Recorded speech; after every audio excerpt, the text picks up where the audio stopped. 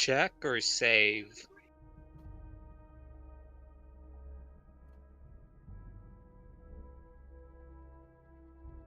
Oh?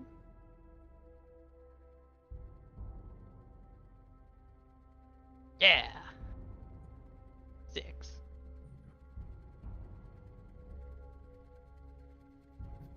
I'm fine with that.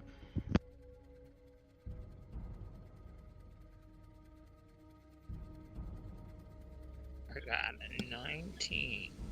Don't Not you sure if think it's that's pretty good or intense? bad. I mean, usually yeah, is good. Well, yeah, usually, but with something that's gonna cause trauma, I'm not sure you want to be smart for it. In your answers, please. Hey. Never mind, never mind.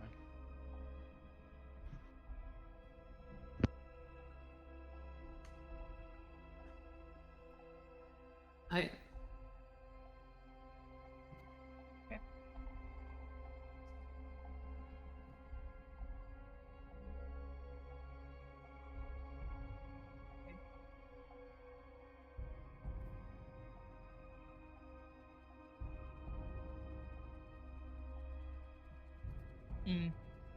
Gotcha.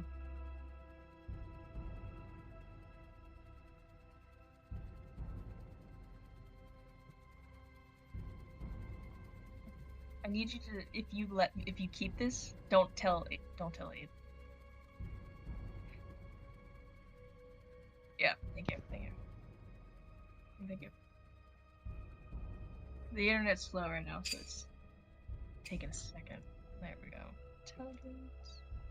Oh, he got a 13. Yep. Oh. I got 22. my god.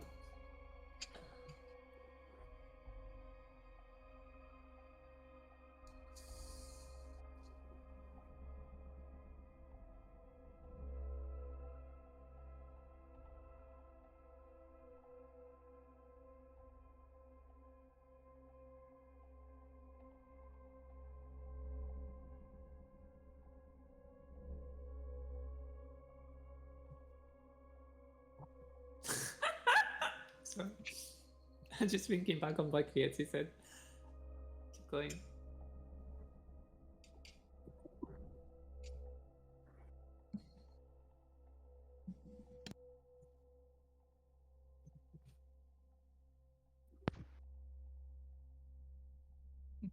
This is bullshit.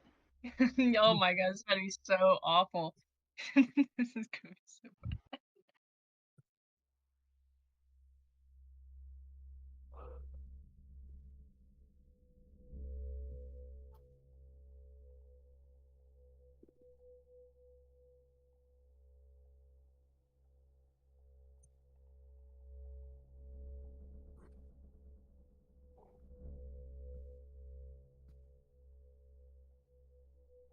Are you asking all of us or Alistair? Or... Oh. Yeah. Nana just felt right back asleep. Yeah, Sebastian was just having a panic attack. Well, on guard duty.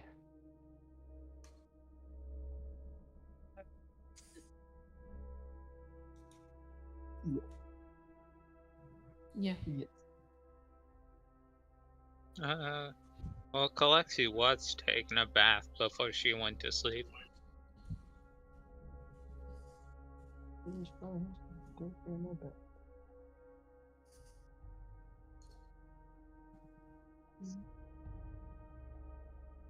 Oh, okay.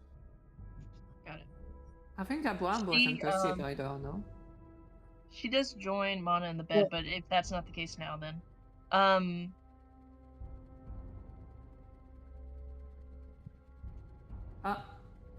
Okay. Yeah, Abraham didn't, I mean, whatever. Yeah, didn't you sleep the first time that you gone to bed? Oh, I don't know, actually. She put her clothes on. After the battle, by the way. That's just all I wanted to add. She put on her adventuring clothes, not any form of nightgown of sorts.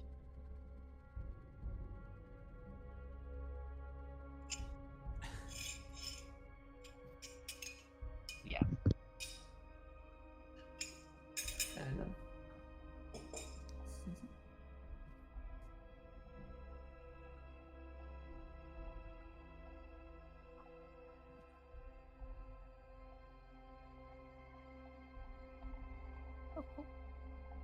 Right, we mark a long rest? Oh, last session you said no, so okay. Oh, why would you? What? I'm sorry. We are spellcasters here.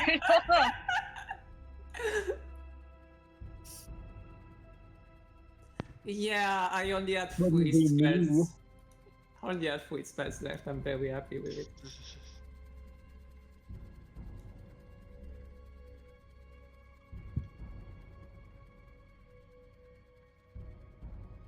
Makes sense.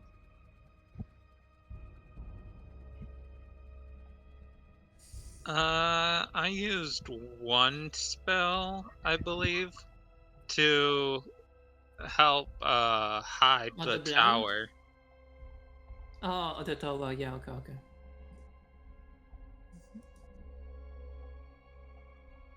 Alrighty.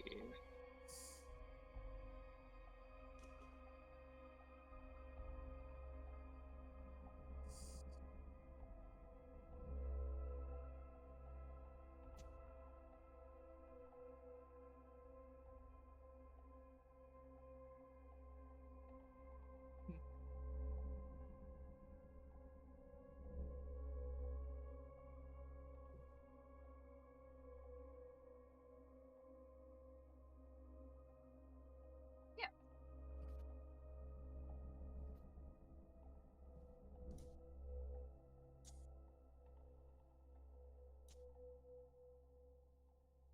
Mm-hmm.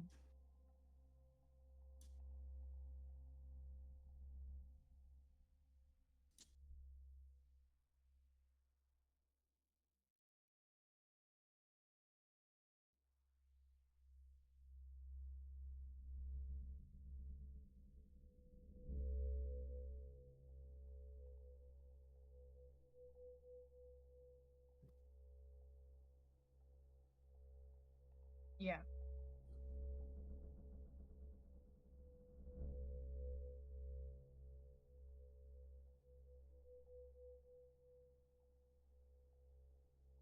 Oh.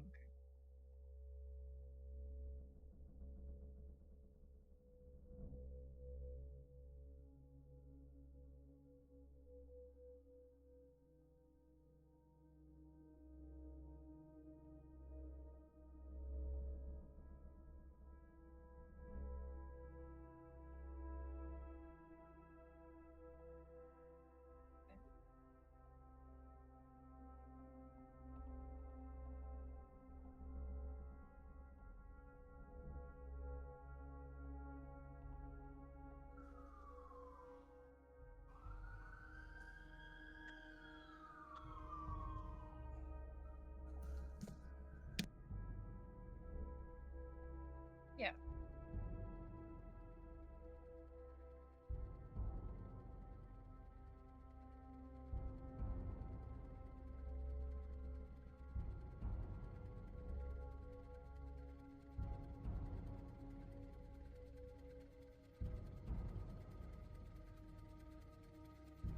Okay. She does speak Draconic, so maybe that will.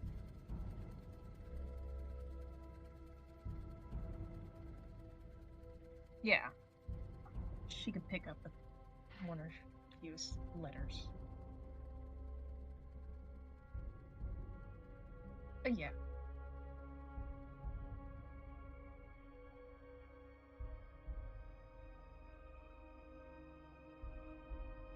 Actually, that was me again. Sorry.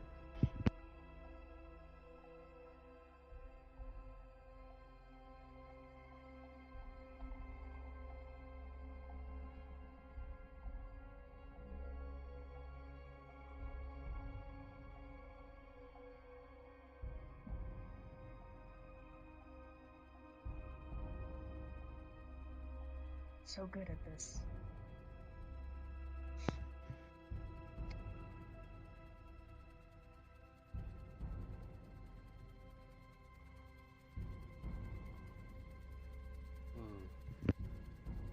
The reader was revealed.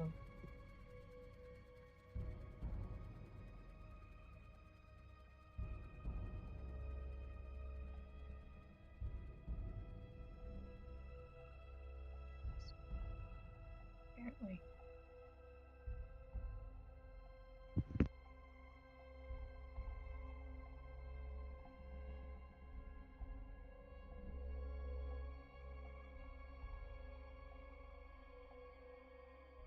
Oh, sorry. Does she notice the room? Oh, she's clearly confused by it. She isn't sure what it would be contained to, maybe adding more to her already possessed powers of time.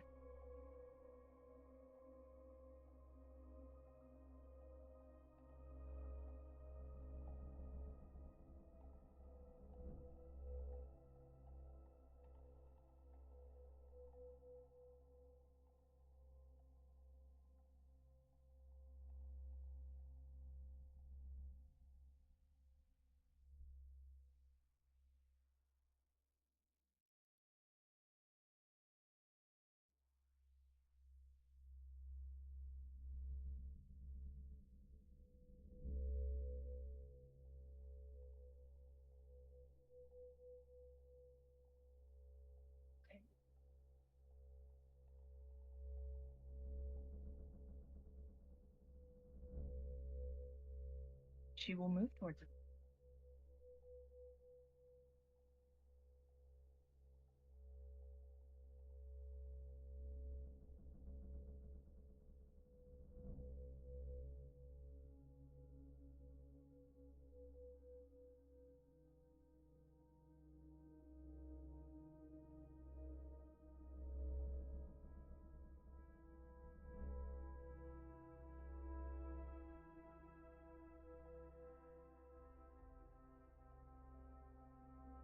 You will get at least 10 feet.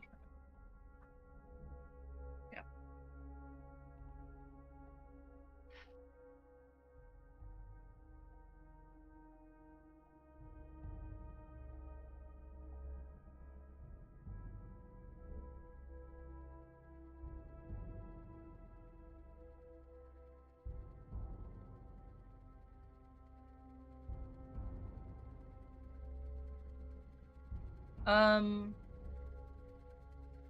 I would say there's at least, yes, there's candle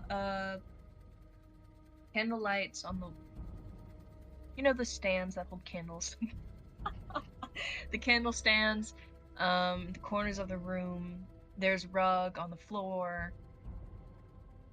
There's a rather large chest next to the bed.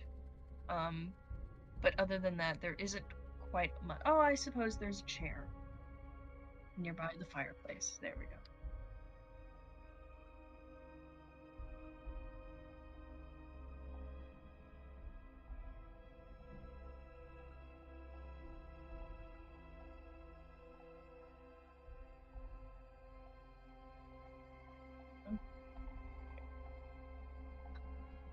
Does it seem to be getting close to anyone else? Everyone is kind of laid out around the room, besides.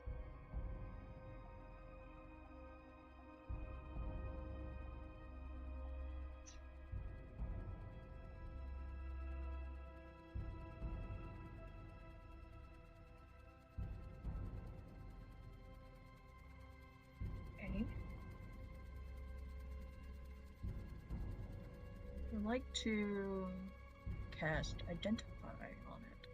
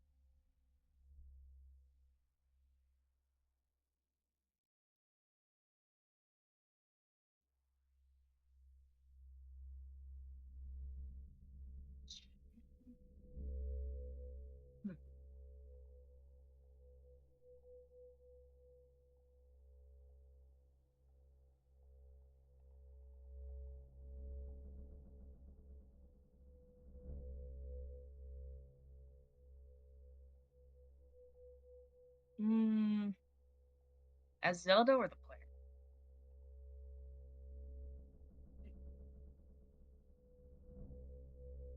Okay. I think player may know, but I'm very sure Zelda would identify the two.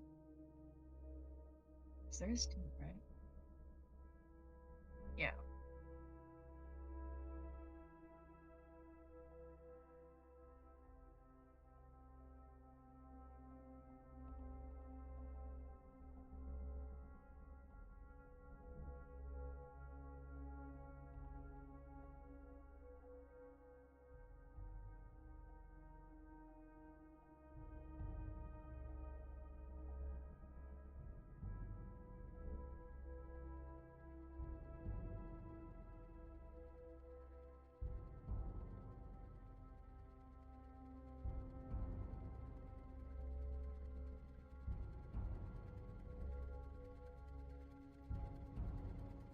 Hmm.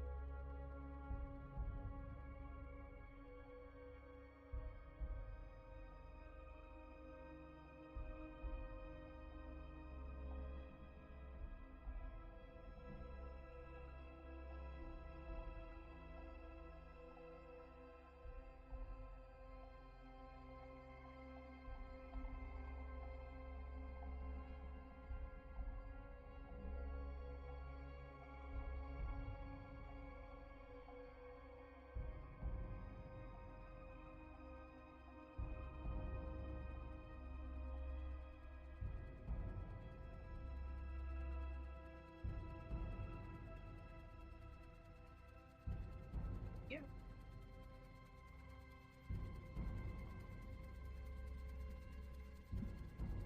Okay.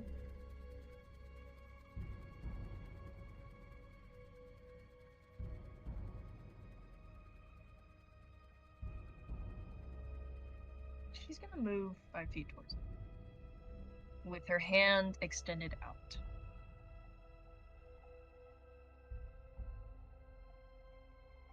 Oh, fuck. Oh, 15? I kinda figured that would happen, but you know.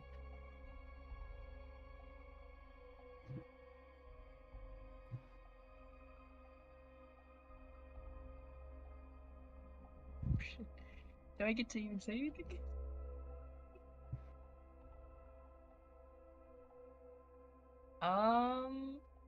Not react against it, but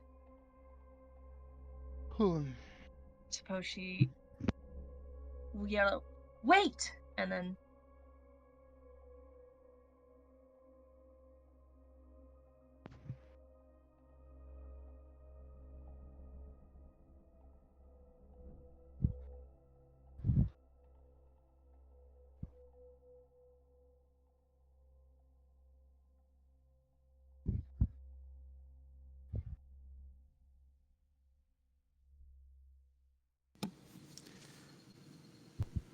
Um. Uh. Okay. um. What is that? Is there, there might be a small cup or something by the bed, something small. Would I have something small in my possession? Let me see.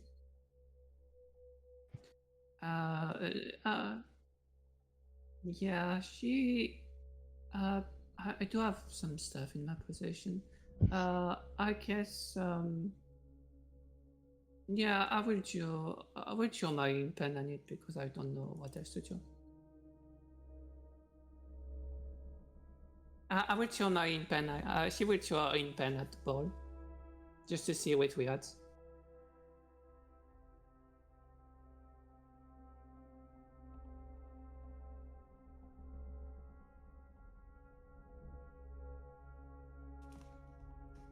Would you allow me to do an intelligence check? Yeah, just to see if she can think from that Zelda might have been zapped away or something too. I don't know if she would really jump to that conclusion right away, so that's why I was like, oh, may I do a check? Okay.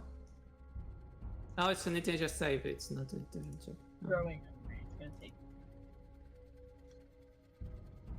Oh, okay. Yeah, it is. So 17 then. Okay.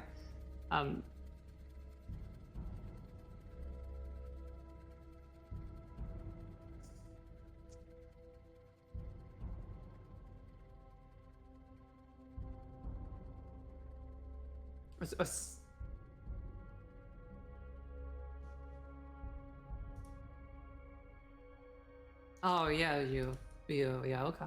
I mean she's not there. And that things up people. Rare information. What is going on now?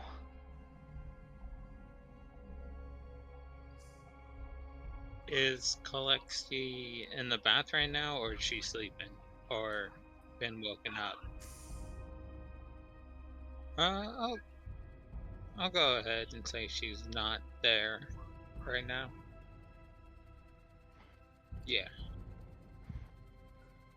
Mana, we go outside and see if she sees Sebastian. Yeah. Sebastian, we can find Zelda. Did you see her?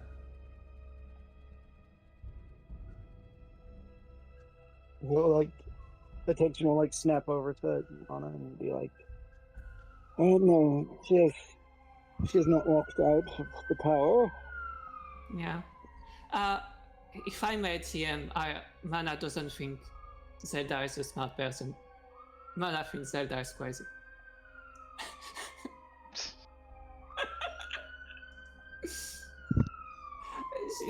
She doesn't think she's smart with magic after talking about like taming a naked god. Hey, So that's her opinion. actually, she would think that she got psyched. Yeah. Oh, is it bad or something? I don't know. Oh, well, are we using the 17 or the 4? No, I mean, are we using the 17 or the 4? Because you said it was the same. Oh, yeah, okay. I see. Okay. I do think that considering that she thinks of her as crazy, she would still come to that conclusion. Yeah.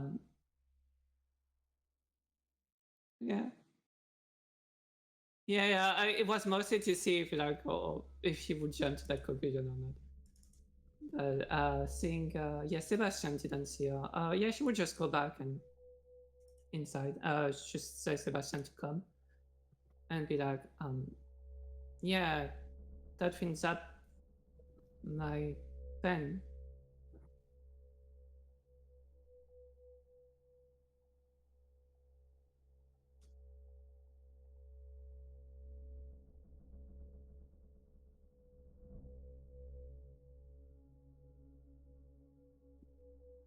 She Reagan, you're would, doing like really good. Sorry. Oh You did. damn! Replace. she would yell back. No, I have not seen her since the fight with the wolves.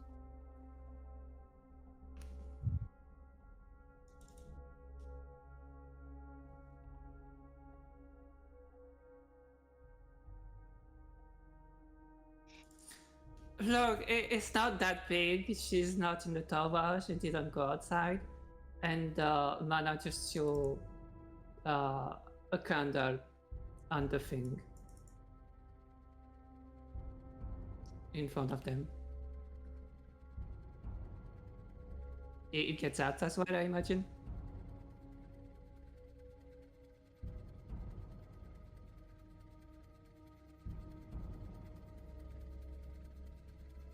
Yeah, she tried it, yeah.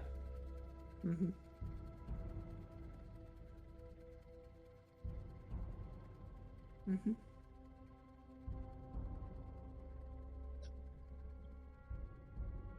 Okay. Yeah. You know what? She's gonna push the chair to see if it's able to get something that is way bigger than it. She's just gonna push the chair closer to it. And does it zap it? Oh, okay. Guys, I think Zelda is into that film. Guys.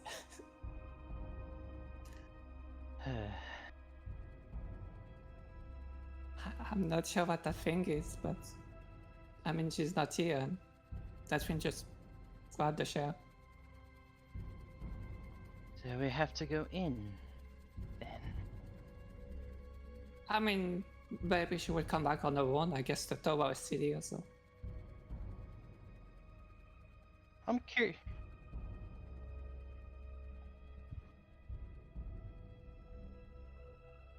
Huh. Kalexi will go ahead and get out of the bath, dry off, dress, and meet the party in the room with the ball. When Alistair hears this humming, he's immediately taking his clothes off and casting mage armor. Yeah. Hell yeah, dude.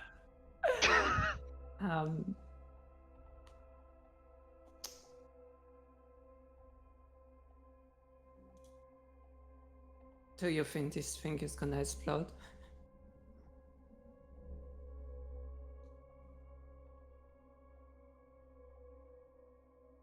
If Zelda was Ah. dead. Oh shit! I thought I was muted. Oh fuck. Yeah.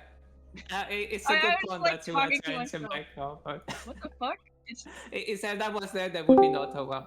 That's a very good point.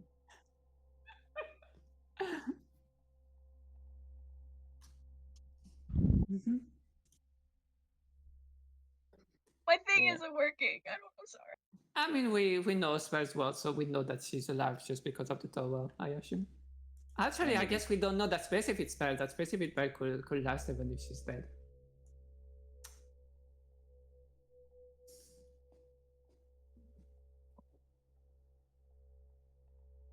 I guess not.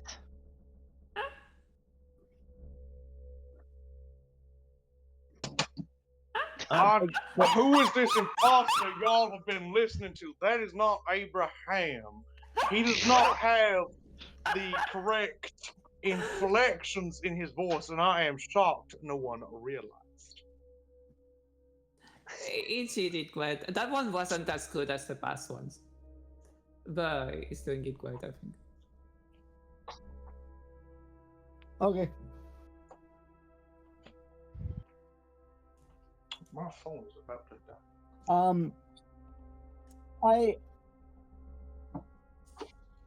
I am going to do something. 10. It's definitely higher than that. I kinda left the game, but it's definitely higher than that. Give me a bit. I am gonna do something with that. 17. Hold on. Jeez.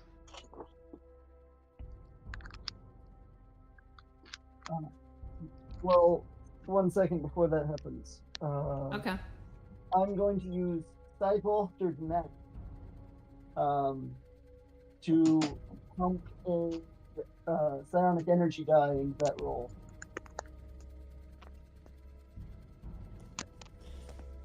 I'm going to use Psi Bolstered Knack, which allows me to pump a D8 into that roll and add it to it. So that puts me at 15. I'm gonna cast Fuck You and take away that D8. That's not possible. It's magic. Yeah.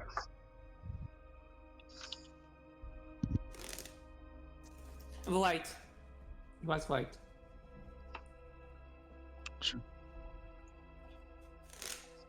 Right.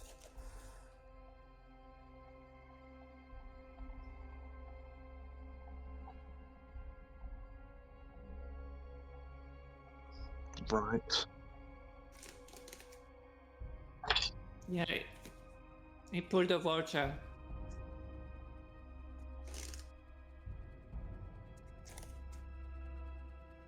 Yeah. Mm-hmm.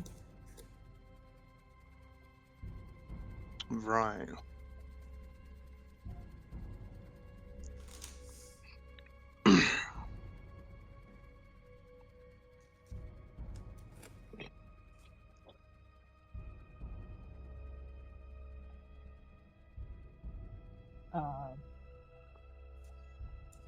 They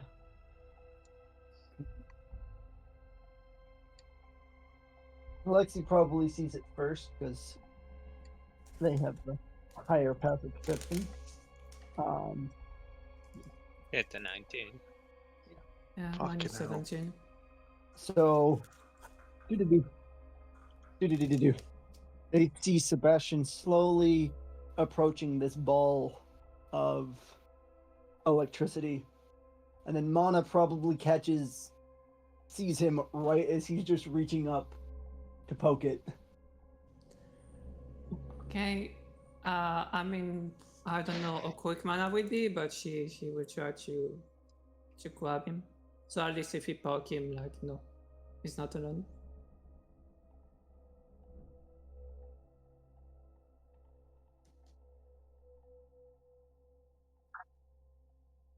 Right. Strength saves? Okay. Ooh. This is gonna go great. That's an 8. Hey. I have a -2 in strength. 7. 7. We both have a -2 in strength. That's...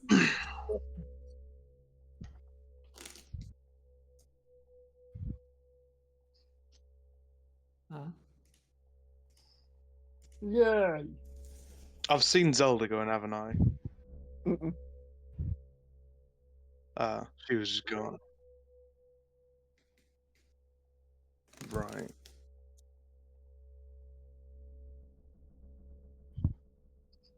We can. And then you get sucked in. Right. Yeah.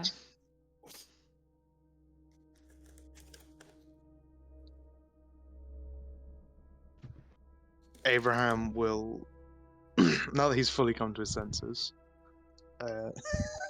he'll like draw his axe, ensure he's wearing full clothing, and then charge into the ball, diving in. Alistair, wait! No, he's too late. That's all Alistair says.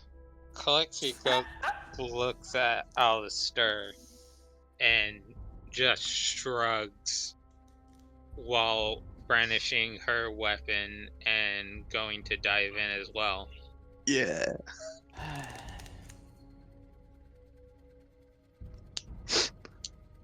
I need some air. He's gonna walk outside. Alistair. Oh my god.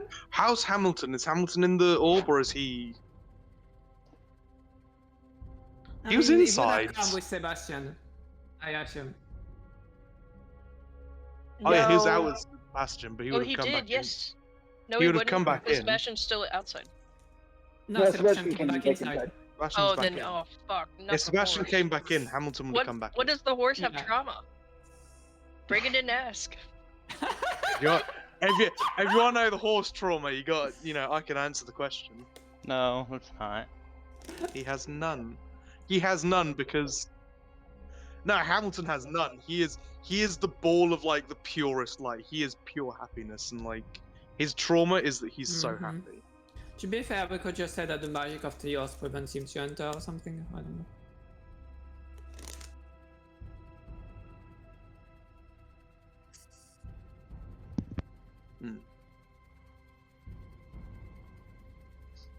Is he joining me? Yeah, Hamilton.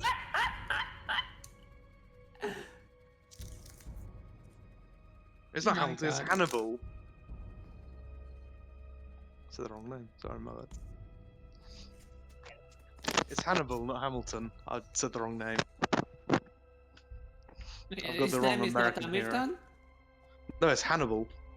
No, Based on the Hamlin. Hamilton vice is- president. No, it's Hamlin. not. Hamlin. Hamlin. Hannibal, Yeah, the Hamlin. president. Okay. No, Yeah. Hamlin. Hamlin. The guy's name was Hannibal Hamlin. Yes, Hannibal. Mocha. Hamlin. The horse's name is Hamlin. Okay. Off through the Hamlin horse. Hamlin hell. Yeah, Hannibal Lecter. Yeah. It's okay. His Yeah, name is Hamlin. It's fine.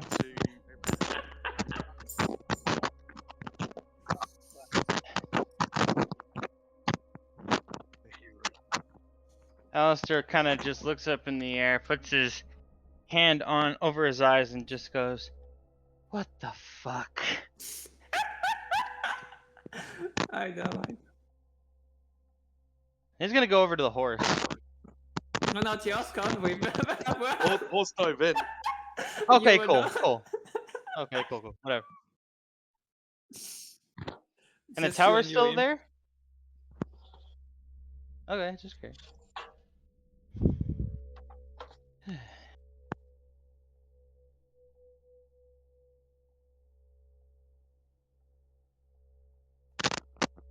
Yeah. Alistair's gonna do this thing where he kind of starts pacing back and forth, kind of just thinking about what he should do.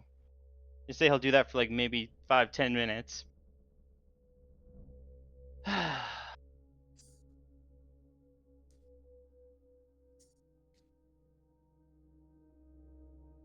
Oh, fuck it. And he'll go back inside. I have a really stupid bunch of friends. He'll just walk in.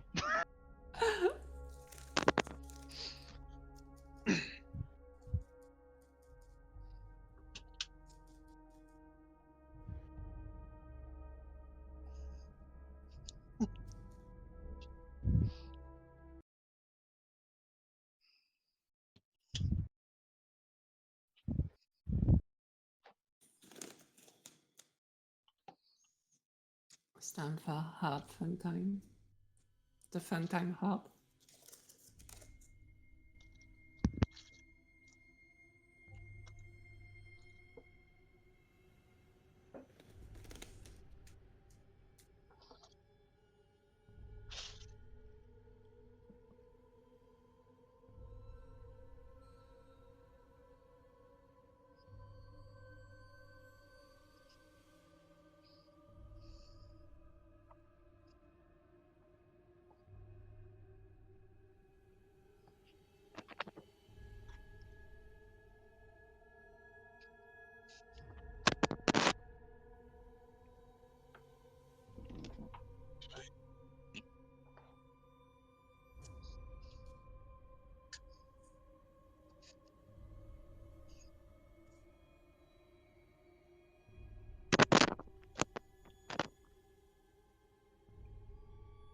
Based on what? Oh, ooh, okay. I'm not. Just one of them? Okay. Three of them. Okay. 2 girls in the garden.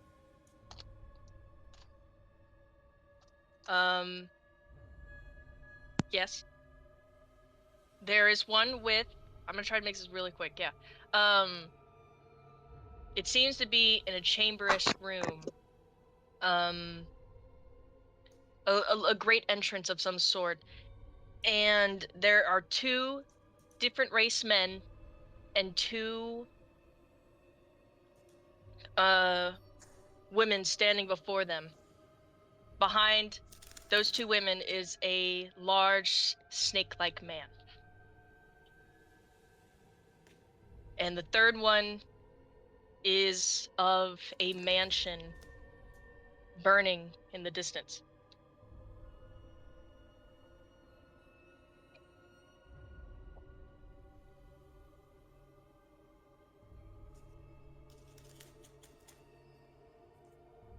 Okay.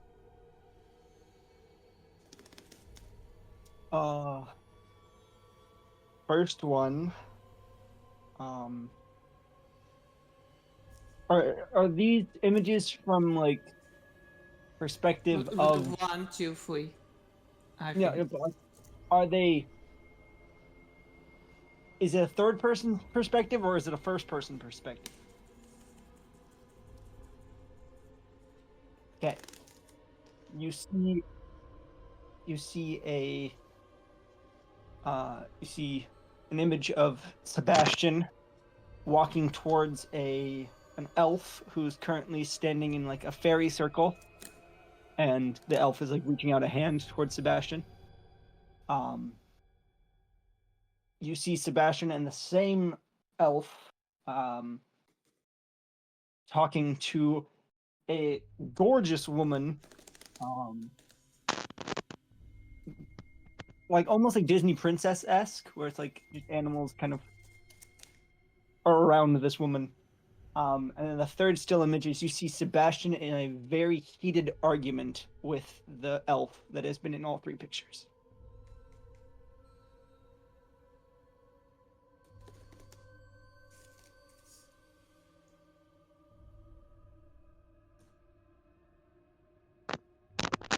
Gosh. So the first one would be a brightly lit dinner room, dining room, a bit posh. You can see that there are guests. It seems to be in the middle of a banquet, and there's half-elf girl with pink hair, fairly young, sitting on the lap of elf with also pink hair. And which looks dressed like a bit regally or something, pretty well dressed. The second image, I saw, they're all smiling, I guess. The second one would be the same FF girl with pink hair on the top of a man's shoulder. And they're laughing together, and they're on a boat, and they're looking at the horizon, and it's the coast of some foreign country. I actually, should I say the name of it? Is it for the audience? I mean, no, it's just an image. Like, it's just it's just a coast that is different from the coast of Belafia and stuff. And the third image would be the third image would be that one is a bit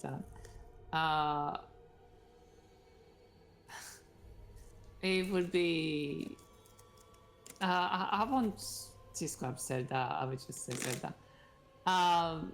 It would be the way I'm sorry to make it out, to make it an image, give me a bit.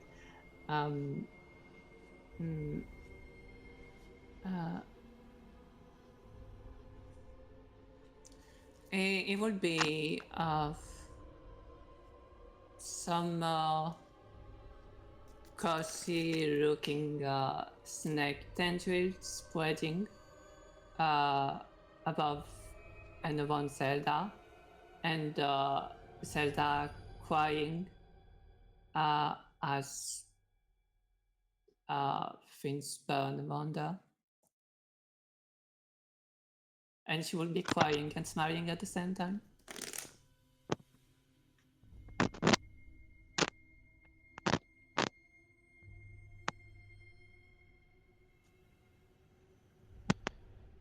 There'll be a young boy, like a young half-elven boy, is Abraham, and a orc man stood over a wooden gravestone. The text is unreadable due to weather. Second one will be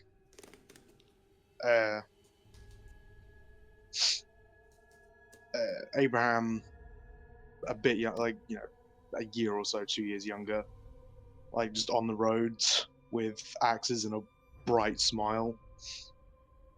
and then the last one will be him and everyone else in the party all together, seeming to be having a lovely time, like over a meal of some sort or.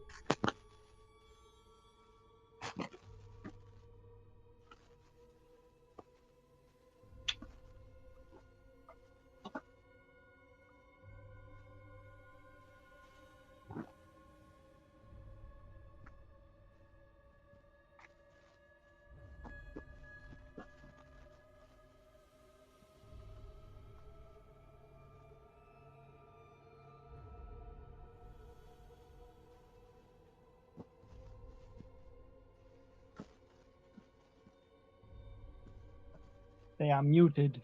I do say that.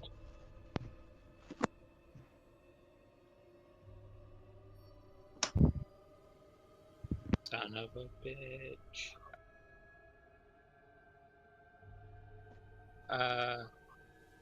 The first one would be her surrounded by animals like a typical Disney princess.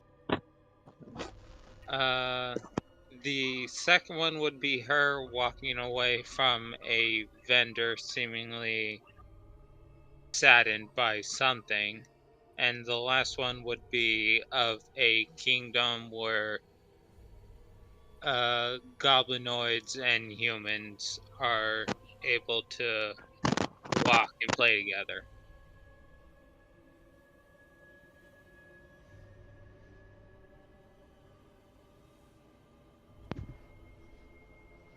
So the first image will be of Alistair sitting on a bed, talking with a blue woman. The second one will be Alistair first meeting Zelda and Abraham. So kind of just them in like the bar. And then the third will be of an Azamar woman, but kind of like a vague image.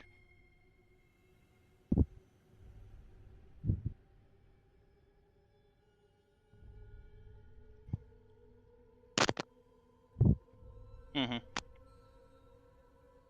Yeah. Yes.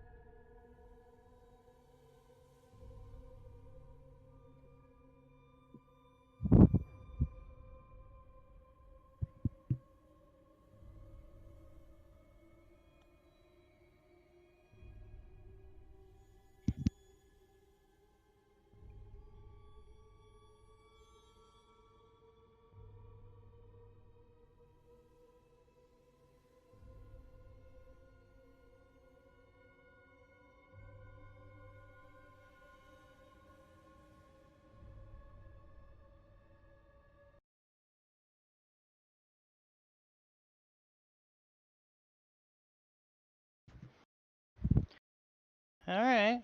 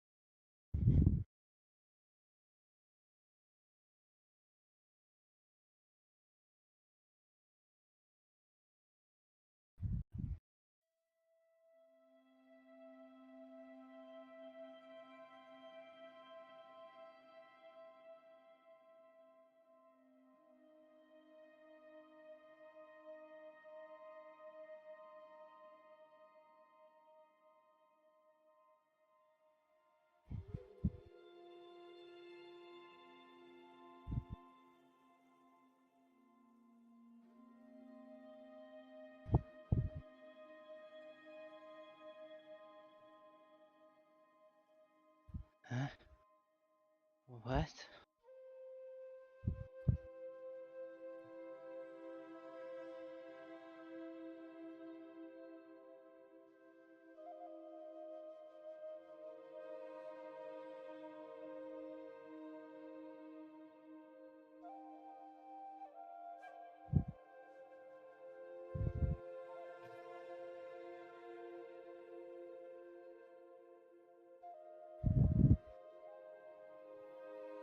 Wait. You're...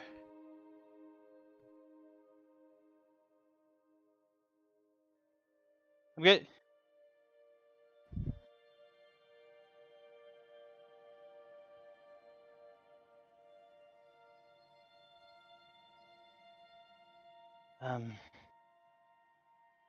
Sorry about that. Right. What are we eating?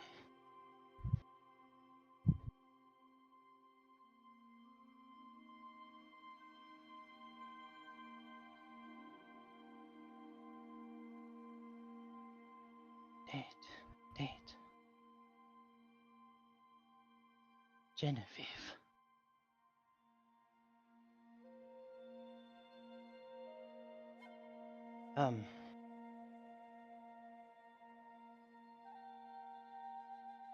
Oh, yes. I'm fine. No. No. Everything's fine. What to eat? What sounds good to you?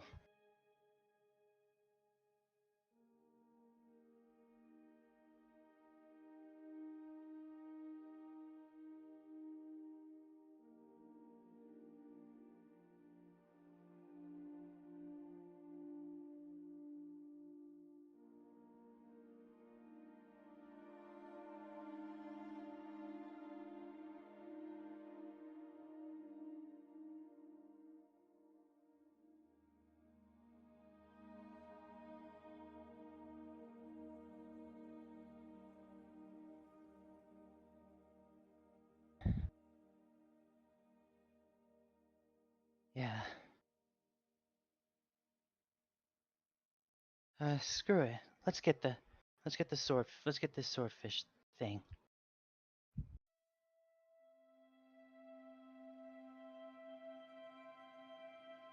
Alistair will smile.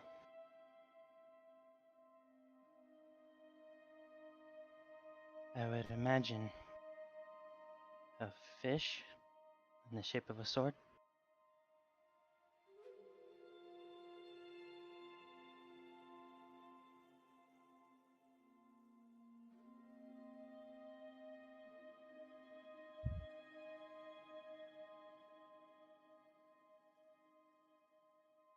Mm-hmm.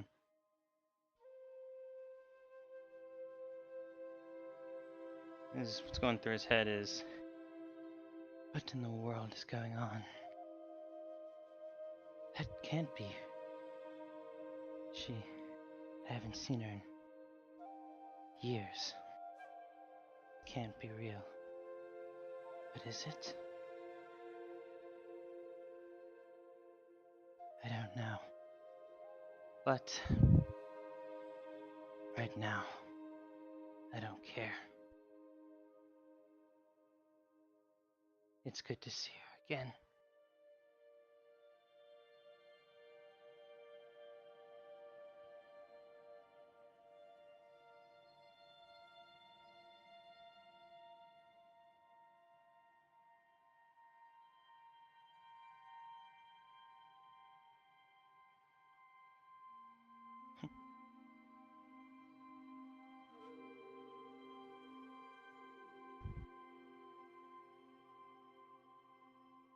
Oh yeah, let's get trapped forever.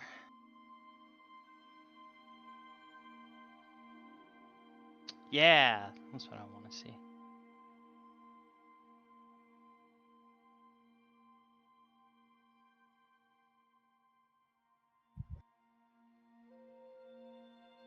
All right, we locked in.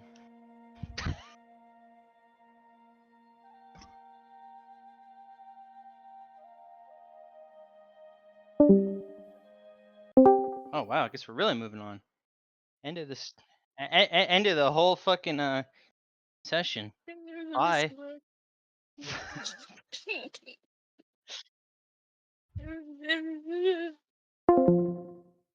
See?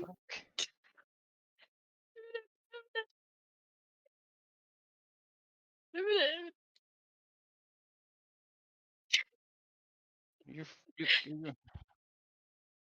everybody say, what the heck's going on? I don't know. Sorry, it was a misclick. My bad.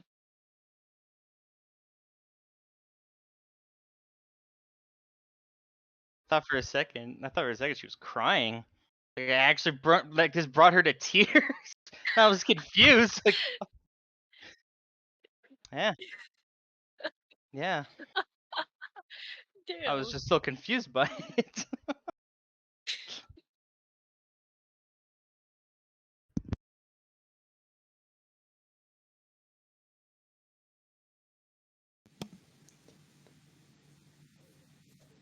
Yes. That's you. We did that go together.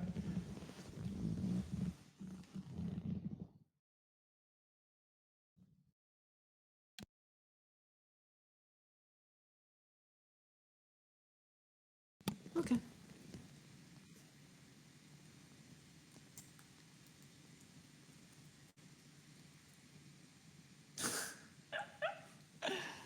Let's go.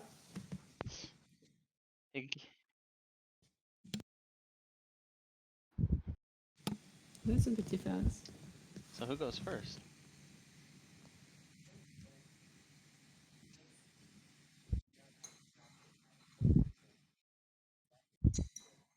Mm-hmm.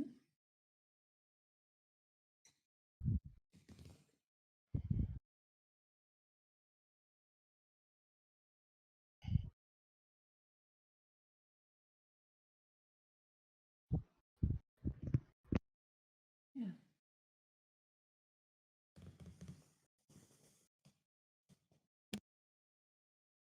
Okay.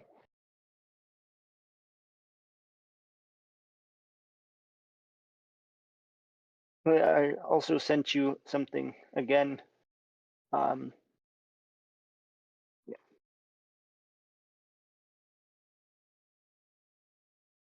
Okay.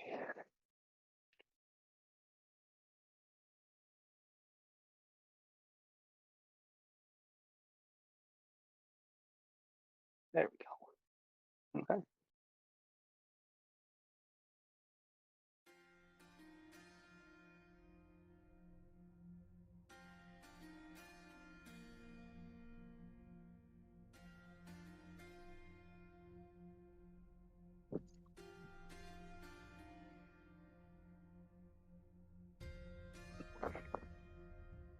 Mhm.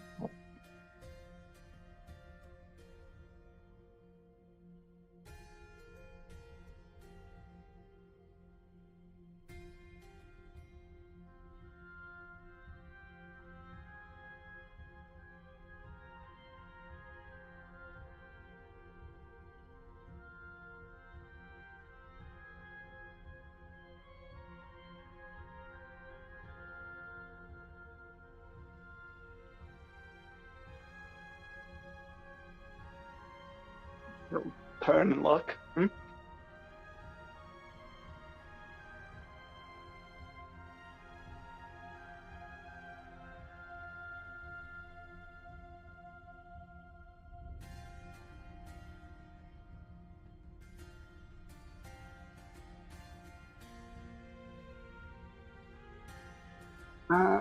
Yes, sure.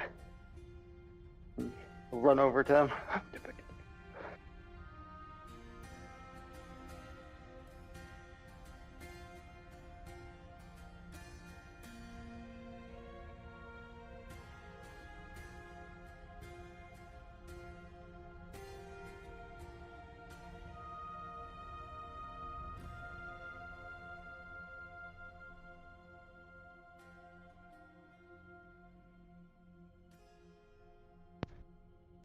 That's a bit of an Oh, issue, isn't it? That sucks. Oh, okay.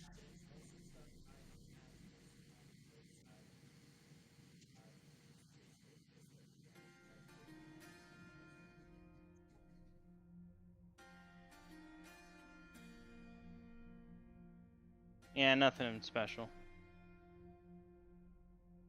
Okay, you know what? You know what? Go fuck yourself. I mean, you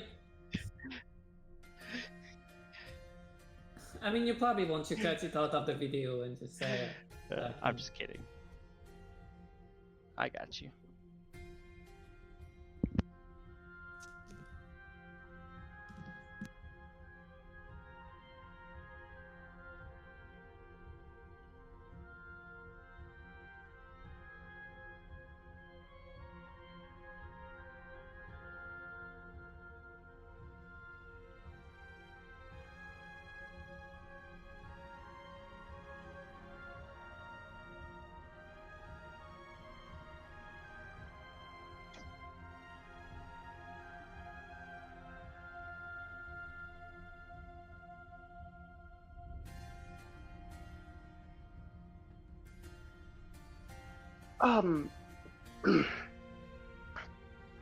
Tabasker. Sorry, my memory's a bit fuzzy. Tabasker, if I remember correctly, do you want me to give you a roll?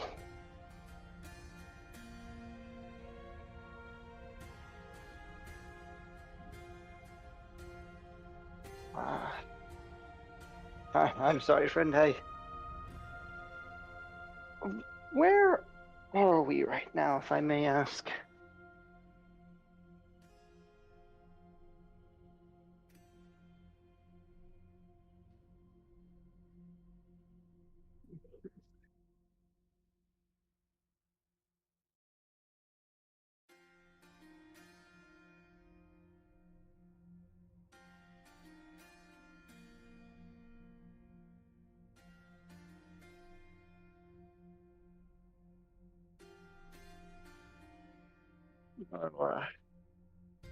Yeah, you could say I'm not from around here. Haven't. Oh.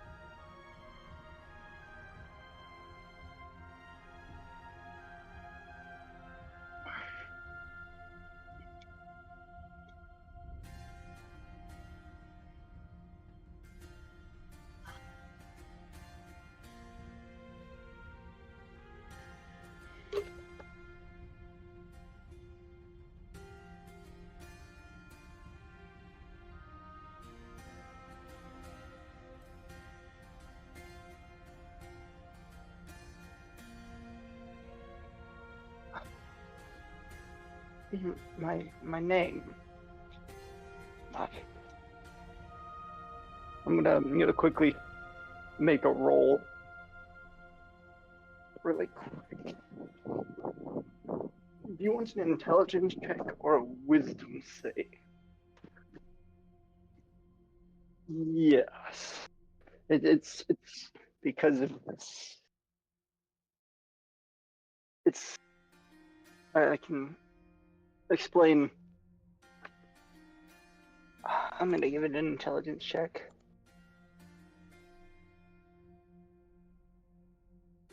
No.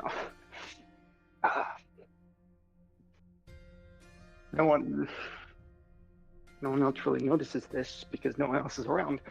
But these two, Tabaxi, Sebastian just starts crying.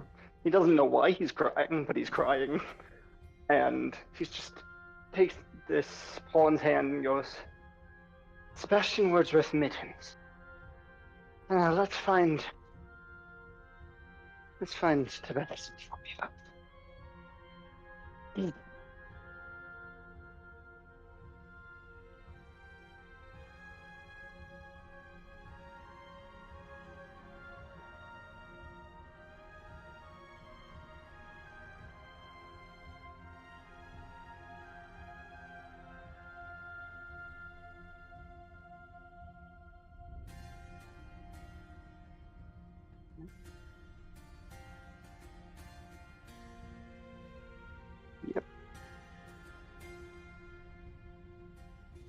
Fuck.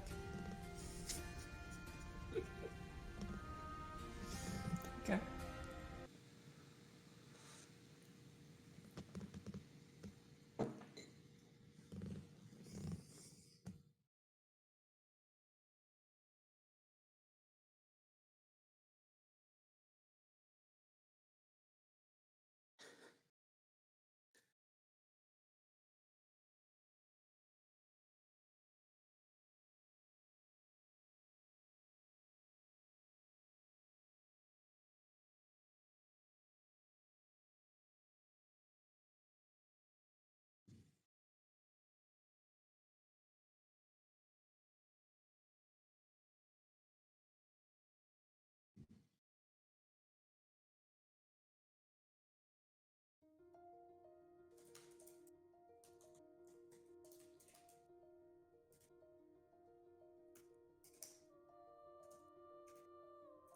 Mm-hmm.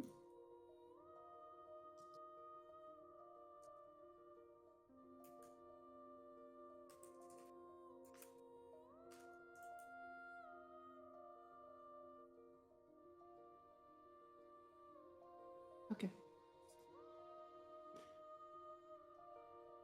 Is it all I see? I guess I look at one. I guess I blink my eyes and look at one.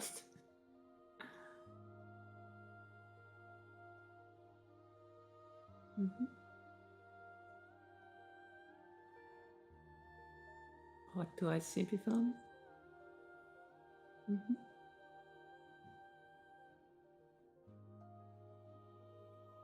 Oh.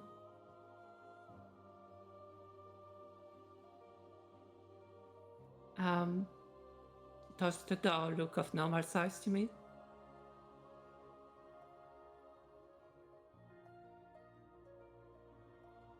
Okay.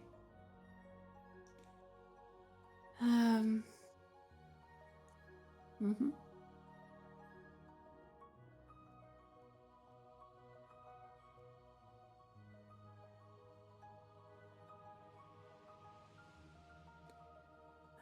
I guess I would get closer to the door so I can listen. Can I hear for the door? Hmm? Okay.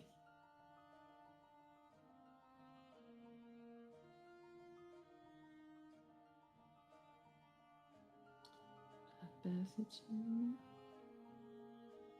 there. Oh, for some reason I see roll at disadvantage.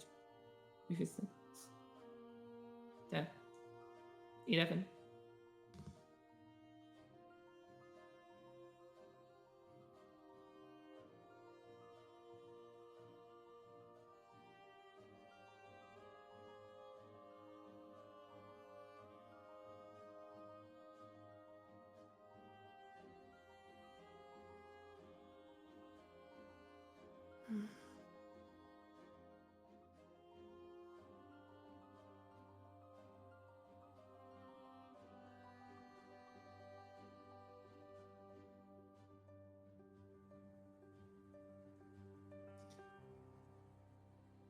She runs away. Yeah. I just away from the door so she doesn't see what whoever is gonna come out. I mean, she would have a good clue, but she just were not of sight. Yeah.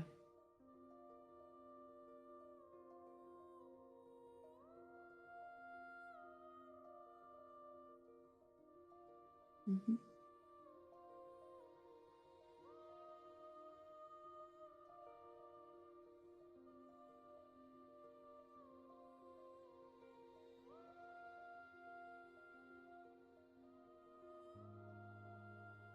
She would have probably have seen I said at least that. It's that she was very sleepy. But okay. I mean, I guess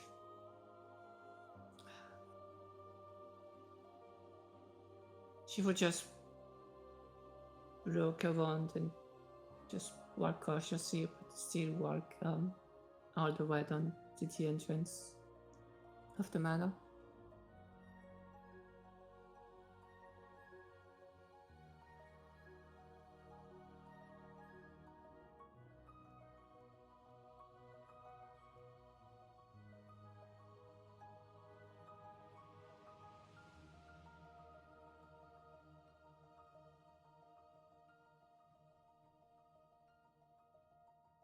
No, she will stop.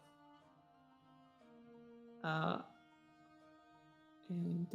she will think for a bit about the situation. Like,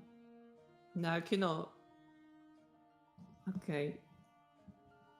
I was gonna tell you what she will know, like, from the get-go. Like, she will know there's a younger self, she will know. Mm-hmm.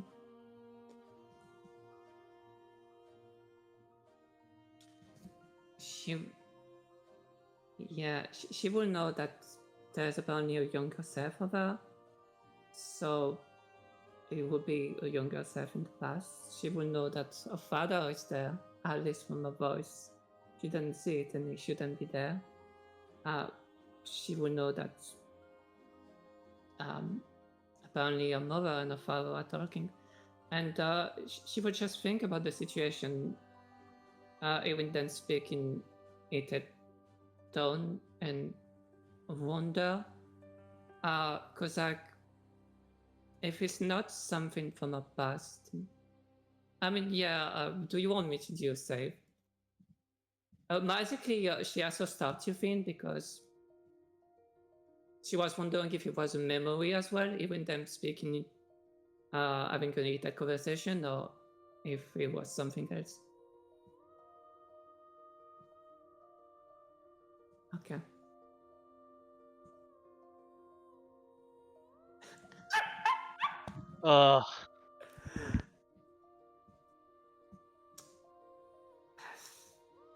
I will take Hope. Yeah, I don't know. Is Hope immediate? No, Hope, you can keep it, right?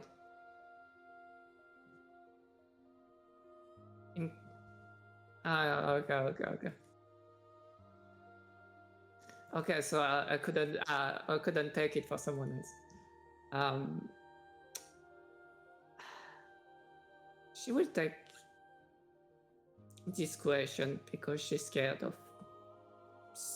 really seeing or being seen by any of them. Yeah.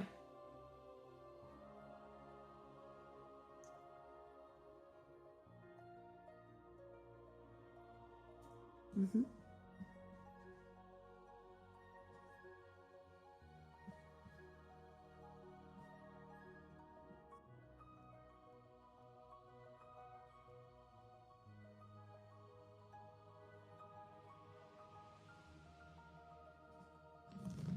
Yeah, she will get closer just so she can, properly, not too close, but still. Yeah. Okay. Mm-hmm. Mm-hmm.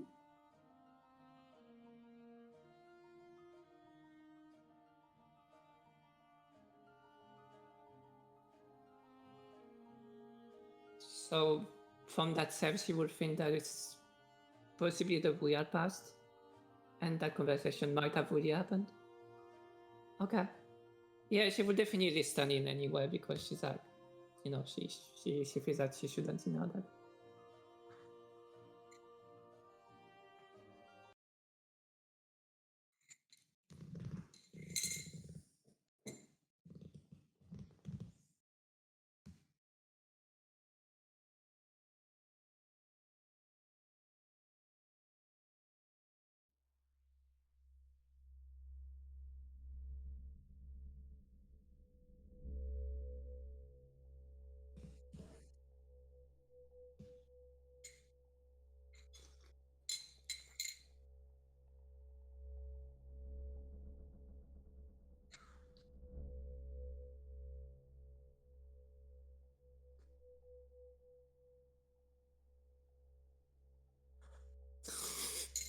Sorry, keep going.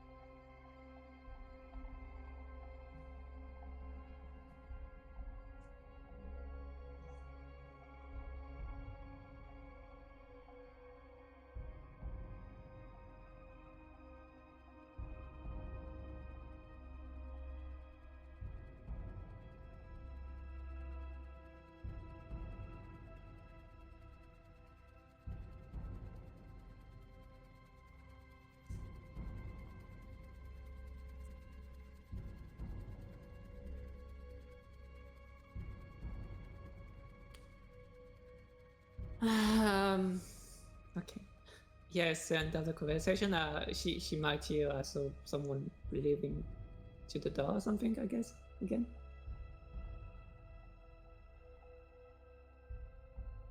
Okay. Okay. Okay. Yeah.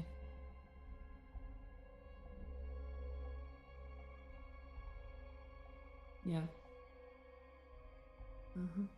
Oh, yeah. Yeah. What did the mother say? We don't need to wish those are your hands. I put it on roll 20. Was it that? We don't need. We don't need to be the irons. Okay. Thank you.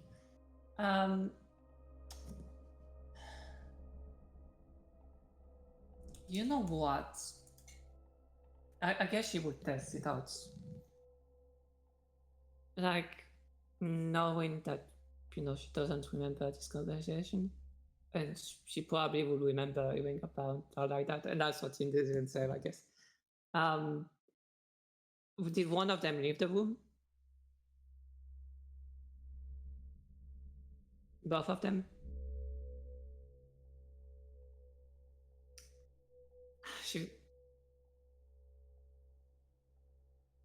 Yeah. She was. Yeah. Yeah.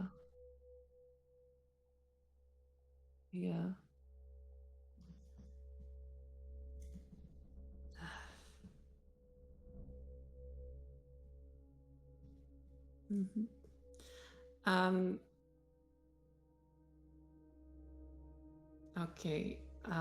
Considering that her father is there, she actually wouldn't try anything much. She will use prestidigitation from like behind the Asia door to like cast inside the room. In front of them, some sparkles or something like that.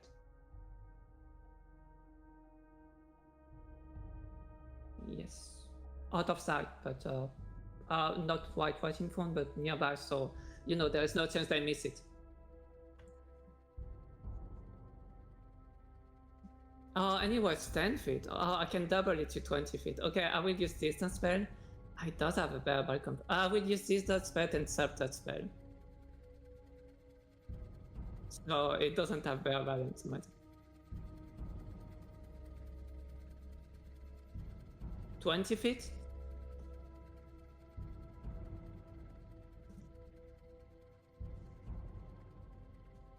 Yeah. I use subtle spell. There is verbal component, but I use subtle spell for meta magic. Yeah, subtle spell it. And I also use distance spell to make it 20 feet instead.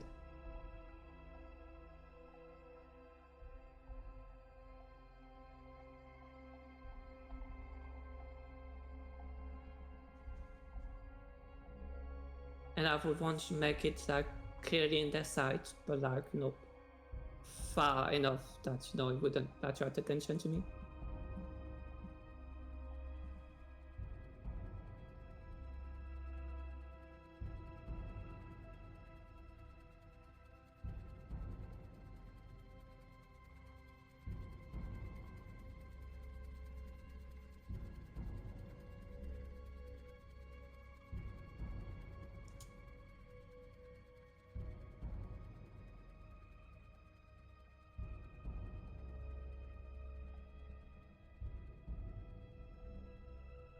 She retreats.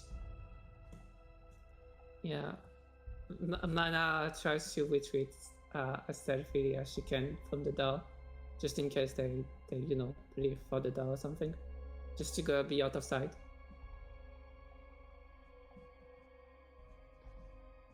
Okay. My God.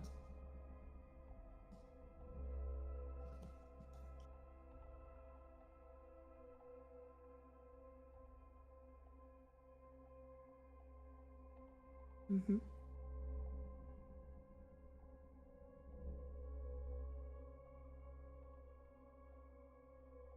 Mm-hmm.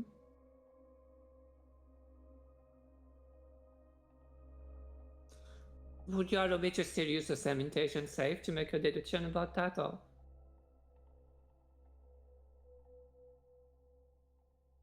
Would you allow me to use the cementation save? I have, like, personally, like, as a player, I have a theory about that.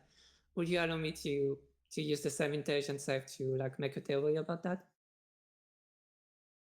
Because I don't know if Mana would think about it specifically. Like, I know as a player, like, you know, it's what I would think. I was asking if, like, you would allow me to use. Okay, that's fine. I mean, yeah, that's fair.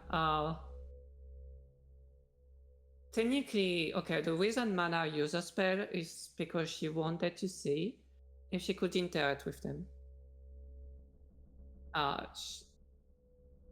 Yes. And seeing the shifts in the walls, she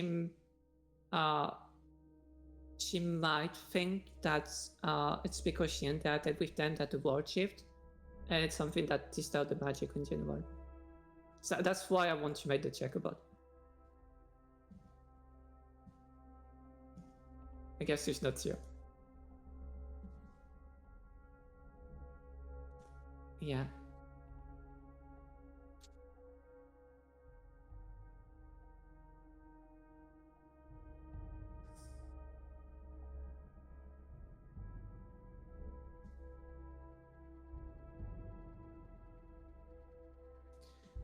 She will hide.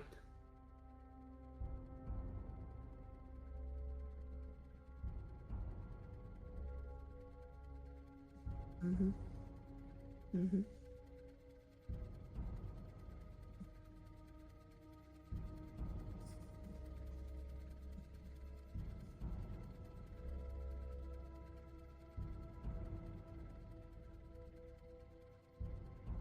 Mm-hmm.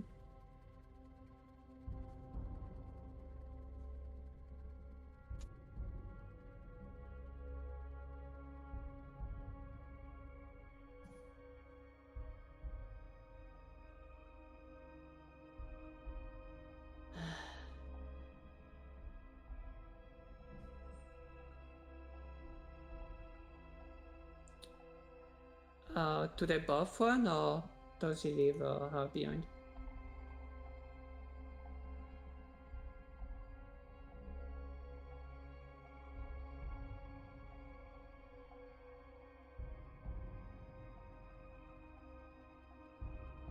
Mm-hmm. Mm-hmm.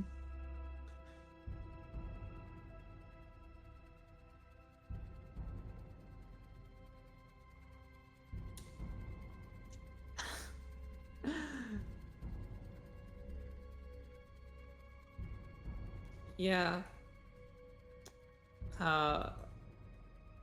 She doesn't really know what to do. She will assume that she wanted to ask something, but she will assume that she's a bit too close to you. So she will go in the opposite direction and try to find a space that she could use precipitation again, but without sight of of any that no one could hear. She will just throw a treat further into dimension, or by the door even, and just so she can use precipitation and feel like safe, like that no one would hear her or see her using it.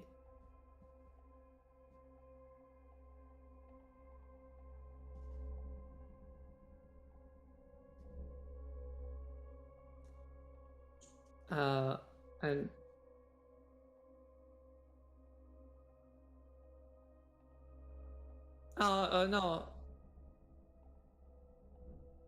no, I don't have silence spell anymore. I use both a silence spell and a distance spell area, so I don't have any.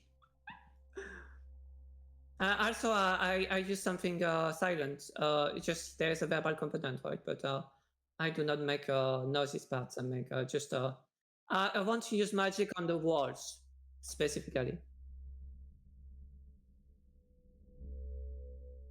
Okay. Mm-hmm. Mm-hmm. Yeah, just the sound of the argument. Okay. Stealth, let's go. Oh shit.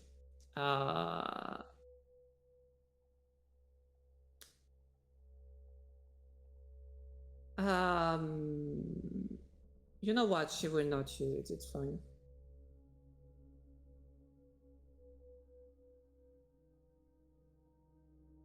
Because she did get farther away from them first, so yeah, okay, it's fine. Go on. Yeah, that's fair. No, I mean, sure, but I was just thinking about something else.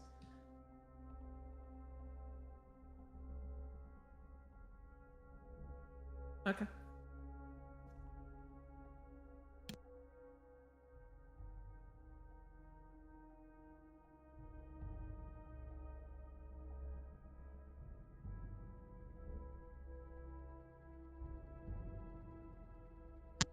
Yes. Yeah. I have a +1 to intelligence. Oh yeah. Sick. I know Fair. trees. Oh. It's above average intelligence, just trees and woodworking. Oopsie. Go ahead, sorry.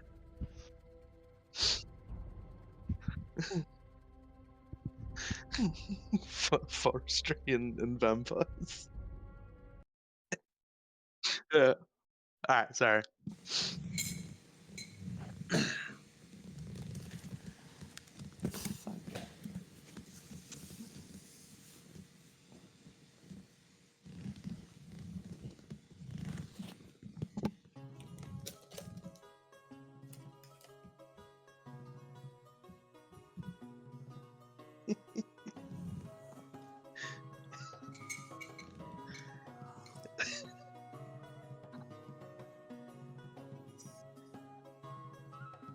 Hello, Dudley.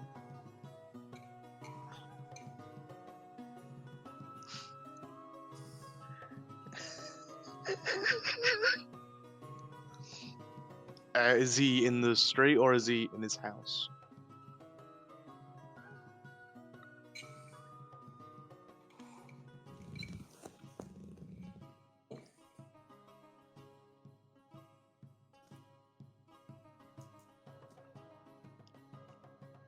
He will like reach to his head for it to like check his hat, like the yeah.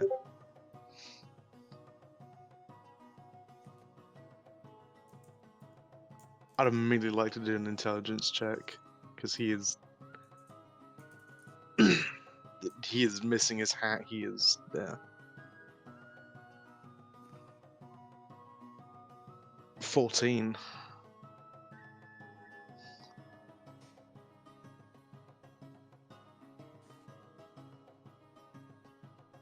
He's sort of wondering. I'm gonna say he also knows he's not wearing his armor or that stuff. There. I'm not.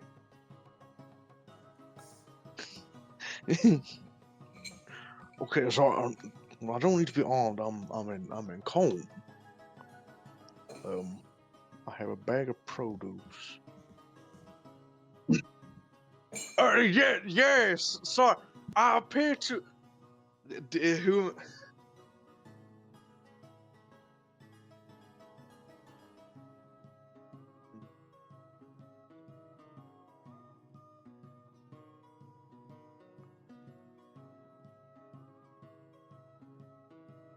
Yeah. Yes, his smile, like his face, he went confused. He's now smiling wide. Go Dudley. Go Dudley. Thank you, Dudley. There's no Y, it's just a H, Dudley. Oh, you know not to call me Mr. Ave. I'm Abraham. I'll remind you of it tomorrow, Dudley.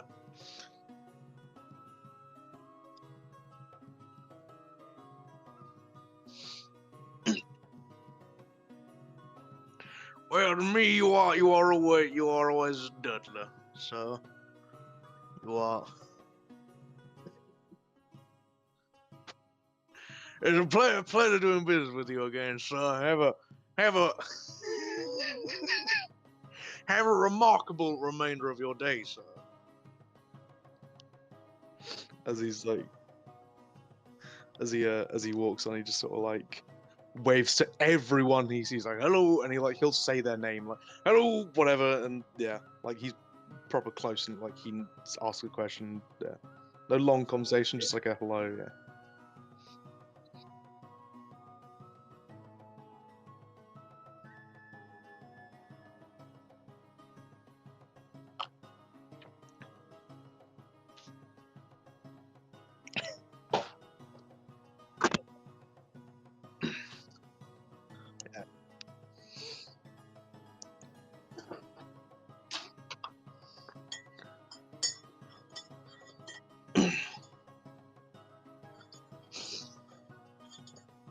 Damon, how was the leg? I saw you were limping yesterday. Are you all right? Do you need me to take your shift?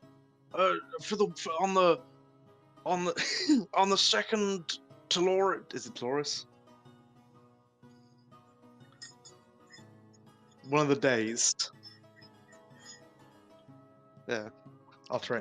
Do you need me to take your shift on the second Tarian? I would hate for you to be further injured through lack of recuperation.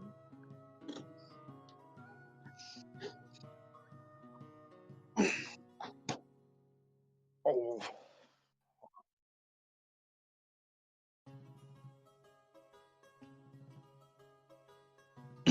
Well, as you know, I'm a young strapping lad. I will more than happily take your shifts, and obviously I will then give you your pay as well. As my pappy says, a friend in need is a friend indeed, and you always need friends.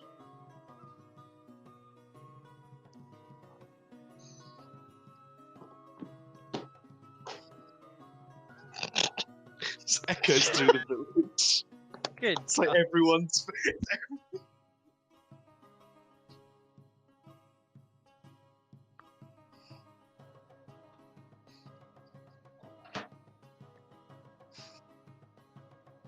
Oh, I would not say Boris. Mr. Boris is well. He's. If I might be so brash, Mr. Boris, he's quite. Sorry, he is an older gentleman. He cannot lie. He just has older bones. But he is afraid. I know that if myself or my pappy were hurt, he would help out in the same scenario.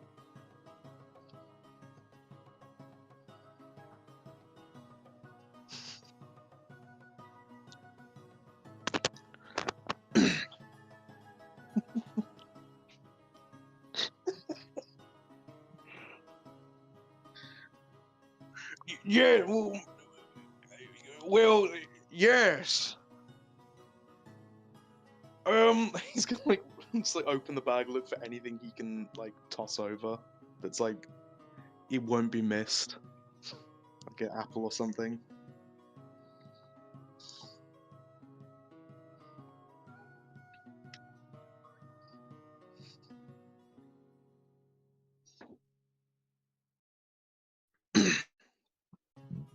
He'll probably like pull out.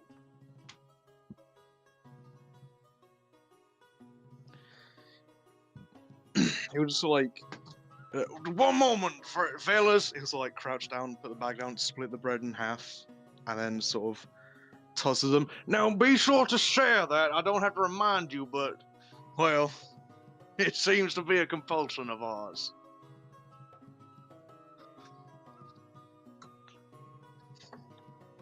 Well,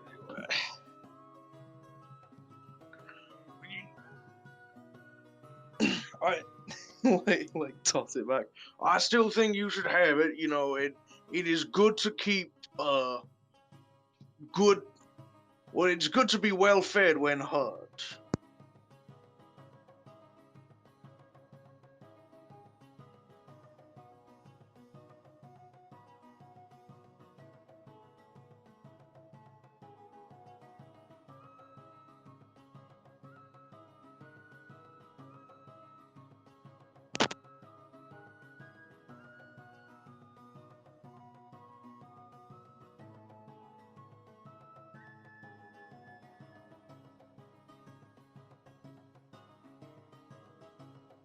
BC, we found some big ones. Oh, I'm excited.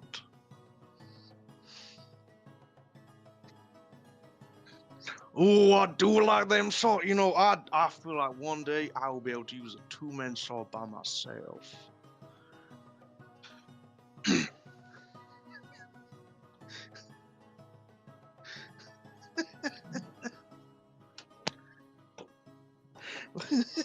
Well, be seeing you, fellers. As lovely as always.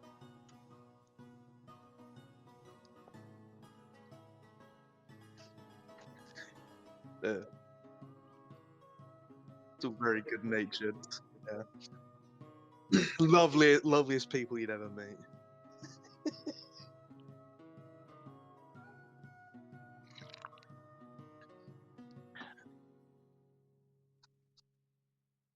Yeah.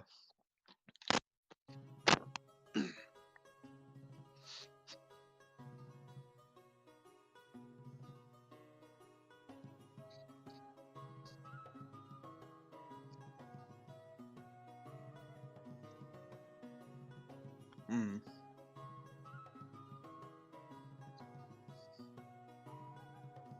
Yes, yes, hello. Do I know you? I don't believe I know you.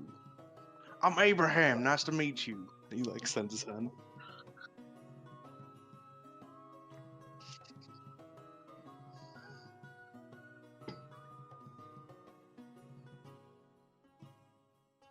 Yeah.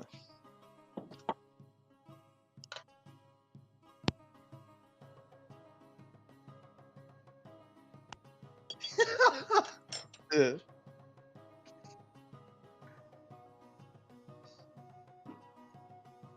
Oh, that's all right.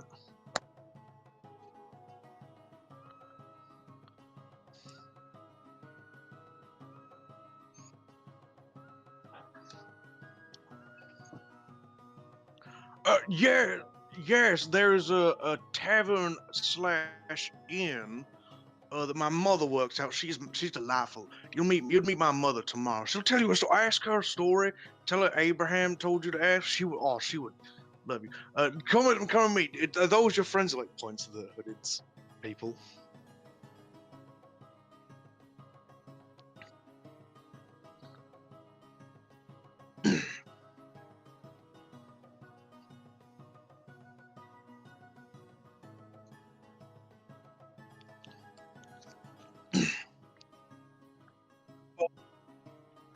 Oh, I can show you the way. I can also point out a couple places you might want to go. There is obviously various woodworking places if you're needing a wagon repaired or some tools or something. I can show you anywhere you need.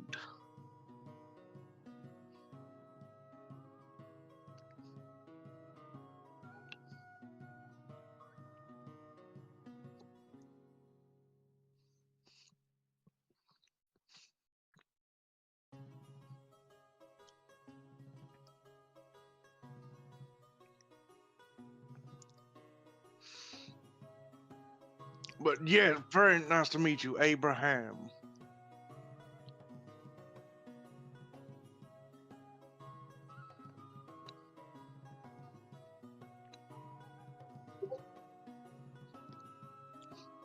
A pilgrimage.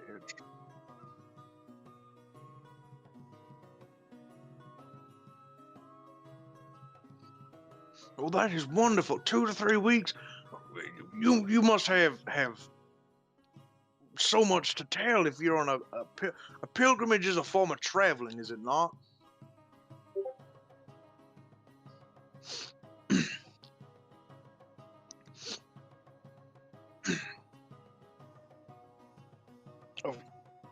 Of course, of course. I apologize. I do much like my pappy. I have the gift of the gab, as my mama would say.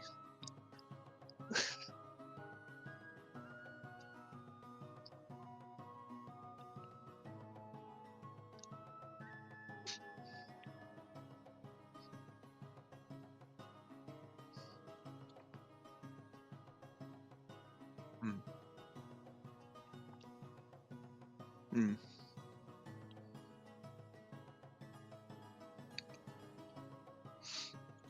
So if I may be so pertinent, a pilgrimage is for a deity, is it not? Could I ask who you are followers of?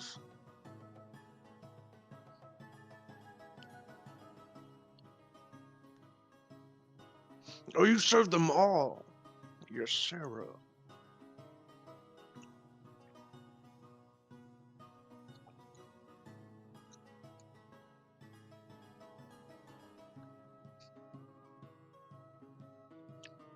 Yes.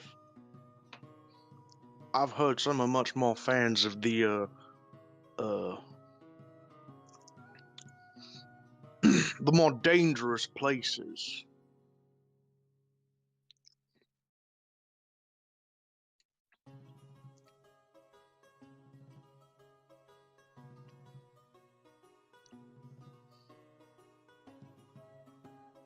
TSF.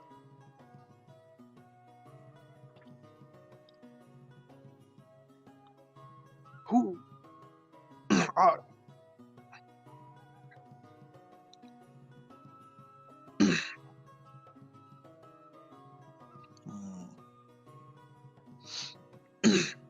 there are quite a few not TSF, sorry. There are quite a few Asera followers in these parts. So you're in quite good company. So you all are followers of Asera, you say?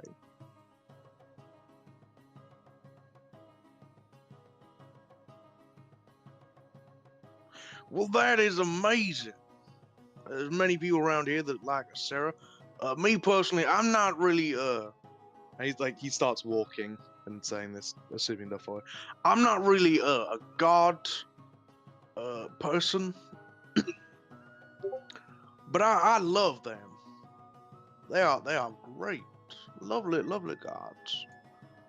Well, I think all of them have an interesting story.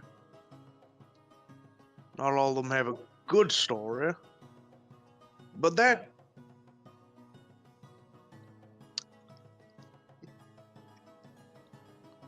Two. Yeah. not all of them are good stories, but you can learn from bad stories too, like what not to do and all that fun stuff. Oh, that is the best tool shop, blacksmith. So if you have any damaged metal work that needs fixing up, or you need any new metal work, he is great. His name is excuse me. His name is Reginald. Sorry. Are you only needing a bed for the 2 weeks?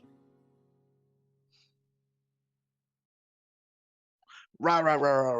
My apologies. Your my apologies. It's just this way.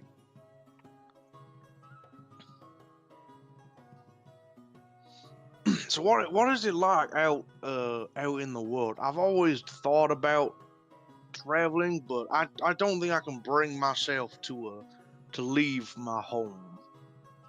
You know, it's home is where the heart is, as everyone here says.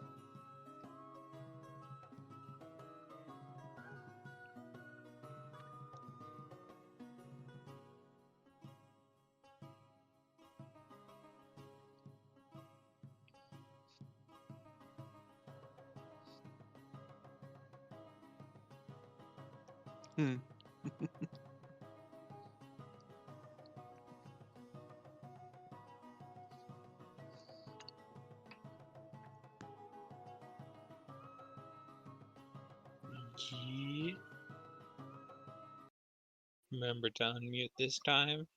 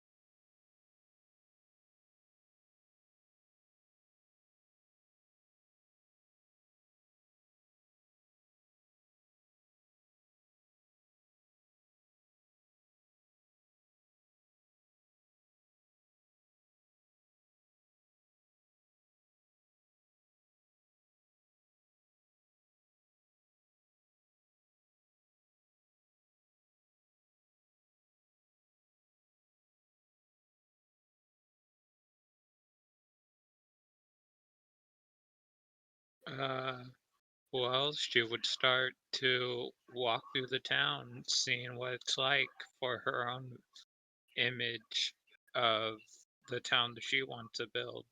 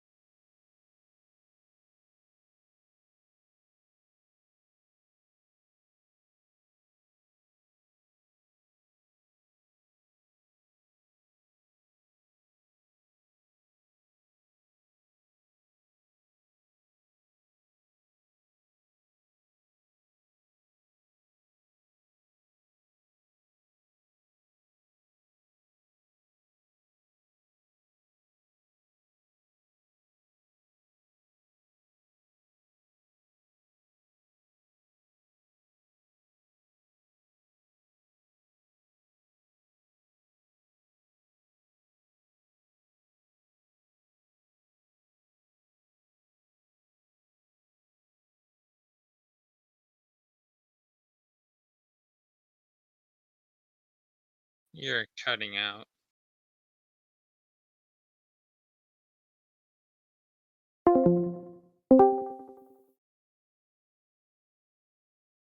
Uh,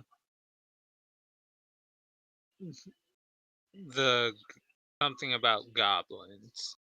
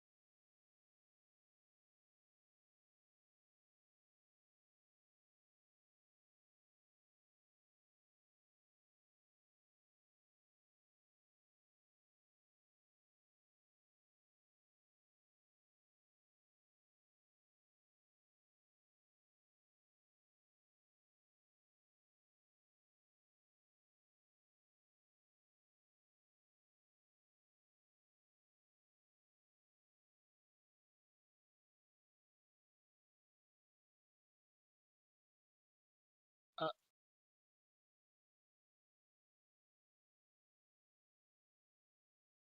uh, if there is a individual by themselves, she would walk up to them and ask them, "Excuse me, what is the town's name and where are we currently on the map?"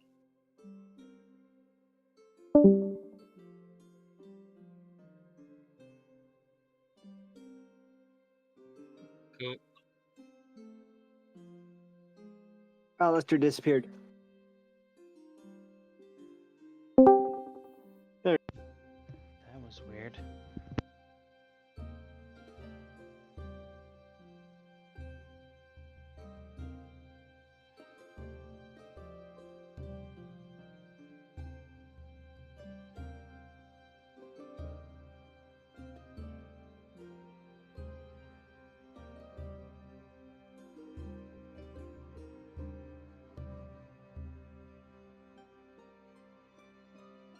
Alright, she is immediately shocked that this woman knows her name.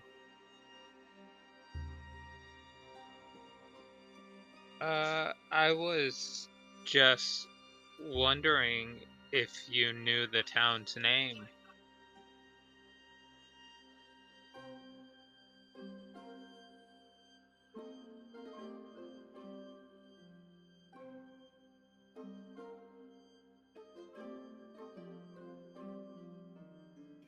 Insert name here.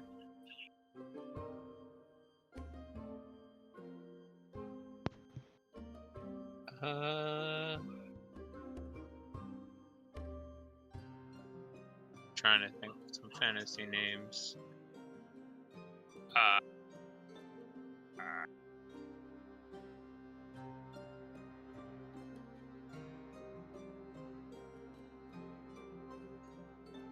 Grufflepuff. I don't know.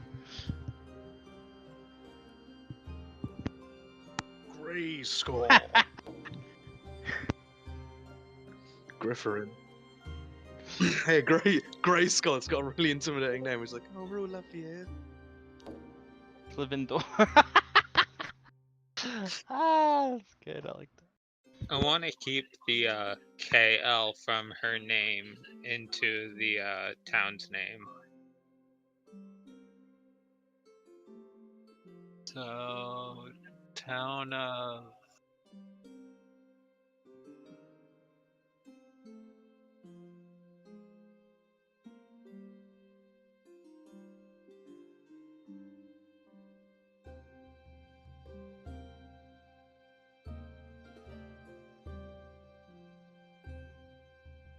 That sounds actually really beautiful.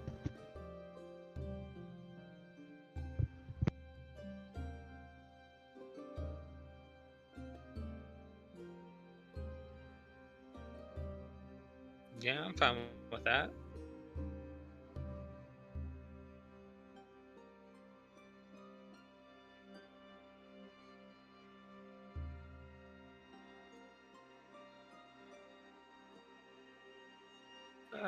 No. I seem to be having some memory issues, is all.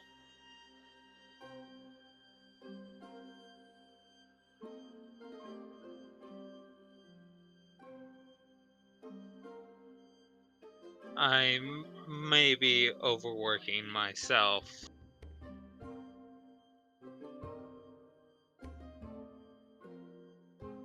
Yes, I will do that. Sorry to have bothered you.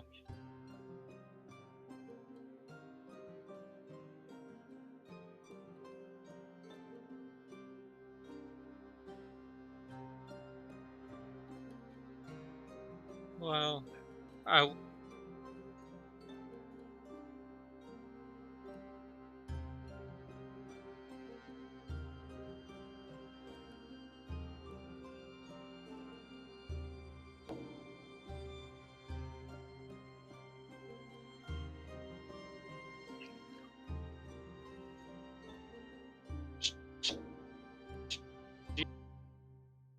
would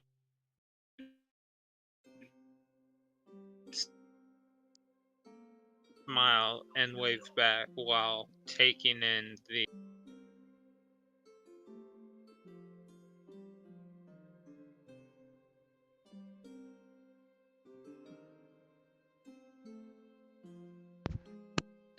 Yeah, she did get a little bit Yeah. irritated. Oh, sorry.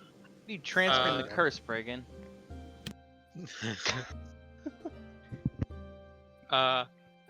She would wave and smile back, and while she's walking through the town, she would look for the mayor's house, considering that's where she should live.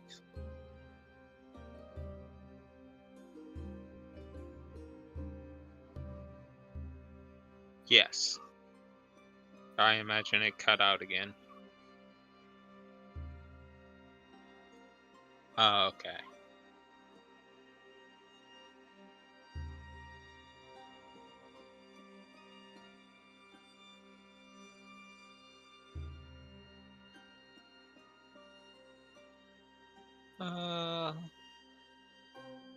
I would say the front entrance would have a archway to it with stone pillars.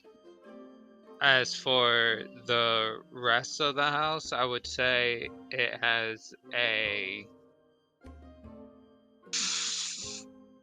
Gosh, I'm being put on the spot here.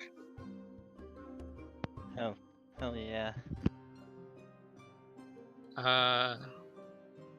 It has a simple hip roof to it, and the walls are made out of wood.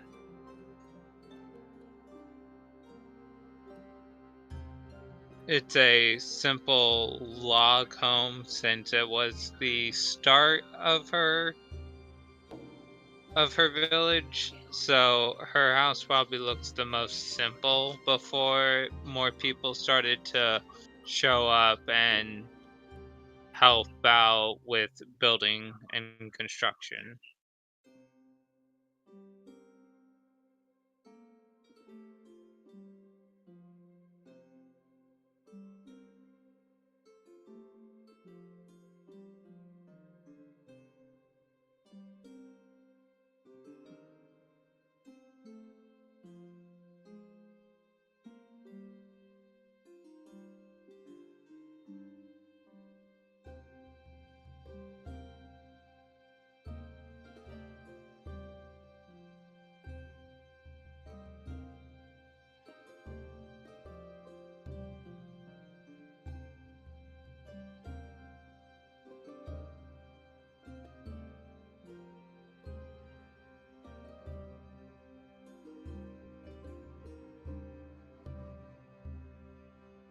She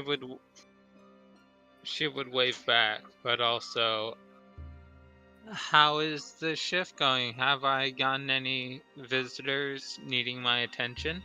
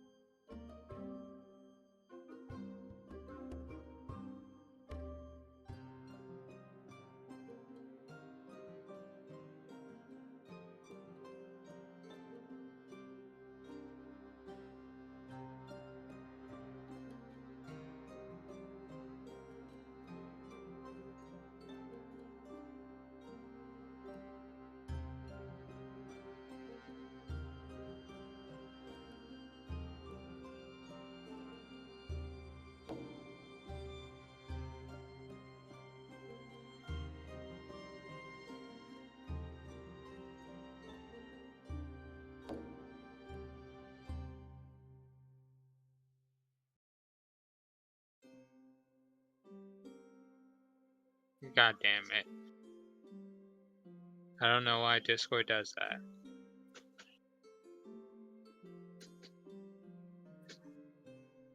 No, it seems like I dropped from the call, but it didn't do it right away. The last thing I heard was that there was big thanks.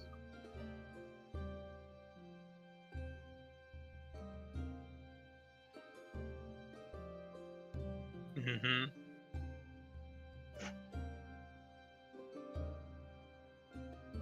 And a new farming spot.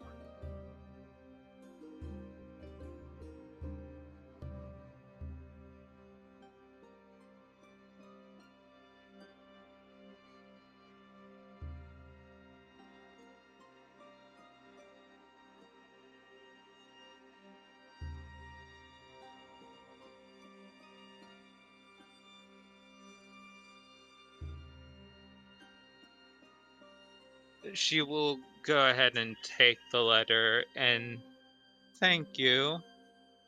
As for the request, I believe we should handle the ruined wolves before we send out any farmers, just for the safety of them.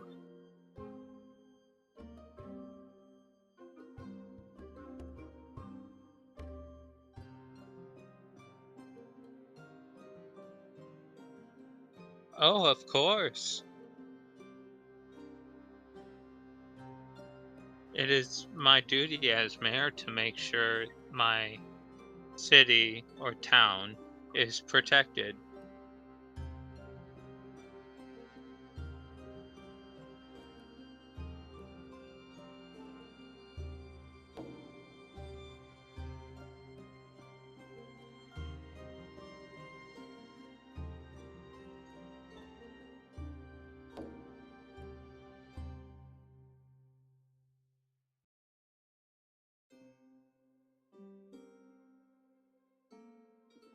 Very well, I will go ahead and read the letter, and when she returns, feel free to send her in. And with that, she would walk into her home and take a seat, I imagine, in her study, I guess, is where she would most likely.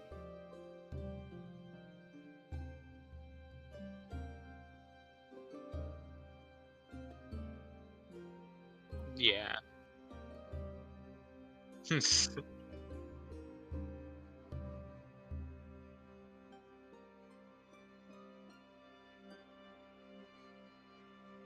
Indeed, what the fuck does she think?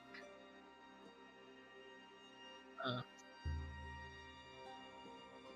well, of course she is enthralled, but she's also very confused as to how this came to be. Like, sure, this is exactly what she wanted, but she has no memory of achieving her goal.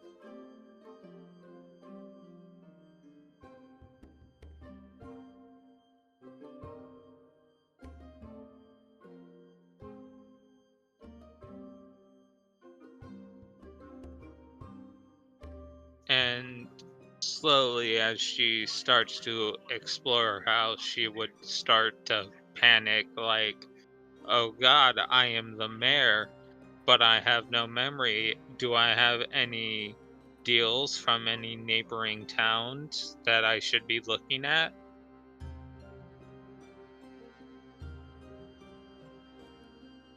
Uh,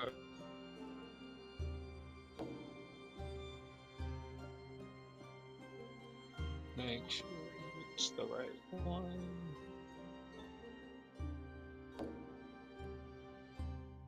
Oh no.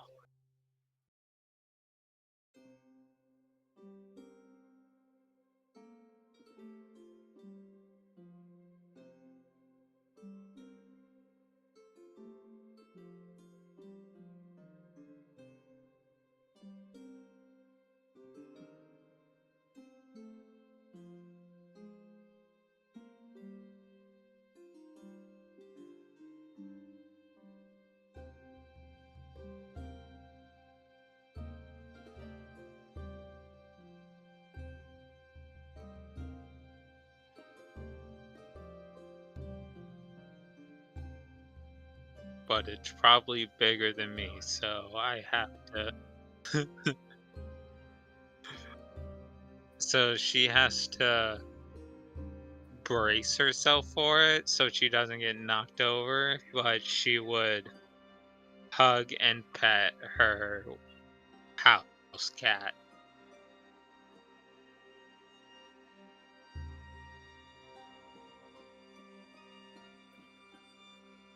And do you want me to name her now or it? I believe the name would be Aurora.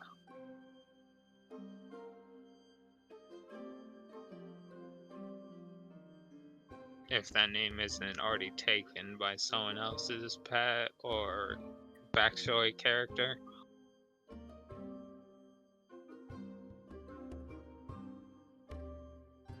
Perfect. No pun intended. Oh, I get it.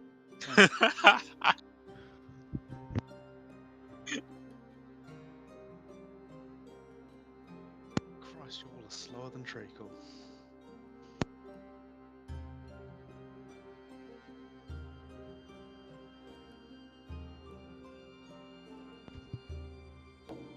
Jerk.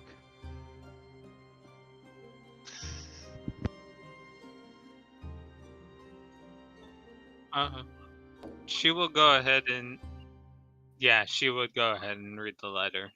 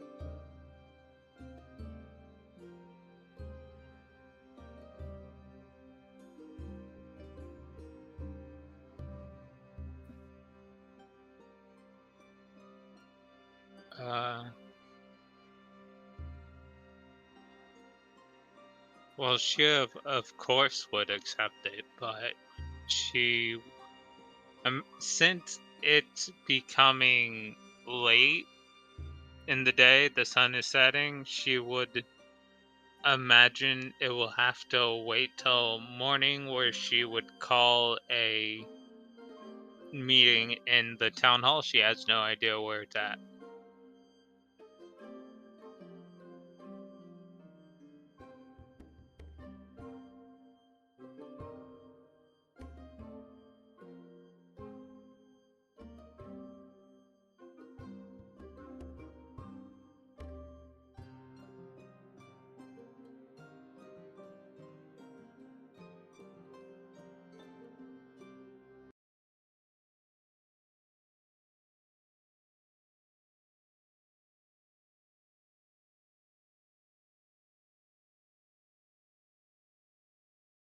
I'm sorry. Hold on. I need to report a message. Okay. Harassment and bullying. No. Yeah. Okay. Continuing. What the fuck? Wow.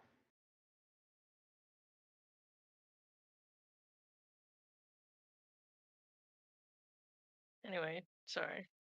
Continuing.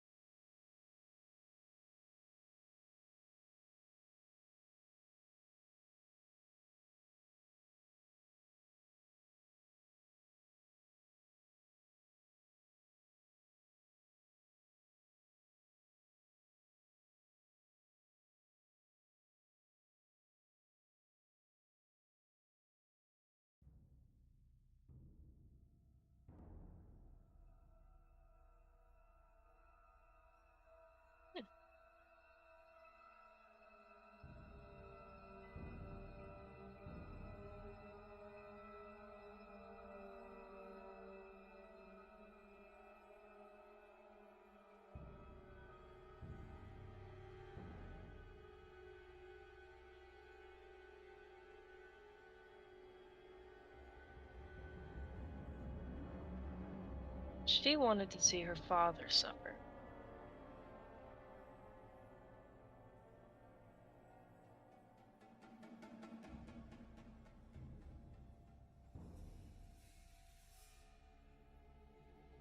They will get simple executions.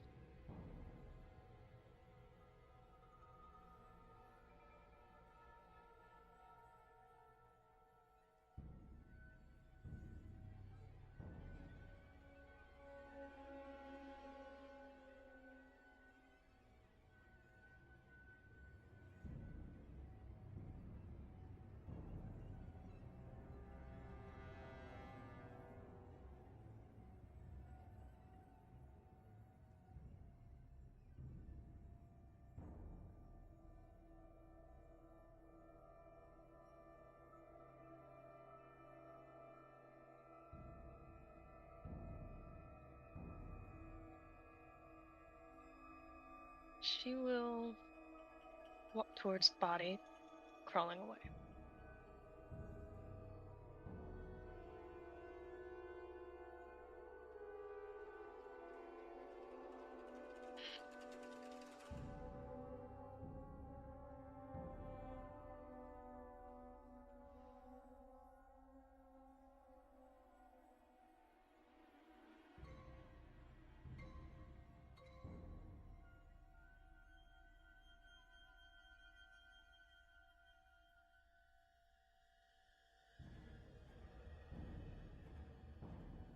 Is he an abominational snake? 'Cause they got Umenti have like these stupid ass tears. I'm guessing he's full snake, not containing any human traits. Yeah. Okay, that's all she needs to know. She will. Let's see. She will walk towards him and then on him to go over him.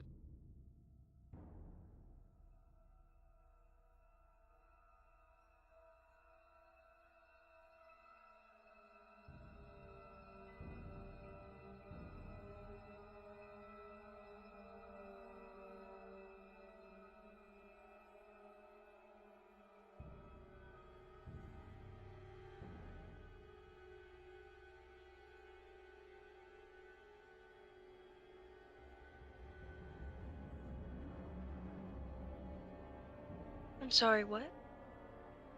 I simply did not hear you. She turned, because she was originally going to walk past him, but then he spoke. She turned to him.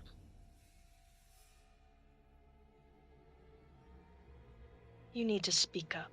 She'll kick him in the face.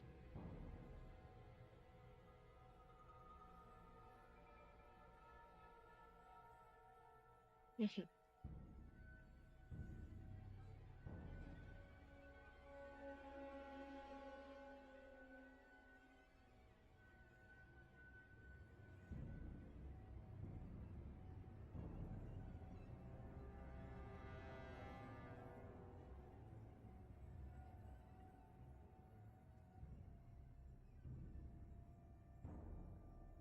Does she recognize the room? Okay.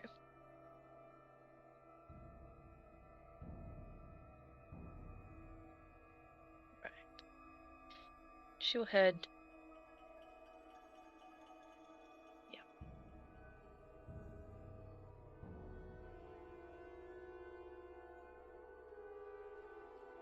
She'll head towards the door he was crawling towards, or to.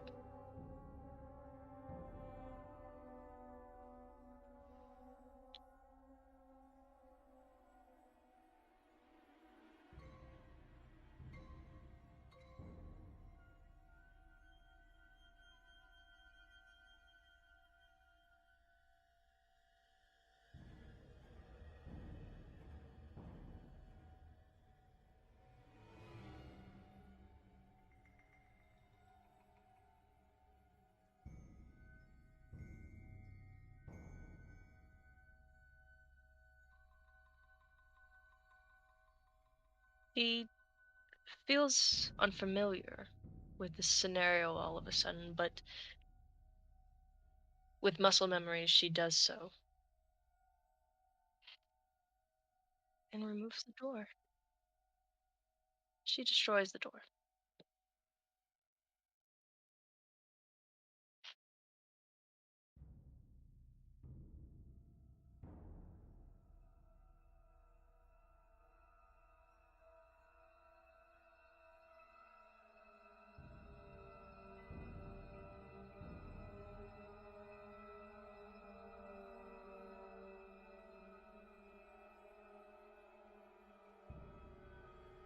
Mm-hmm.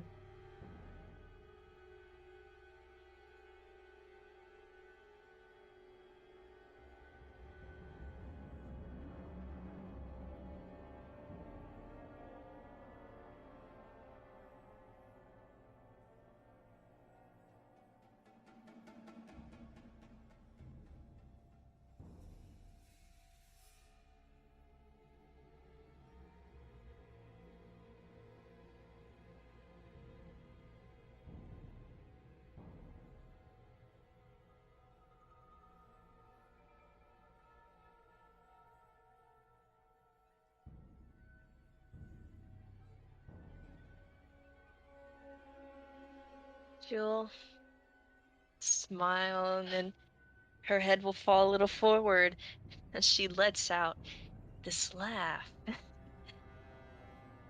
Always in a rush to put me away. Just say Mark Hamill. Sorry, that caught me off guard. You just said Mark Hamill? It was very like animated Joker. It's Mark Hamill Mhm. who did that. Sorry. Okay. Yeah. Oh How no, you as did how it. you did it. Like that was very much like, yeah, Joker. Harley, I have diarrhea. Sorry, I don't know. Continuing on. Um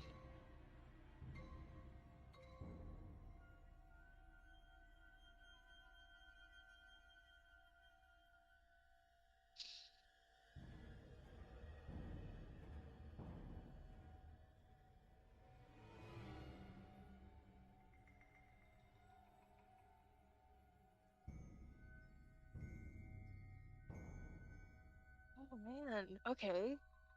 Fun. Oh, she's going to stick her hand out. And it's going to be towards the crocodile on the left. In an instant, he will feel as if his body stops moving.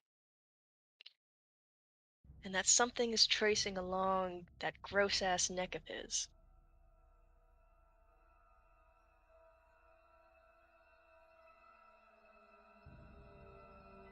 And she will begin to squeeze, but not as choking, more like dig into the skin of his neck, piercing through the scales even.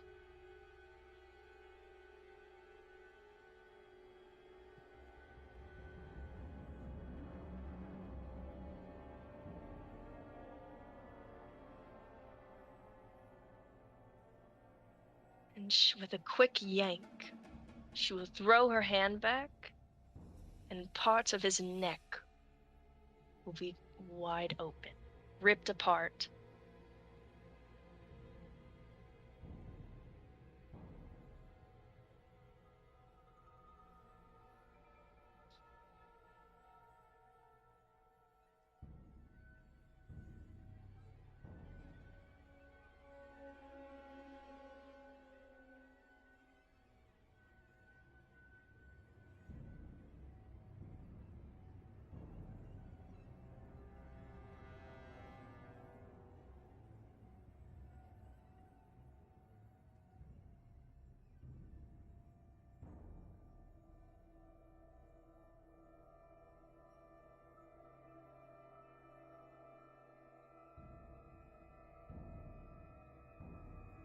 You may go.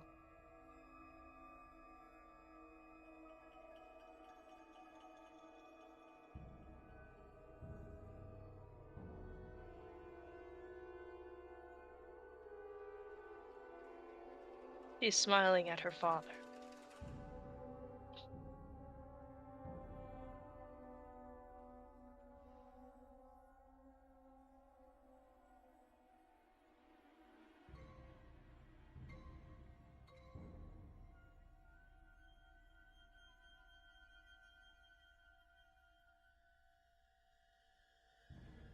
Five.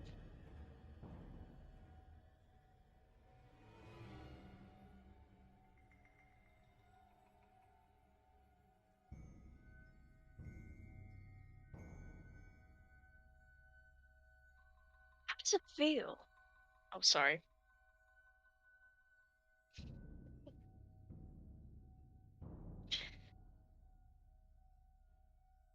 Too late.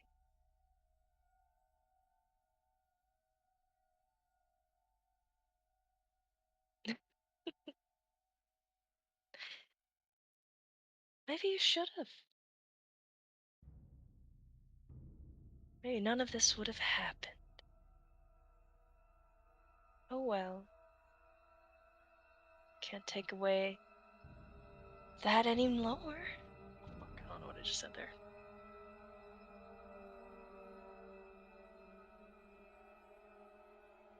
She'll move closer.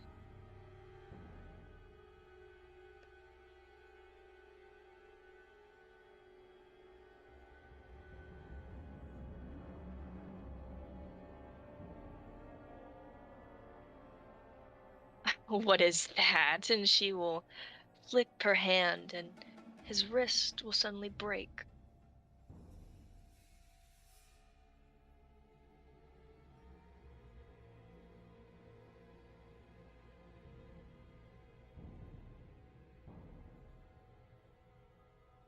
You just don't give up. And this time instead, when she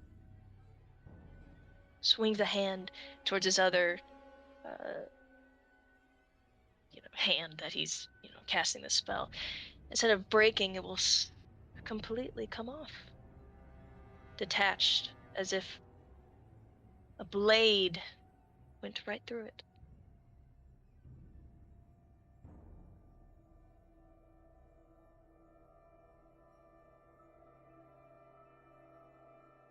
Mike's not working.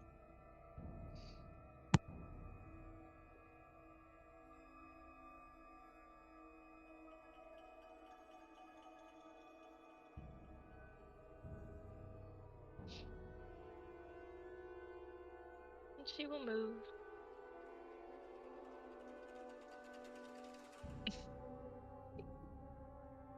That's too easy. She'll walk forward. So, no, I can't simply just do that because you kept me alive for so long. I must as well give you the courtesy. I mean, you took care of me, brought me in, fed me. All the things a father had to do.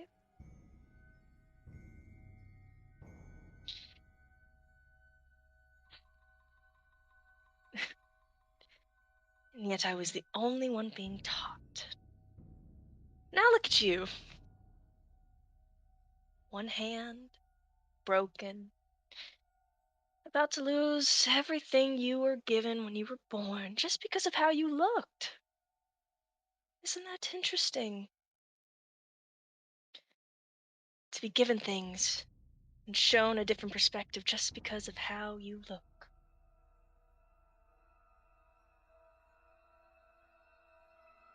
She's gonna move closer. She's taking a step by step. It's just to rise the tension in the room.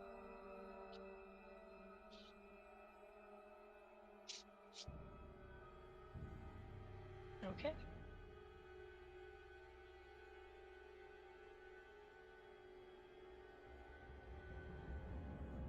It is a 10. Fine.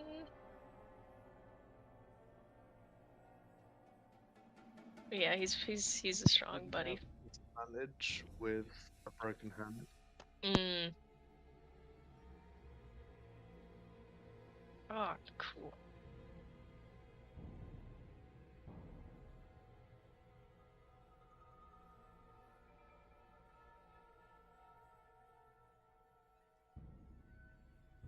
Okay. Where exactly on her body? Oh, across her face. Interesting. She'll peel back and she'll hold her head in her hands and she will scream out in pain and possibly start crying.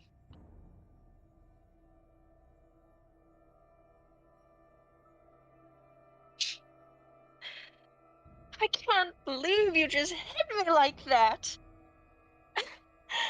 It's so like you. And she will hold her hand out once more and pull him back towards her as her face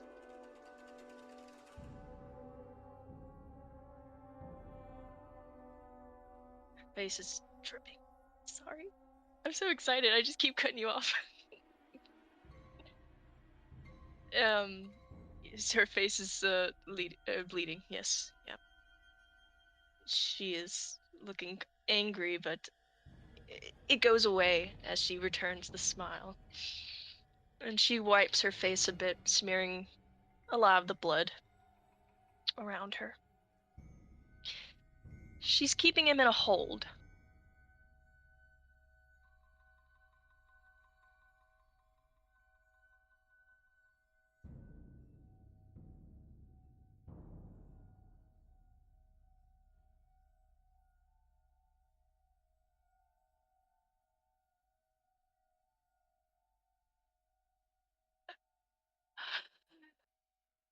You haven't even seen the game. It's just the start.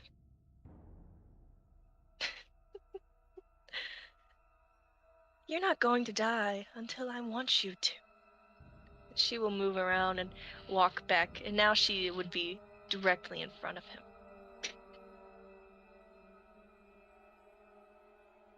I don't want you dead.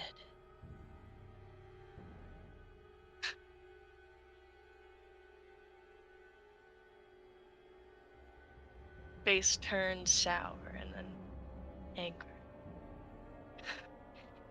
You did this to me. This was only you.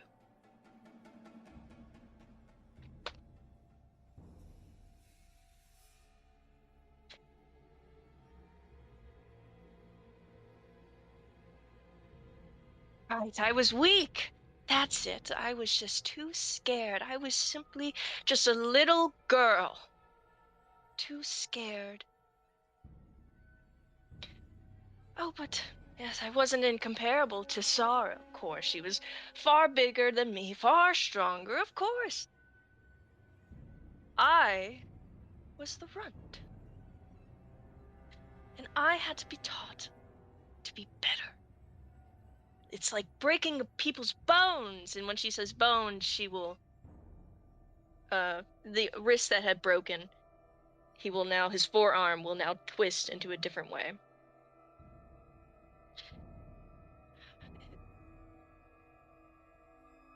So that I could renew again. So of course, every time you hit me, every time I was punished, I grew more and more resilient. Oh, she'll turn around to him and she'll smile. I have to thank you. You, of course, did this. You created a masterpiece. Aren't you happy?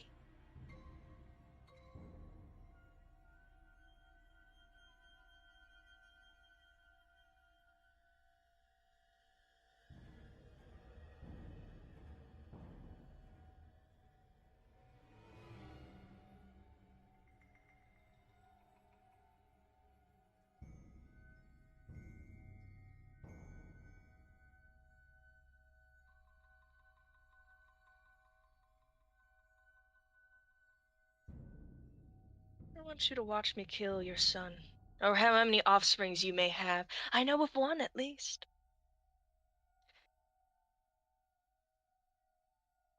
And then I want you to watch me destroy this place. This complete. I want you until the very end.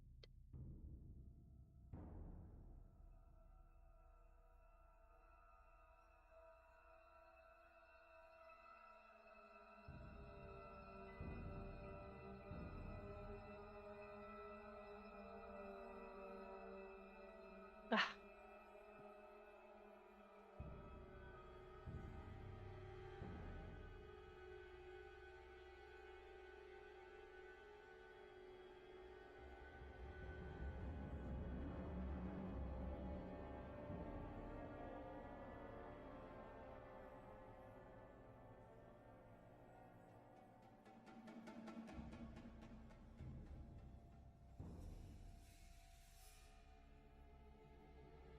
She'll lean up at him and she'll bring a hand to his cheek and she'll pet him slightly. Probably the first time she's probably even touched his face. She will say, "You should have killed me. You should have."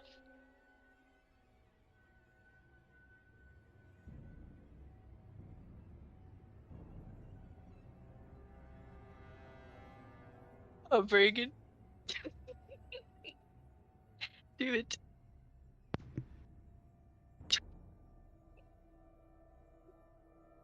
Do it. Do the growl. Oh, I thought you just said growl. Hear the roar. Do the roar.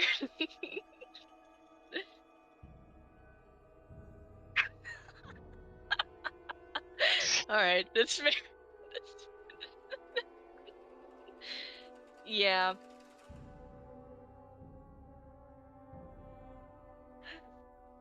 Well, I suppose we'll have to wait until then. I have a bit more things I need to do. A few other houses I need to see. She'll turn and just begin walking. Oh, I will be letting you go, but I hope you know. You can't escape me.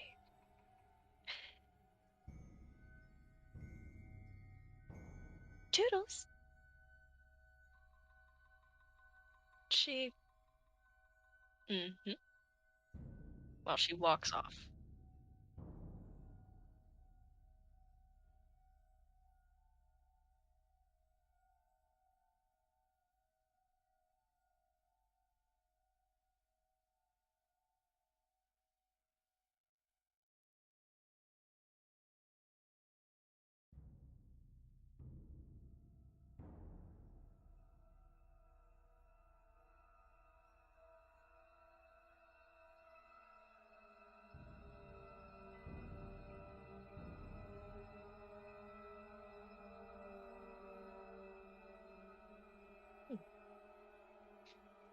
She will say to herself,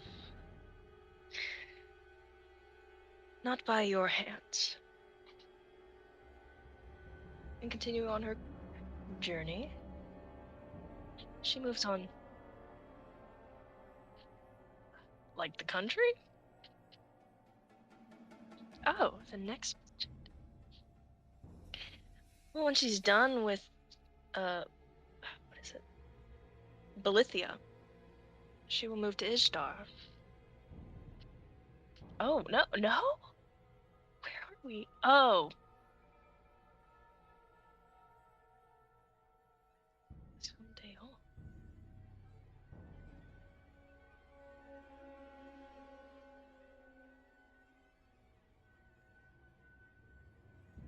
I suppose she feels a little confused. But,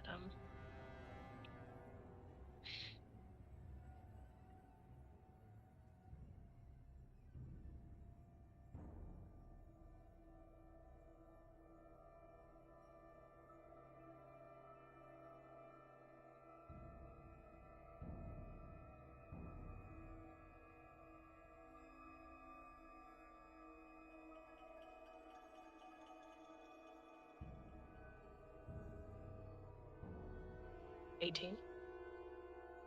Oh, saving throw. My bad. Oh, I'm having a moment. 17.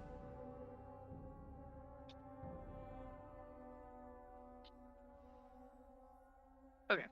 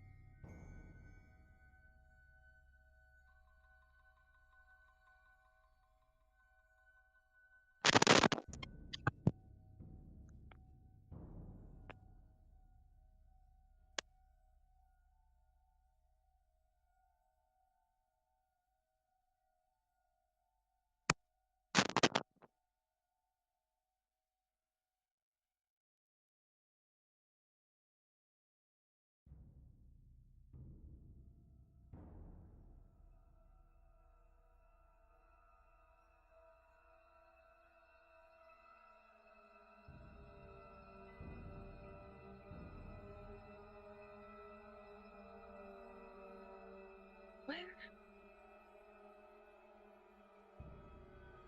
She begins looking around and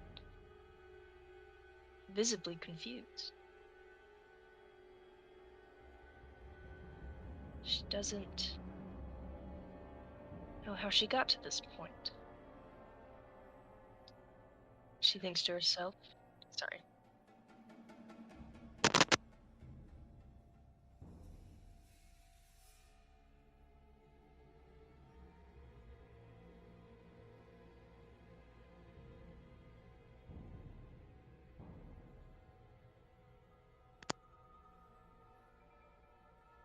She puts her hand out.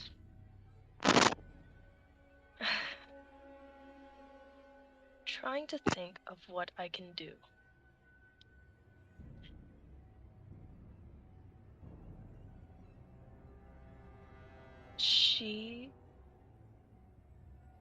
I'm going off the spells when I do this. She will. All right. Please continue. I suppose she's doing a detect magic for about 100-mile radius, exceeding past the spell, since I technically have the permission to do that at the moment. Grasping at what exactly is happening.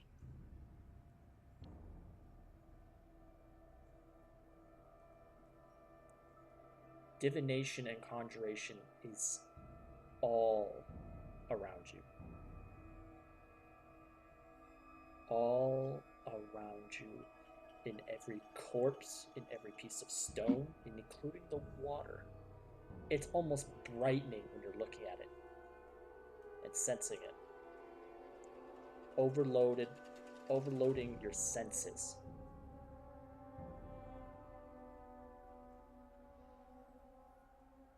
But again, it's not a spell or enchantment.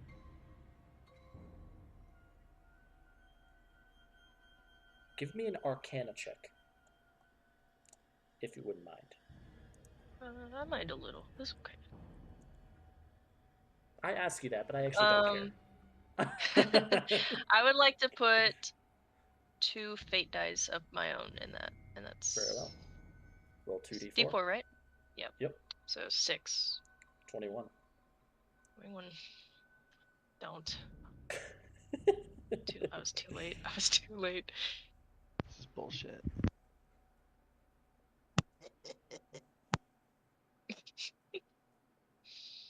You're remembering the book you were reading.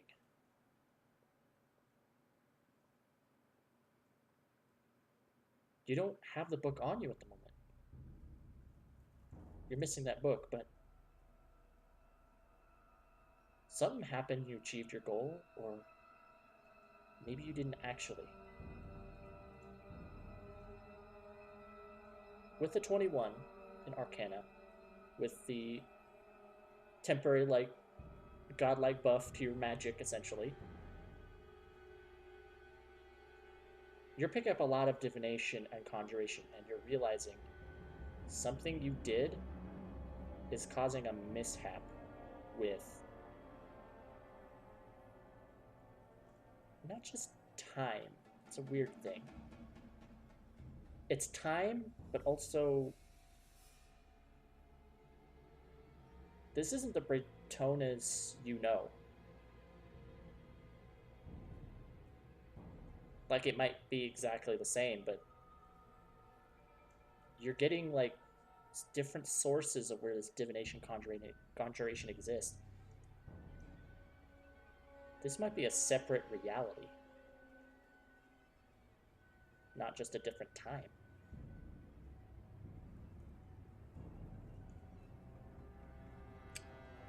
With that, I'm allowing, because of the first intelligence check and then the arcana check, because you had to study magic as one of your things, or get better at it. Mm-hmm. There's a lot of theories about what fate is. There's a lot of theories that really there are, that at every time you have to make a decision or do an action, there are actually multiple other realities of the same person making either the same decisions or making a different decision, a different branching path. You might be in such one of those.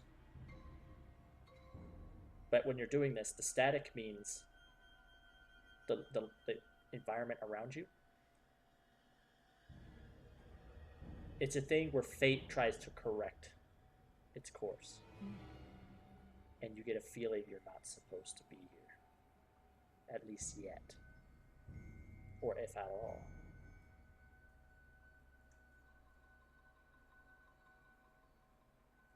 You're feeling like the magic doesn't want you here. And is trying to correct.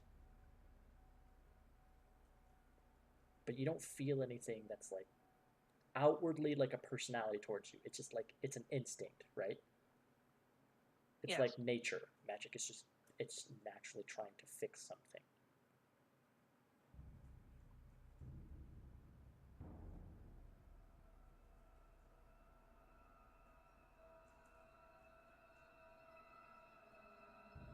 But you get that. Ah, okay.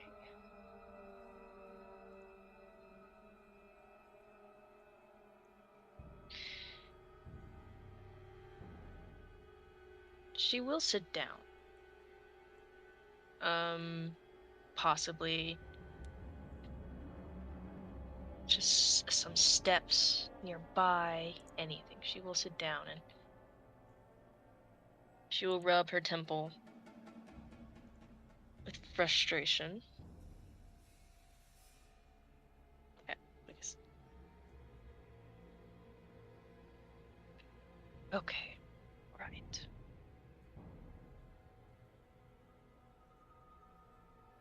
She'll grip time. She will reverse it. She seeks the moment.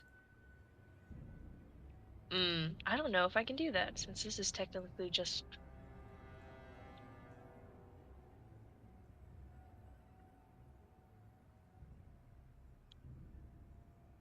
Fuck it, let's see if it happens. What are you She trying will... to Well, she wants to go back in time. do? To when? To when Zelda got her goal. Zelda, at least in theory, this reality.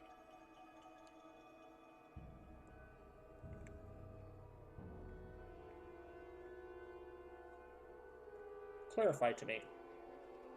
By when you mean you got your goal. I suppose how the Zelda, if this reality is a reality and not just a theory, she seeks to understand how the Zelda in this one managed to get the power she seeks? Since it's been a question she hasn't been able to answer so far.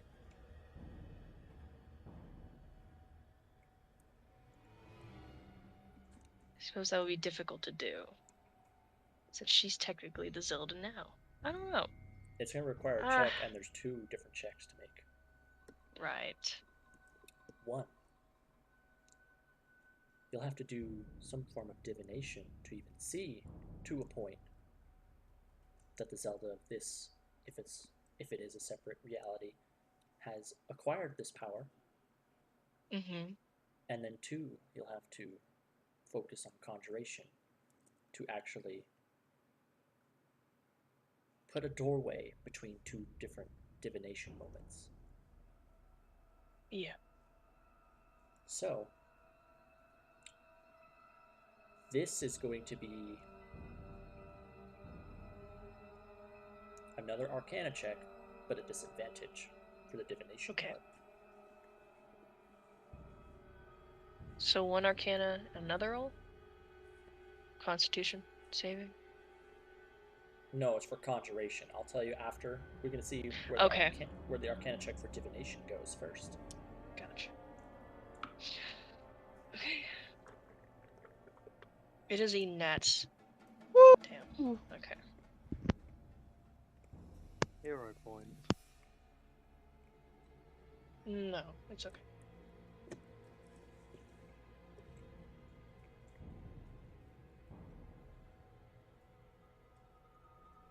You see the spot you need to go to.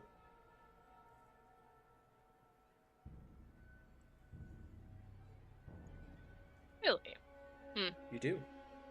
Okay. You sense it.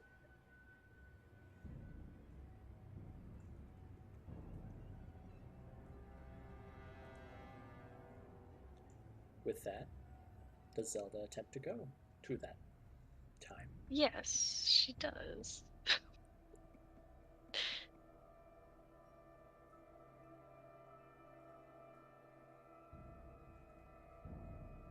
Now, this takes a lot of work for it to conjure a portal, but it's not a disadvantage. Of this type of conjuration, there's a type of hand gestures that you feel like you're remembering, having no memory of it, but you're also confused. You're attempting a performance check to see if you can do the types of somatic components that you need for this kind of spell. Okay. All right. Got it. Cool. Oh, 18. 18's pretty good. I think, please. I think. Do you want to add anything to it? I don't have anything to it, yeah. Unless the group wants to share a fate die with you. No, it's okay. Okay. Yeah. I kind of want to. It's up to you, Zelda. Ultimately, if you say no, even if others want to, it's a no. But if others say yes, they're fine with it. You can take it if others are fine with it.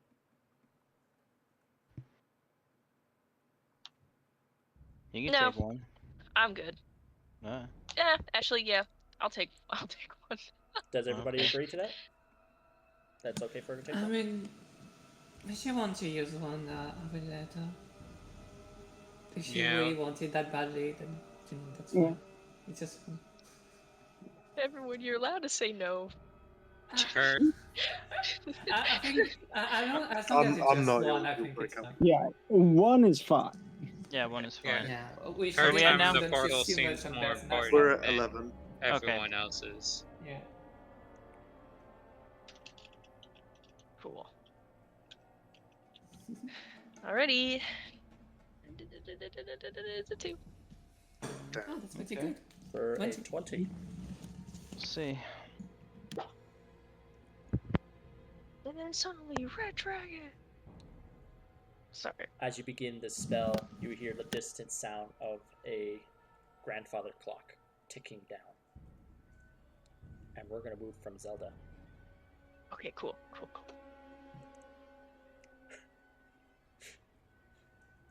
See, this was the part I was excited for. This scene. I was excited for all those scenes because I've got more scenes for you incoming. But I was making the joke that I'm causing trauma for everybody except for Zelda. I'm enabling her. That's crazy too, because I had a feeling. Certain questions made me think, oh, okay, I see what's gonna happen here. That's cool. Okay, thank you. Yeah. It's also. I also didn't expect you to make these decisions though, too. So, we'll see where that goes. All right.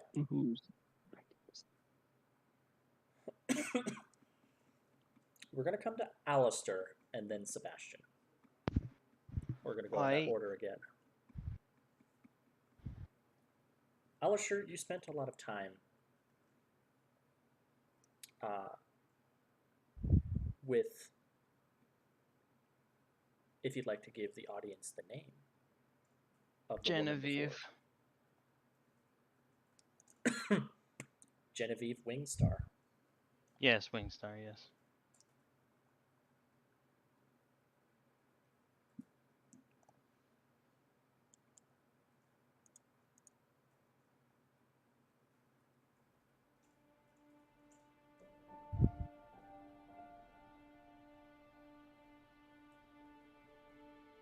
What was the last moment you and Genevieve talked? What did that look like? The last moments of this date. Last moments was we were on our way back from listening to music in town square, and we're just walking and talking about we're actually telling our we're discussing our stories of how we got to the I'll say the name, the Stardust Palace. She's telling me her story, I'm telling her mine.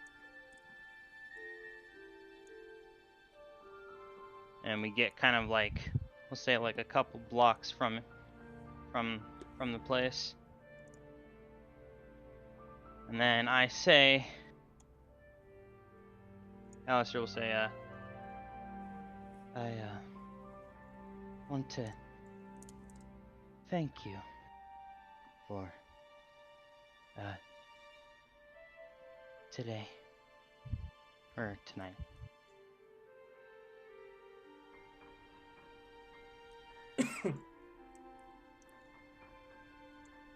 I should be thanking you for taking a girl out. Excuse me? You cut out. I should be thanking you for taking a girl out.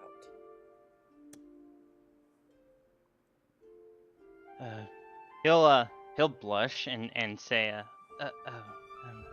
yes, of course.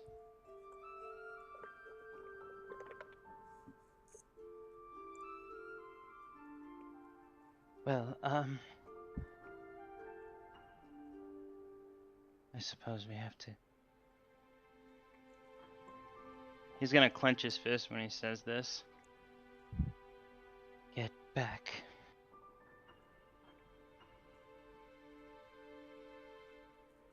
She holds your hand tighter. She knows well the troubles the both of you are in. Give me an intelligence saving throw. Alright, is this bullshit or is it true? Let's find out.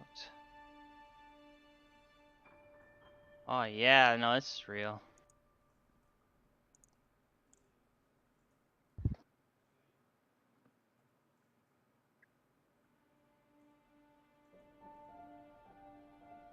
You have no memory of a portal?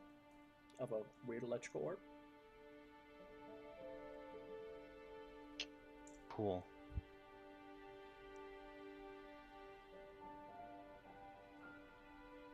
What would you...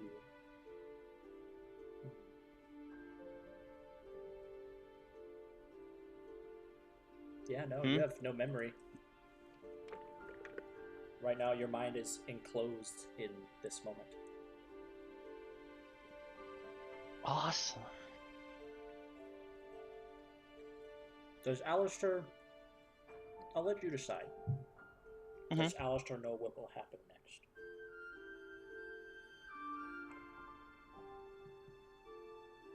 He's enclosed in this moment. I would say that he technically wouldn't if he's slowly losing his memory of like future stuff that's happened. I would say he wouldn't know because technically at this time he wouldn't know. So I would say no. Okay.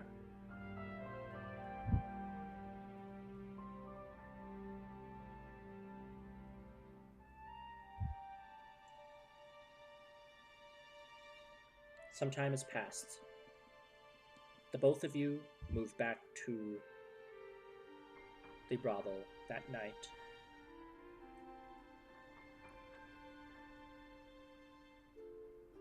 You told your stories and then went to your individual rooms for the night. The next morning, the Star Master, your boss, told you a patron had purchased her and that she will no longer be seen at the establishment from here on.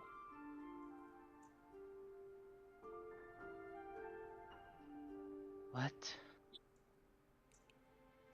He where does he tell them this? I'm guessing just like in the like main, like Yeah, I'm guessing and if it's there's not just to you, it's to like everybody, like a group meeting. He's like, you see this very like kind of portly man balding on the top. Not human, he is half elven. Smoking a pipe, blowing out some smoke rings. That is correct. Miss Wingstar will no longer be with us. She will have a loving partner from here on. Make sure you do your work as intended and do not slack off. Also, I'll be implementing new rules. Unless personally purchased by a patron, you will not be allowed to leave the premises.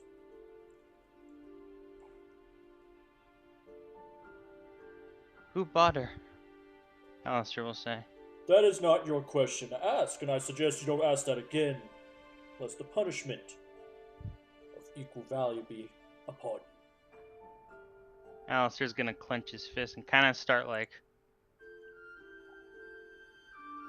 gritting his teeth. Like he's really pissed off. There's a lot of different of the ones who work at this establishment all looking to each other, whispering, kind of just saying stuff like, what do you think it could be? Did she really leave?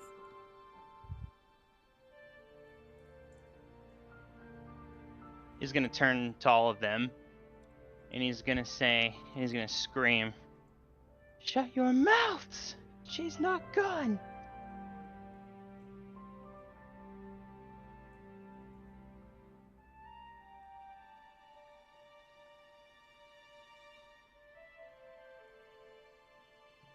And he's gonna run. He's actually gonna run back to his room. Oh, you run back to your room? Gotcha. Yep. Everyone looks at you.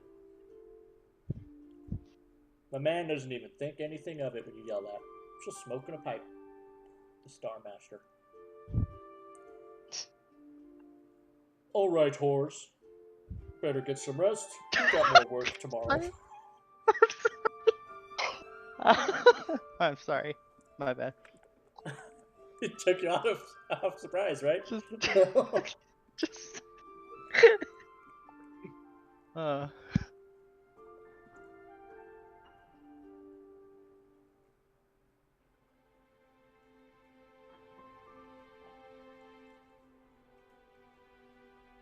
Yeah, I'll say, Alistair, just Goes back to his room, just goes on his bed and just starts fucking crying. Like bawling his fucking eyes out.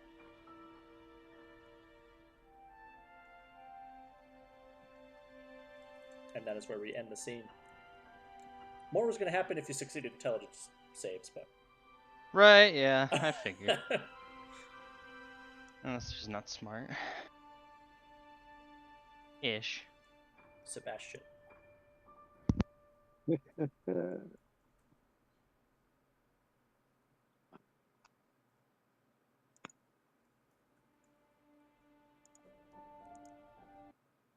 you know what? Let's keep the music. But we'll change the scene.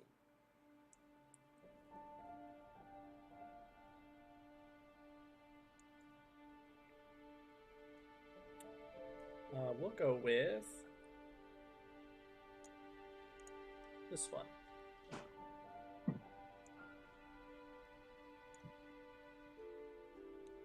You move with this couple for a little bit, and they're just kind of talking your ear off. They're like, "Yeah, you see, back home, there were some large wolf-like things, and they kind of ruined our last town. But we are the smart ones. We know how to hide very well." And the other one's like, "Honey, don't joke about that. That was serious business. We almost got hurt." "Not at all. That was my strength and your intelligence, my dear. We got away from them." Anyway, Clover was born, and when the wolves started attacking, we needed to get away as fast as we could. You sound like a wonderful parent. Well, I don't like to brag.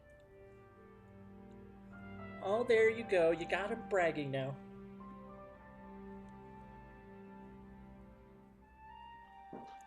Is there anything that comes to Sebastian's mind? Is there any questions he has?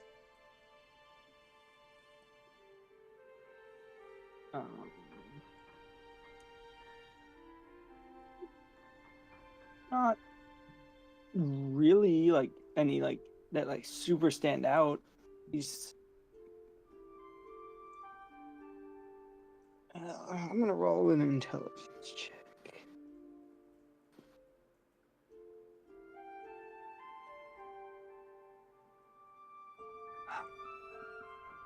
How long have you been wandering these parts, if I may ask? Oh, for the better part of about 2 weeks now? Yeah, 2 weeks. Have you run into anyone else?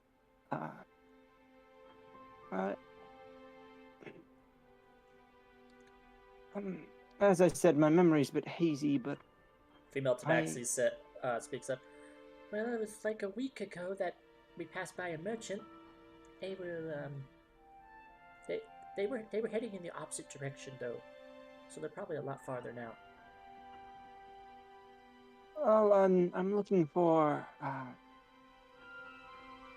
2 half-elves, a goblin, a tiefling, and a woman in a cloak. She normally is in a cloak. Have you seen anyone that fits that description? They both look to each other. Can't say that we have. We haven't really perhaps passed by too many folk here on the road. I mean, there was a one merchant, but he doesn't seem to match the description you're mentioning. perhaps I will find more information when we get back to when we get to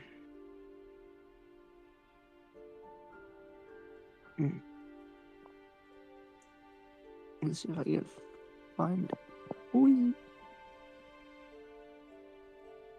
Well, if we get to Tabasco, I can ask around there. But Ah, sure, a bigger location with more people. You're bound to find someone that might know something about your missing friends. Anyway, what happened? You have missing. You're looking for someone. Did you get separated?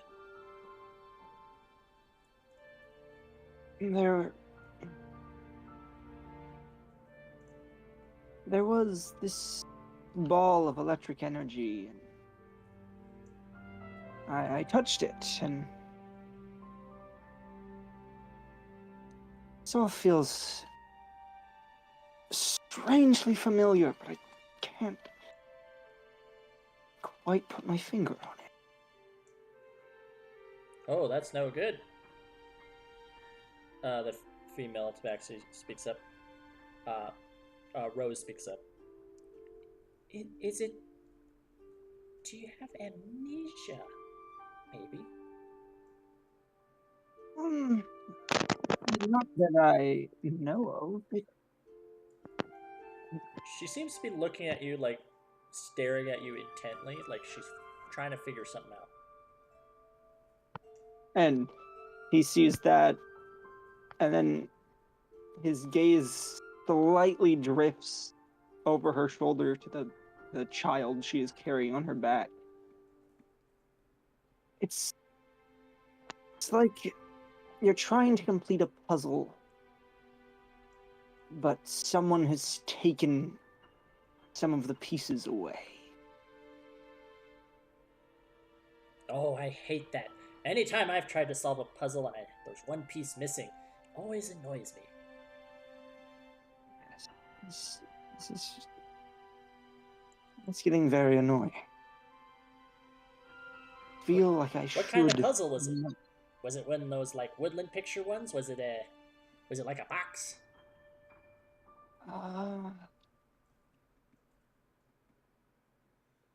You see, and this is Pollen who's asking that. He kind of has his back to you because he's kind of just leading you all as a group. But he's turning to like the side of his head when he's talking and asking the questions. Rose, though, is still looking at you. Looks at your tail. Looks at her husband's. Do we know you from somewhere? That's part of the thing. I feel like I do know you. But it's like trying to remember a dream. Honey, does Sebastian look familiar to you? He stops. Pollen just says, I mean, he's got green eyes like our boy, but I don't think I've ever seen you before. No. She's like gesturing something, but I'll say you're perceptive enough that you see she's like trying to word to him. The tail.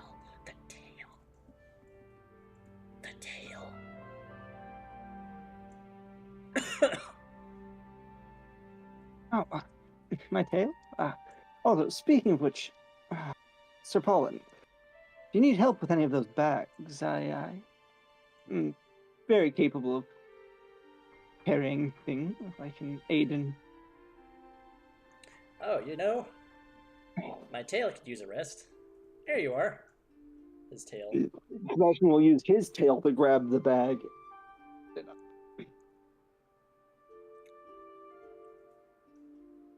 So where are you from?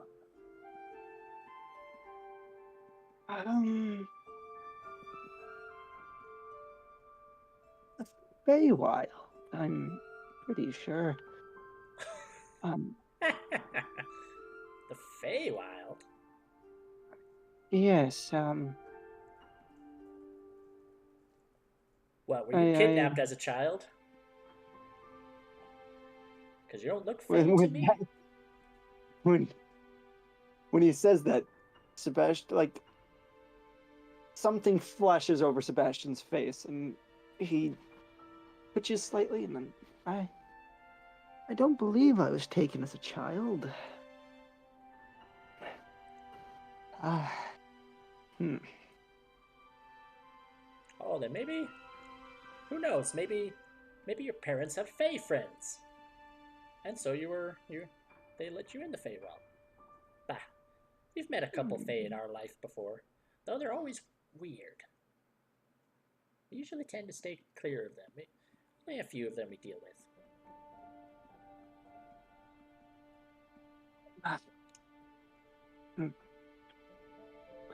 If you did run into a fae,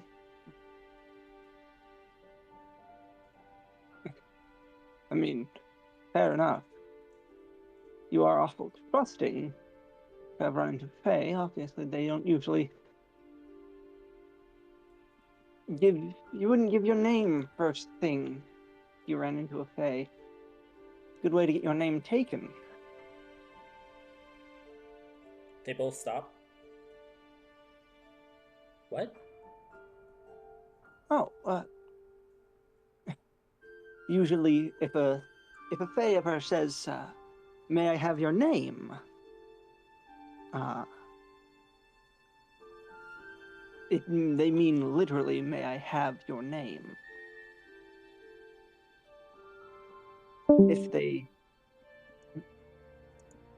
If you give them your name, they now have legal ownership of it, and then they can choose to then give you your name back or give you another name. They both looked at each other, their eyes open.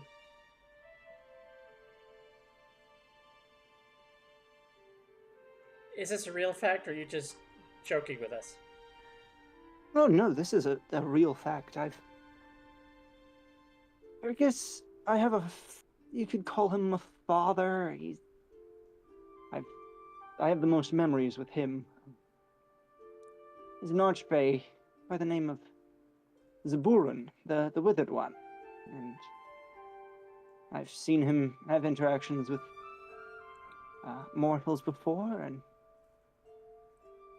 well, let's just say he has a long dossier of collected names. And the mother speaks. And do all Fae do this if they know your name? Some of them. They have a tendency. It's based on the wording they use. So If wait. The pollen interrupts you. So Zaborin, Yes. is he a nice Fae? I can't remember. Oh. All my memories of him are nice. Oh, he must be amnesia then. Maybe. Well, we didn't know that about Faye. This Zaburan sounds familiar. We've met him before. He knows all our names. Including the name of our boy.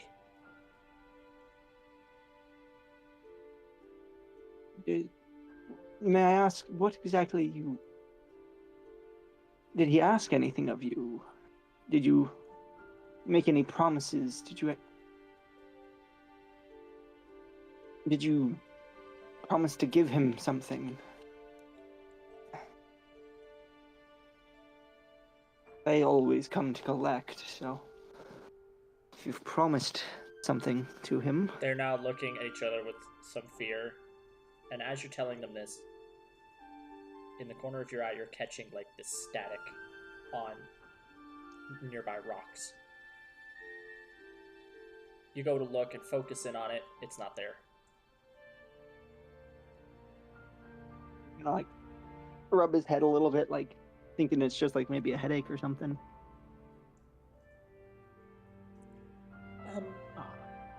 Colin, I'm a bit worried now. You see, our boy Clover, he was very sick. He was very sick. He was going to die. We didn't have money for medicine. He healed him. But said that he will... But it was... he said he gets to take a payment of his choice when next we meet. We didn't think anything of it. We were just... Maybe he was just being... Maybe he'll ask a favor. And that's all. I mean, he healed our boy. Clover's healthy. Well, let's hope the payment isn't too big. I would. You know of this Saburin? Has he had big takes? As far as deals go?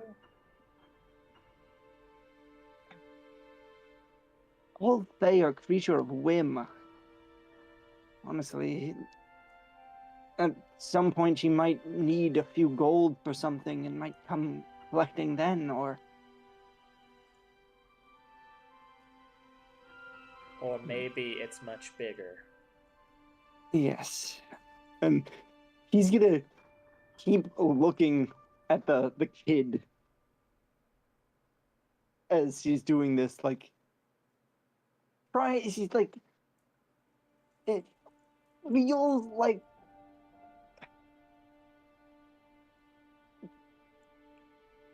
the wheel is turning but the hamster is dead. As you're looking at the kid, Clover, I would like you to make a wisdom saving throw for me. That's a 14. 14. You get an incredible headache. I'm gonna break eye contact and like clutch my head. Hey, you okay? Pollen like goes to your side, his tail like doing like the patting on your shoulder, like, you alright there? Yeah, I'm fine. Do we need to stop and take a rest real quick? No, I think it'll be better if we get to the back, sir.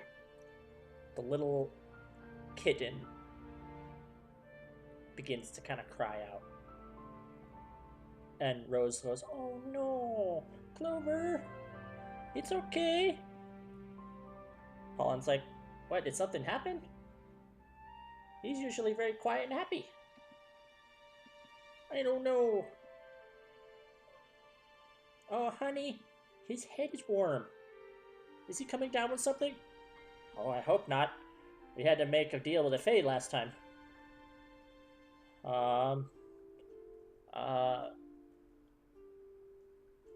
Yeah, I've got some herbs. Let's see. Hey, let's stop for a rest. Sebastian's gonna like. He's pushing. He's kind of stumbling forward. He's like muttering to himself. No, this can't be real. It's the orb. Need. Where are my friends? Hey! You don't look so good. You should probably sit down. We're still a little bit a ways from reaching our destination. I need to find my friends. Well, at least be safe about it. We'll find them. Let's just take a short rest. They're probably worried about me.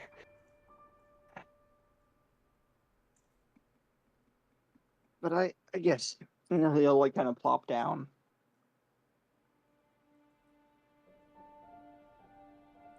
Do you have a water skin? Do I have all the stuff I carry on me? Yeah. Okay. Then I will.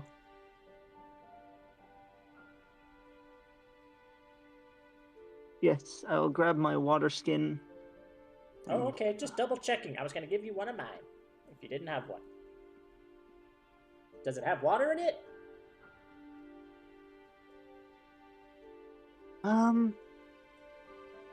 He's gonna look over at Pollen's water skin. Is there any do you see any distinct markings or anything?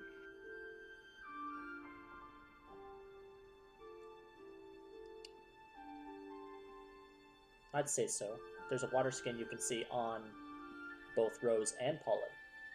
That's just So what? two flowers hugging each other. And then a little He's gonna- flower in between them that they're hugging, squeezing in between. Then I'm gonna grab his water skin, and I'm gonna be staring at it,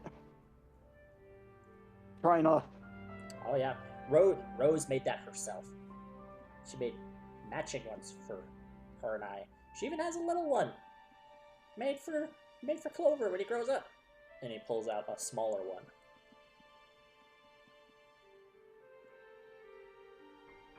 Does Sebastian's water skin have the same pattern? No. Hmm. The water skin you have is a very simple, basic one. Like, the same one he had with Willow. Yeah. Because it Yes, was just a water skin. It was just made for supply's sake. My water. I have water in my water skin. All right. Thank you for checking, though.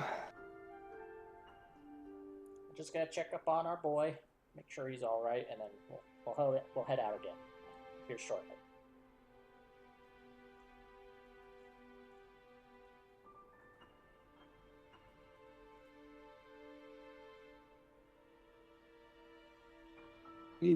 Sebastian's gonna look back at the kid. You don't see the kid's eyes, but you see the back of the kid's head as it looks like Rose is tending to him, taking care of him.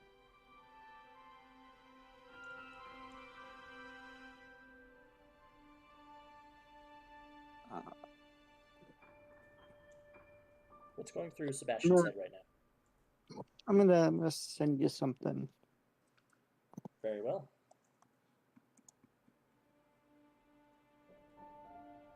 Hugging Flower's water skin. That's a magic item? Yeah.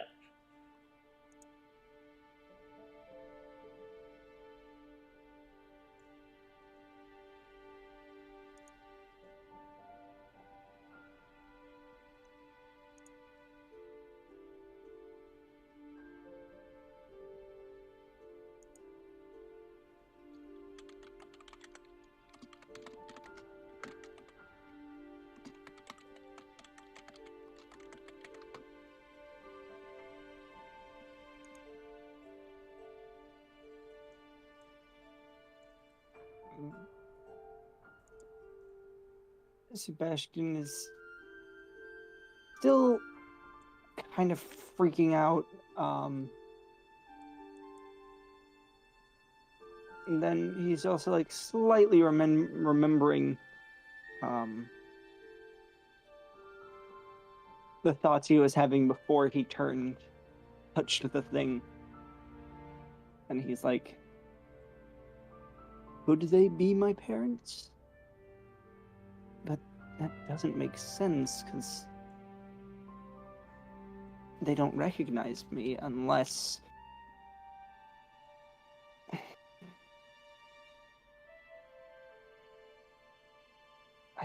He's kind of struggling between the things he remembers and the things that don't make sense.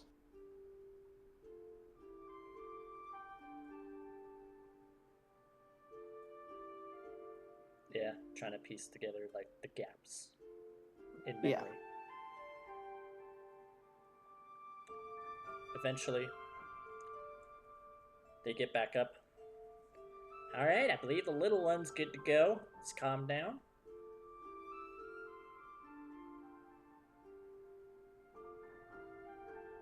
Can't wait to tell people in the city, like, you know, I'm surprised we met another tabaxi our height. Not too many are our size. Oh, it's strange. Some people made a joke and said that somewhere up our ancestry was a halfling. Which could be, who knows? I always get mistaken for a child everywhere I go. Oh, same. Me and Rose both have been accused of being children tabaxi. And we always gotta prove it to them. Sometimes harder, sometimes it's easier than other situations, and other times it's hard. But we get by. Well, you get by. Luckily, when we meet other... Here's the thing. If you meet a group of halflings, that would be the best place for a short tabaxi. Because they're already Oh. tiny. One of my friends is a goblin, and she stands roughly the same height as me, so... Oh, I don't- goblin!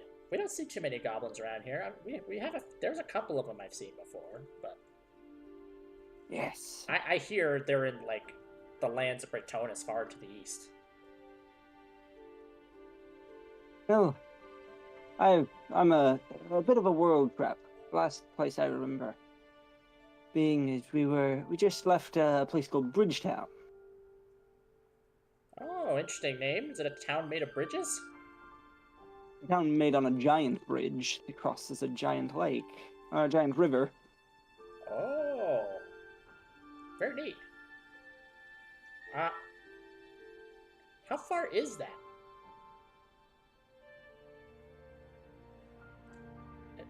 If that's a river, maybe it's west of Lemaire. Honey, do you have a map? No, it's all torn and soggy from that rainstorm a week ago. Bah, shucks. Worth the shot. I never liked the rain, especially the lower heights. It just gets so cold. All the heat rises. Rose and Pollen both say agreed.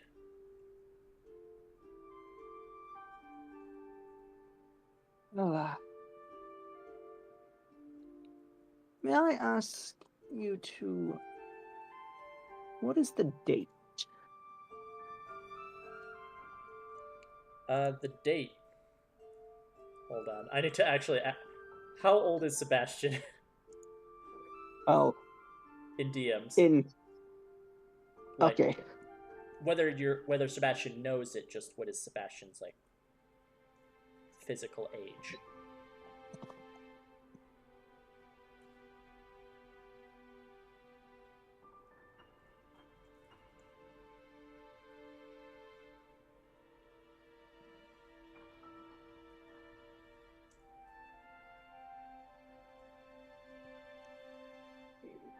Okay.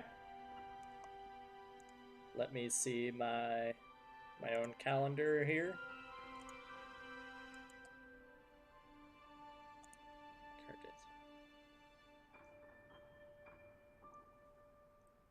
Oh, well, I believe it's second endis of Dusktide.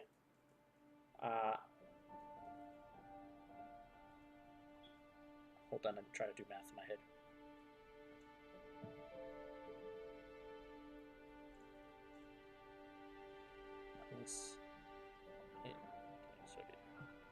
Okay. Second endist of Dusktide, 11:37. Sebastian will get this very confused look on his face. Rose is like, oh dear. The more and more we talk to him, it really is amnesia.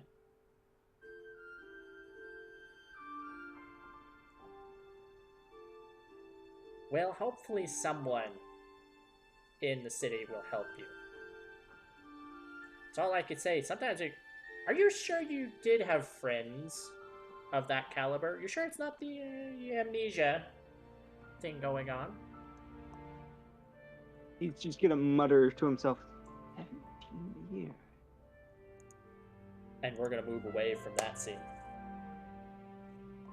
To Mana. Yes, hi. Back to the tense situation you're in. Yeah, convention.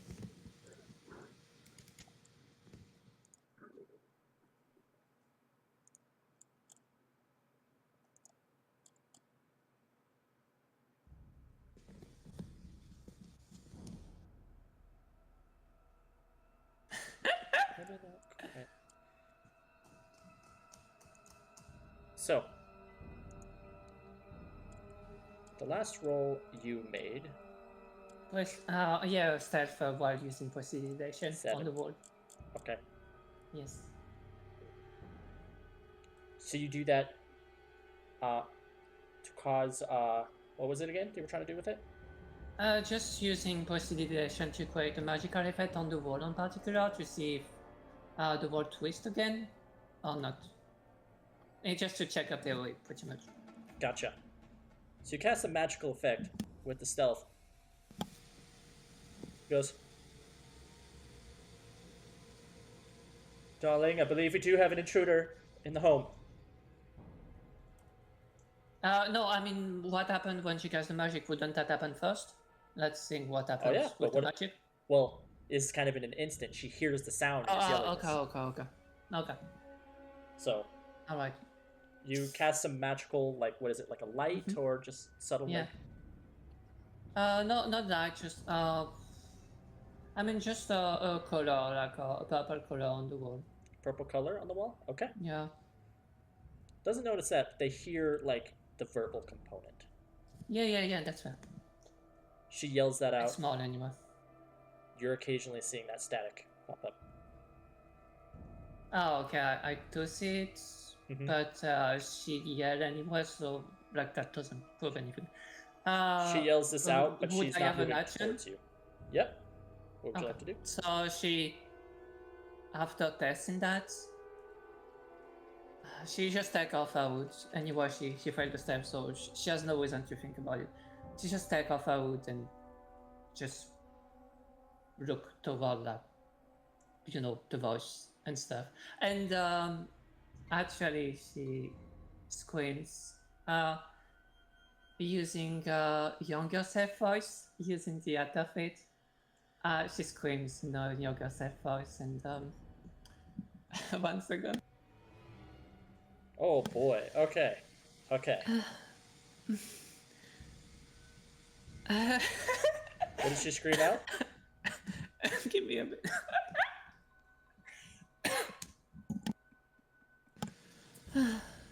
Daddy is gonna die if he goes there.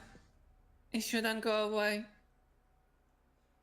She says that in the same tone and emotion that she would have said it as a kid. Because so you lost sight. You heard him though. So when you say this, you hear her shout out somewhere. What did you say? Sorry, my headphones cut a bit. What did you say right before? Hearing that, you hear your mother's voice. You guard louts, get in here. There's an intruder. You hear a few other voices from like the front area of the mansion, but you're kind of moving about now. After.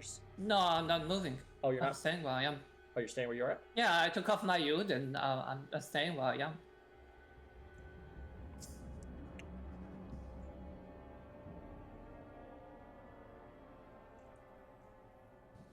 It's not too long. You hear voices be like, was it over here?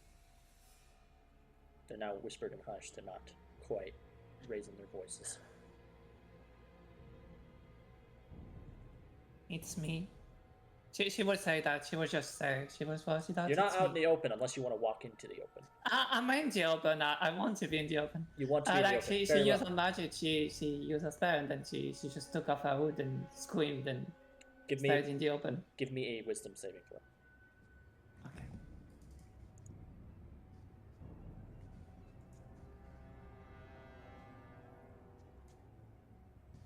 I will use my personal abilities on that. All right. I have to. Should I use steel? Up to you. You know what? I will use steel. Let's go. It's 1d4. Yep. For each. 20. You felt the effects of a hold person being cast on you by your mother. You resisted. Okay. As when she opens the door, there are two other armored individuals, which you do recognize are some of the hired hands that your family has had for years. They're pulling blades out. Your mother yells out, "Who are you? What are you doing in our house? What are you doing in our home, invader?" Just because I dyed my hair, you wouldn't even recognize your own daughter? From one of the And, side I would passages, your also father say arrives Erochi. with Okay. a pink-haired little girl. Mhm. They move Aw. beyond the guards. He gives young Arla to your mother, and your father looks to you with a blade drawn.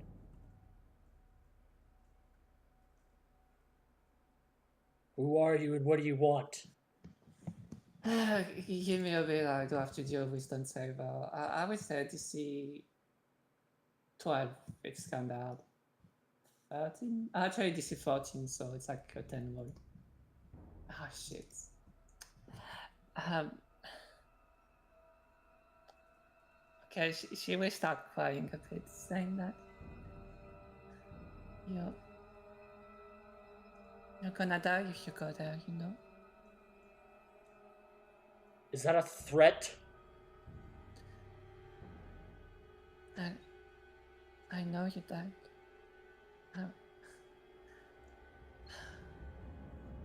Your mother says, Look, yeah. is this woman mad? She wandered in here by mistake. Look, I know I'm not 6 years old anymore, but I mean, you can tell we look the same, don't you? I'm your daughter. I guess I'm sorry I dyed my hair. You remember my birthday? You're saying all these things. Who are you? I'm Ala Munis. Do you want to get son of you from me?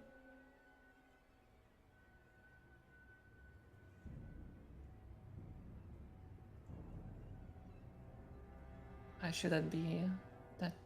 That shouldn't exist, all of that. But I don't know. You.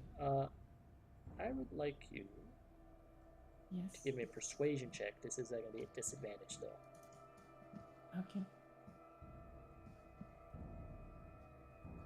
I do not even get a benefit from impersonating another person because I'm not.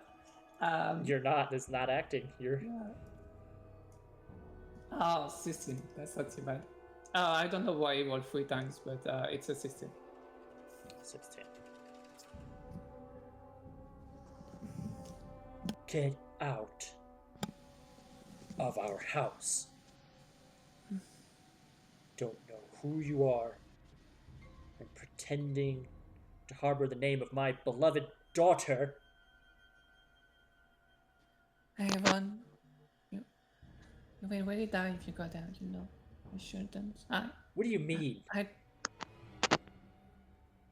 We're gonna hear about in actually it would be a month. Like it's a few week travel, so probably will be a month and a half after. In a month and a half, we're gonna hear that his boat sank, and he will never come back. Some sort of mad woman. Dad, could you at least tell me who you're making this deal with? So I don't know even if I can save you. I would like to find out what happened to you. I would like to avenge you. They're gonna kill you, you know. This is another persuasion check, but it's at disadvantage still. Finch is good at it. The tension has not been eased. 17? 17? No. Yeah. I mean, I could use a personal movie on that instead that you do you agree or is it fine if I use a no, I mean a group movie on this? I say it's fine. Sure. Yeah, man, this You backstory love- shit. Okay. Yeah, I'm fine with it. Oh, okay. It's an 18 then. It's an 18. I mean, that's pretty good, I think. It is, but it's also like Yeah, the I DC get I it. set for the situation, because you are I mean, it's basically also a a home invader disadvantage, in to be their fair. eyes, Yeah. who is just saying random things, saying you will die. You Mhm. know, like I am your daughter. It's also a disadvantage. Sorry, I dyed my hair, but I'm your daughter. I'm not 6 anymore. I mean, I look very much like Carla, I must imagine. Oh yeah. Except the black guy. You catch a glimpse of your younger self, Carla, as well. There's a few things that happen. One, you begin to see the environment being staticky, and it begins Yeah. to increase, and increase. Yeah, that makes sense. Saying that, she would probably say, I don't think I can stay in here in this place. No, much you longer. can't. Please This is tell our me home. that I'm here for magic or something, and this magic is gonna kick me out. Please, Dad, please tell me, please. The woman says, "Wait a minute." Your mother says, Mm-hmm. "I already didn't trust him. Did Vadon Really? send you? Who? Did Vadon send you?" Fedon. Do I know that name? Does Ala know that name? Arla does not know that name. Fedon. Okay, that's my I name. will say, Is have you said anything, Alistair, to the party about this individual? About what now? About going on? the individual. I believe I have not talked about him. No. He did. I mean, when we talk about, like, after the prisoners and like the ship and stuff like that. I do not think he talked much about it. Whether we talk about the Emperor Vishta, but I don't think he mentioned his name. Yeah, then you don't know who that So is. we wouldn't know his name probably. It's like if Arla would know it just from international relationship, but I guess no. Okay, Vidam still. You got to the count of 3, your father says, to get out of here before I run you through. I will protect my family and my home. Okay, I can try leaving for the door. Maybe we work, but I'm here for magic, so would you mind? And yes, Vidam, also thank you. Is it the person that you had to deal with? Is it the reason you died? I'm sorry. I will start working for the door. I'm sorry I scared you. I love you. I'm sorry. I'm not And answering she a mad just woman. start working. Suddenly, Yeah, everybody, just start working for the door. everybody freezes. Yeah. Nice.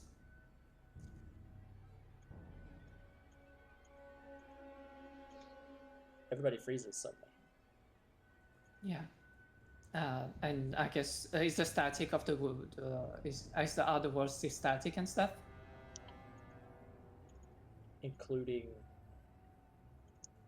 your family and the guards. There's static that begins to build onto them. Yeah, static is increasing. Yeah, she will probably just sign, like, knowing that she can't get any more information. And she will try to reach for her father and King. Or is frozen. And static. Touch them. They're there. But you slowly begin to notice some of the area begins to, like, be more constant. It's not like shifting static in and out now. It's now clinging like this. And you're starting to see the static turns into more of this electrical current that's similar to the ball you touched. Mm-hmm.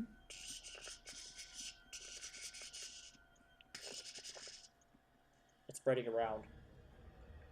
You head out the front door and... I mean, no, she will just touch the electrostatic probably, not that other front door. Okay. Because she would probably think that, like, if it took her out, it would probably take her back.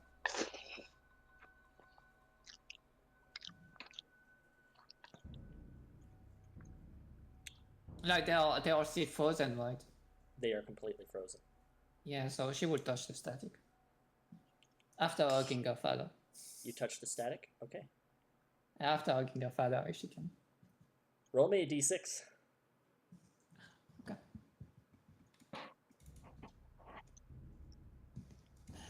Let's go. Our patience. Oh, it's a 1 again. I rolled I'm a 1 excited. on not wanted to. I'm excited.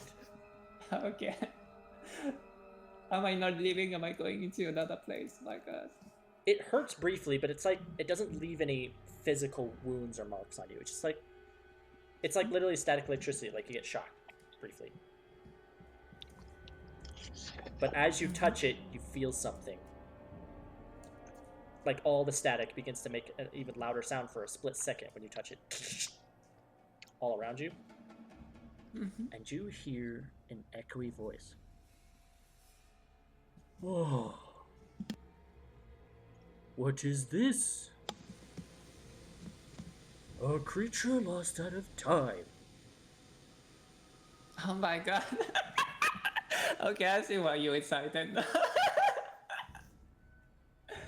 I look at the person that's talking. You hear What do I another see? voice. Are you saying a mortal messed with time? Is it him? I didn't mess with time. I just touched a part of energy. It was an accident, I promise. This is our lead. We can find him through this one. It's multiple voice, right? Still? You hear two separate voices. Oh, okay. Who are you? Who are you trying to find? Maybe I can help. It appears this one is intelligent. It knows Thank we you. are speaking to it. That Yes, isn't I quite do a have ears. treat. Perhaps they do know of him. Yeah, maybe I do. You know, you could try telling me the name at least. The name? How intimidating like is the situation? Like, should she be scared or? I don't know. When everything is starting to electrify and things around you, and your family is frozen, and all you're hearing is a sourceless voice or two. Oh, okay, she's still in the mansion. Yeah, she's. Yeah, I think she would actually be alright. She's just like, wow, what the fluff is happening? But she will keep going. And yeah, okay, keep going. Do you know of him? Do you know Who is his he? name? We don't know his name. Do you, little mortal, know of its name? I do not know who you're looking for. I can't know his name without knowing who. Though this mortal has reached edges of time, it is highly improbable that they know of him. I You mean, are quite if- right. You never know. Tell me more about him, and maybe I can help you. We are learning of him. We would hope you would answer our questions, little one.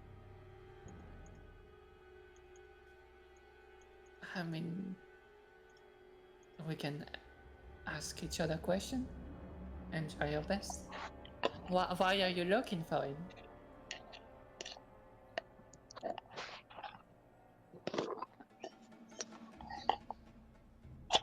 He has stolen secrets from our people.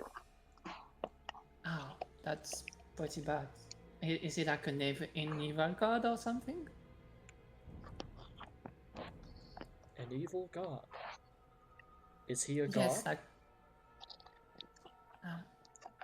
You know, an evil god like Sorrowfus or Aurelia for. Highly improbable. Duh. There are no temples or such worshipping openly of this individual. Is he a mage, You are maybe? correct.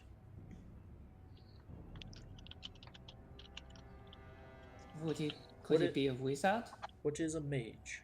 A wizard? It's a creature that can use magic for study. They do tend to be quite arrogant and try weird stuff. You should come with us. We would like to know everything you know. I do not want to come with you. I'm sorry. I do have people that count on me. We insist. I You are mean, too close, mortal-like, like he was. There's a lot of mortals on, on the world. Like, I do not think you need me to. Probability of one mortal breaching time is less than 1%. One This is a percent would rare be a lot. That would be like, on 10 million humans, that would be 1 million. Then you know why we I must would- act. You I see, mean, surely. entering from the static in your surroundings, it's beginning to encompass, and wherever the static electricity is, you're beginning to see the walls and stuff begin to like deteriorate and disappear. That includes slowly the frozen family of yours. She would take. Can she take end of the ball? Can she take what? Can she take end of the ball? I mean, not the ball, the static. She was touching the static, right? I mean, I'm gonna give you an insight check. Okay.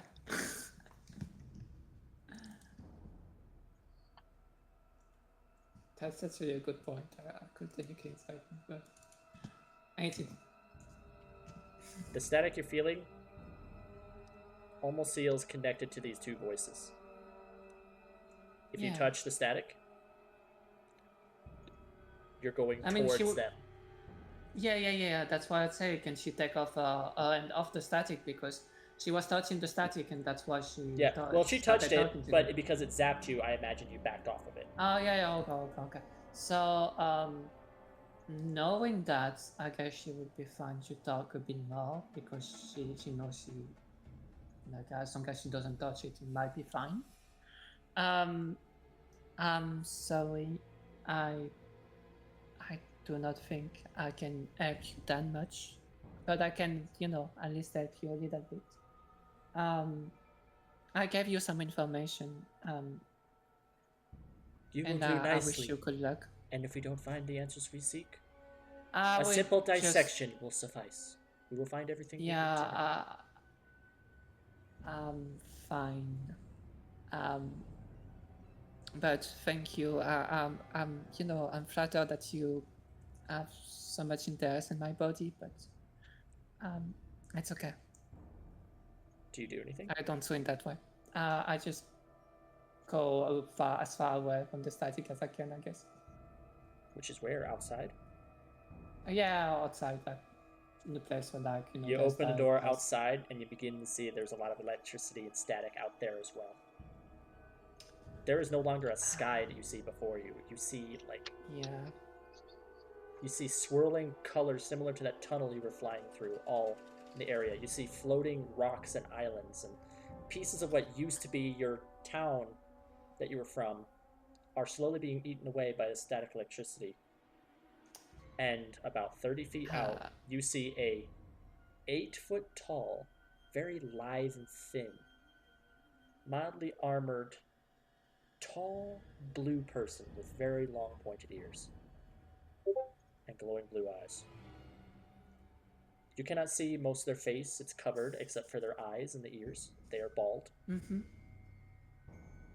This one appears kind of feminine-esque. An Asima, right? If it is, you've never seen an Azimar this tall. Oh, or no, this I'm big. sorry. I thought that's what you said. No. Okay. You don't Just even a know what blue this thing tall is. person? Okay. Really tall blue You know person. what? I will say go in that direction, because I don't want to go into the static. Like, I assume I'm Give me a going to strength them saving the throw. safest option. Okay. Oh yeah, to not be put into the static? Oh my god. Good thing I used my boobies. 10. Cool. You were caught in a telekinetic hold.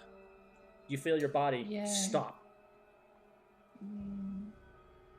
And you get pulled, your feet dragging on the ground towards this entity.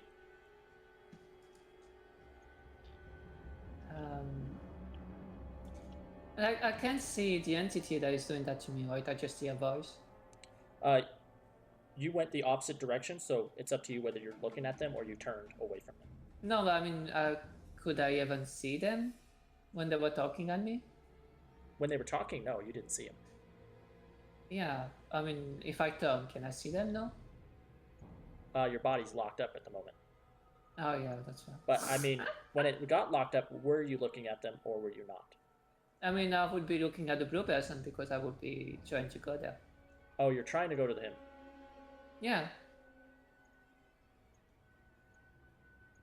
Because I wouldn't want to go to static, so I would go to that blue person. Intriguing.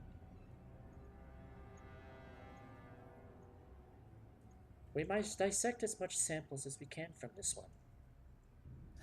You hear the voice from this entity.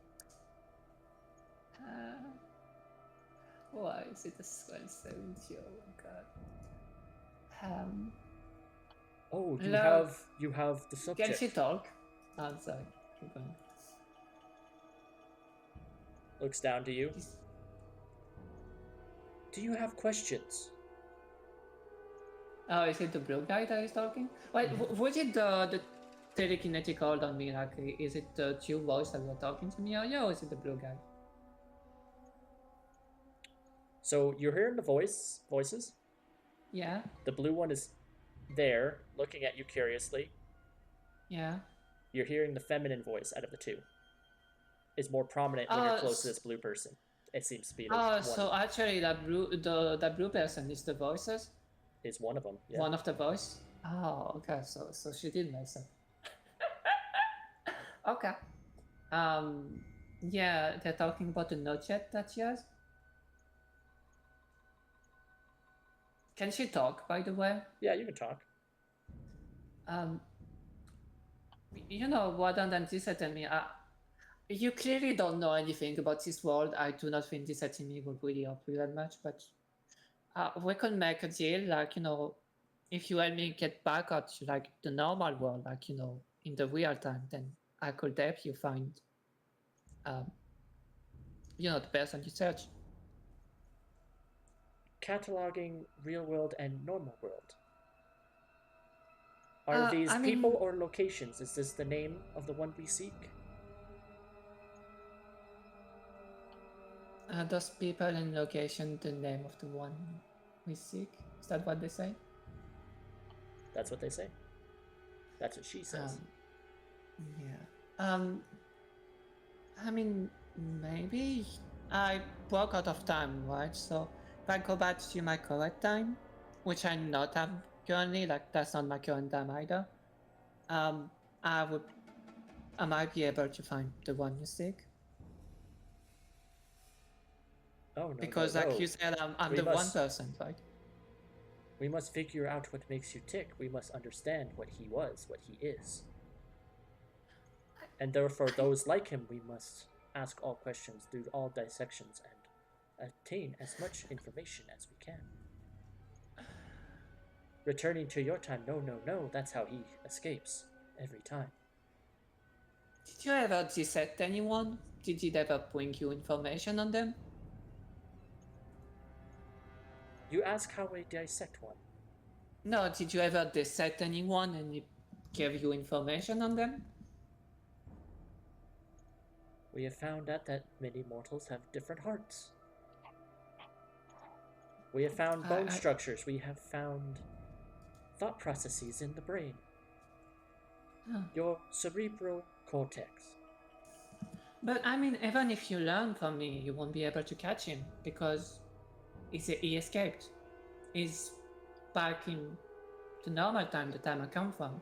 So only if you have someone that can help you in the time that he's in, could you catch him. And is that not you? Yeah, I could help you catch him if I go back to the time that I'm in. But I'm not him. As you can see, I'm a girl. Be aware. I mean, maybe you don't know what a girl is.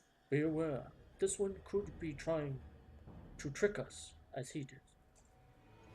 Oh, you are quite correct. I mean, do you have magic that would prove that I'm not trying to trick you? They're like half listening to you and half not listening. Indeed. We cannot allow ourselves to be tricked so easily. Logically, how is she here if she did not possess the same knowledge he has? It was clearly past. You are correct. She does have knowledge from him. We're gonna move. We're gonna move from that Oh, scene. okay. Okay. Amazing. As reality just breaks down around her. Next, we're coming up to, I believe it's Abraham. Meanwhile, at the happy-go-lucky village. At the happy-go-lucky village. Meanwhile, at the place where nothing ever goes wrong.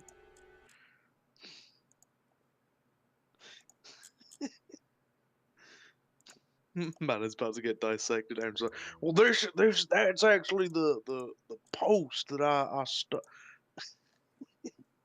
that I split my first wood on. What the fuck? He split firewoods. Oh, I just.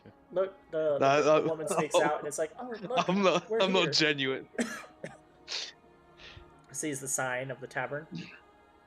Yeah, this is the place. My mother works here. She's not working today. But there are other people. I'll just. Abraham just like pushes, like opens the door for them, and like holds it open. They nod to you as you let them in.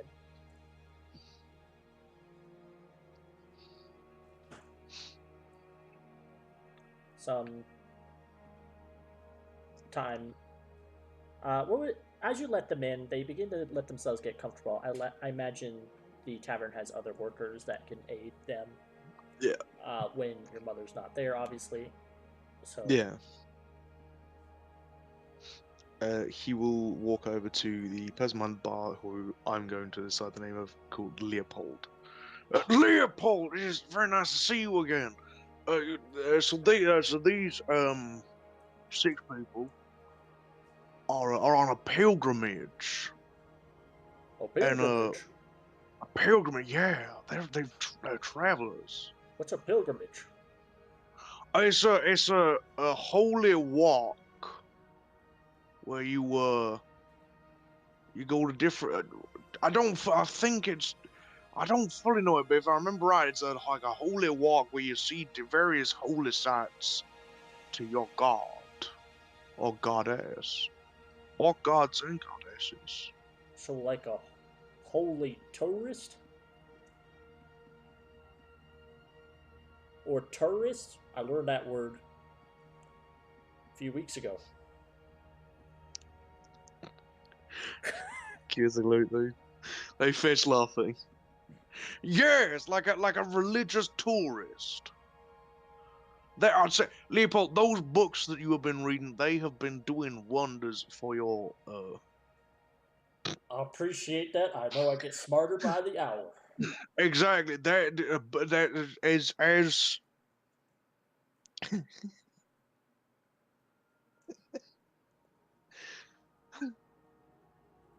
You know, an open mind starts with an open book.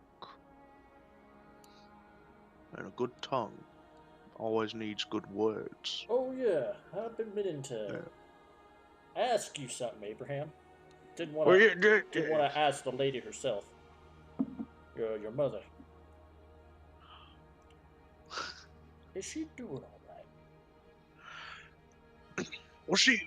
She's all right. She's. I think she was tired. She sort of came home. The 2 nights ago, she was rather sleepy. But You see, but she was coughing mighty fierce. You know, yesterday.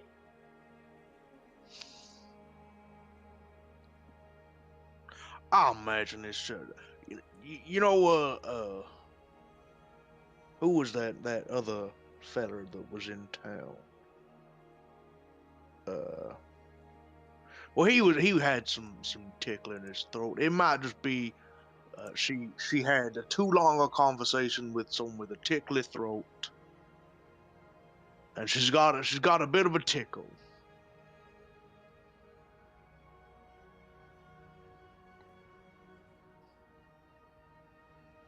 Well, I hope so. Oh yeah, she'll be fine.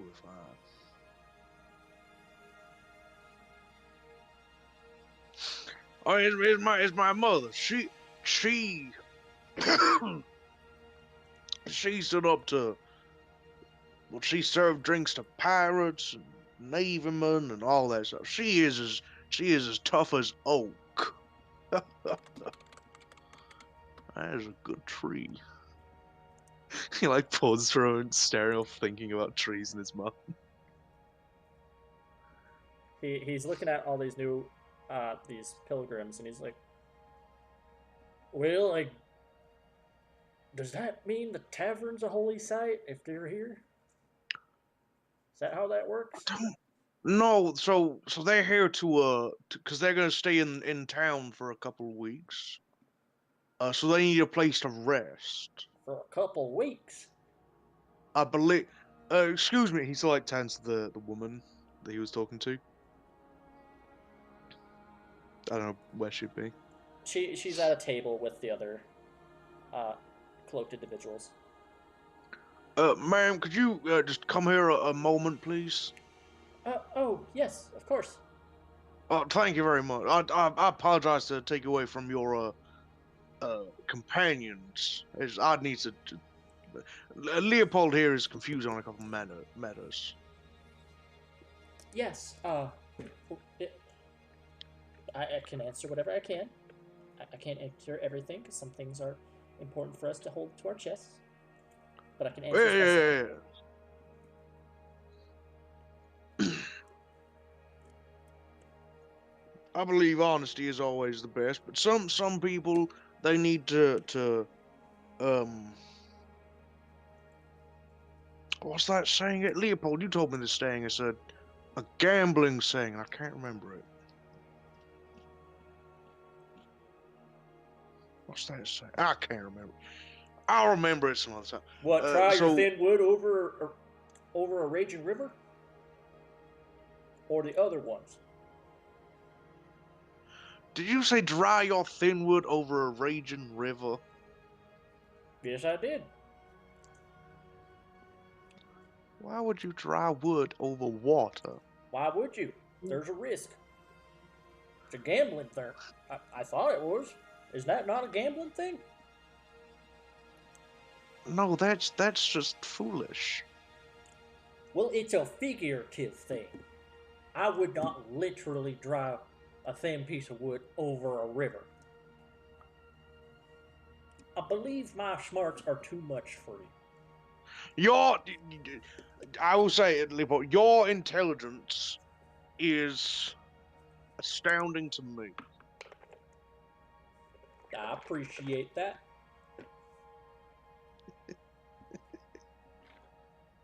You never cease to surprise me, and I always like surprises. Anyway, it looks like you got some groceries. I'll let you get on home. Oh, good. Very nice to meet you again, ma'am. If you need something, I live at the house that is 20 houses down, and you take a left, and he goes on to give her directions directly to his house, and then describe his house in great detail. And then, yeah. She goes, and I overheard. I hope your mother gets well soon. Oh, she most definitely will. But like I say, my mother's strong as oak.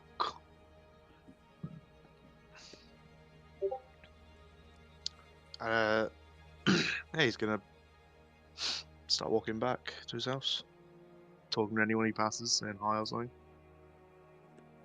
Okay.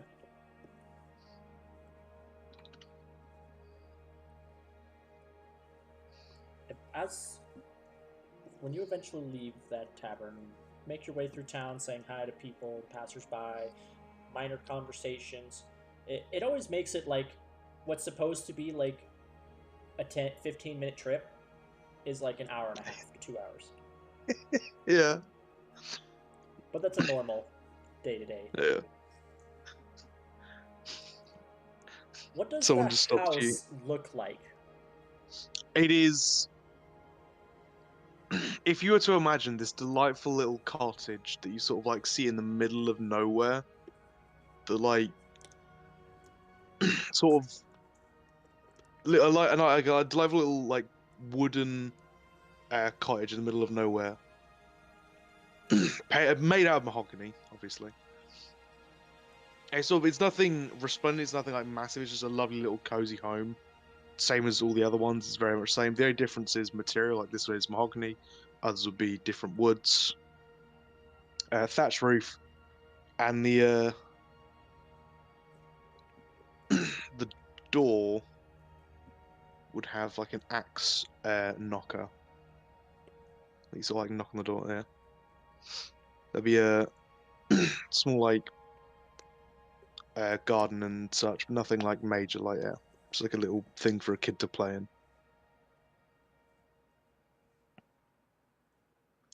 All right. And a tree behind it. Big tree.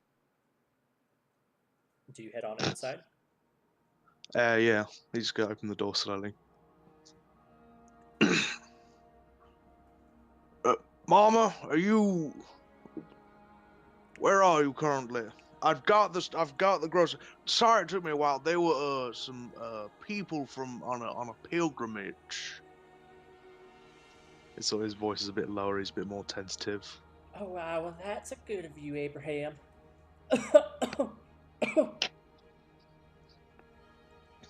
I'm in the kitchen. Are you sure you don't want to go to bed, Mama? I can do the dinner tonight if and you even you needing some rest. I'd see No, you still got that tickle. it's a make a persuasion check for me.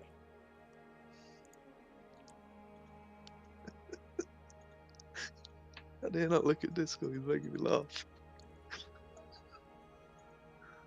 15.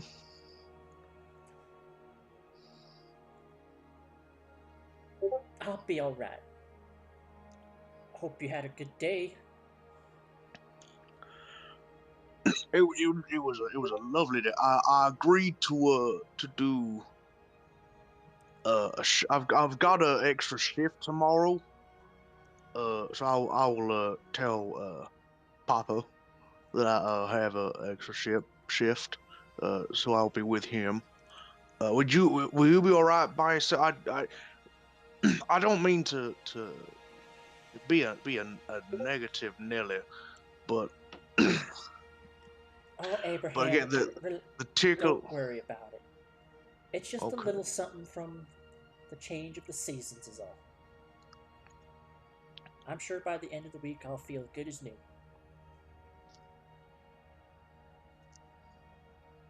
Besides, the things I What? told you to get. Hang on, you might cut out. Besides, the things I told you to get are some of it to help with that. But yeah, don't worry about me. You get some rest. Sounds like you got a busy day tomorrow. Well, I you know me, Mama. Well, I take after you. I'm as tough as oak and as reliable as well as a Todd Hanks. She smiles when you say that. Quite right. Yeah. I'll shout out to you when the meal's done. And then fix your plate. Okay, I'm gonna I must insist that once you have eaten, that you get some rest. I'm gonna warm you a bit. I'm gonna get a fire going, split a bit of wood, then get a hot coal little bedpan thing to warm your part of the bed. And I have to put my foot down, Mama, that you are gonna get some rest after you have eaten. I'll do the washing and the other stuff. Golly, if it's not my son, it's my It's my husband. All right, fine. When I'm done eating the meal, I'll get ready and head to bed. That also means that I better expect to see the dishes done before tomorrow Yeah. night. Yes, Mama. You and your father, do you tell him that when he comes home? Yes, Mama. Would you, while I split some wood, would you want me to also do some water for you to have a bath? No, it's quite alright. I set myself a bath earlier to help get over this illness. Oh, I'm gonna, like I said, I'm gonna get your bed nice and warm. Not too warm though. I know you do. You don't like the roasting heat. You know, you're gonna make a very special girl happy one day, Abraham. If you take care of her as good as you take care of your mother. But I just hope Well, she takes care of you just as much. oh, I would. I've not met that special someone yet, but I'm getting to that age. There have been, my friends. They've been telling me that we should go to the woods sometime and and climb a tree. There's a little game that you do. You should climb a tree, and the first two people to get to the top get to decide what we play next.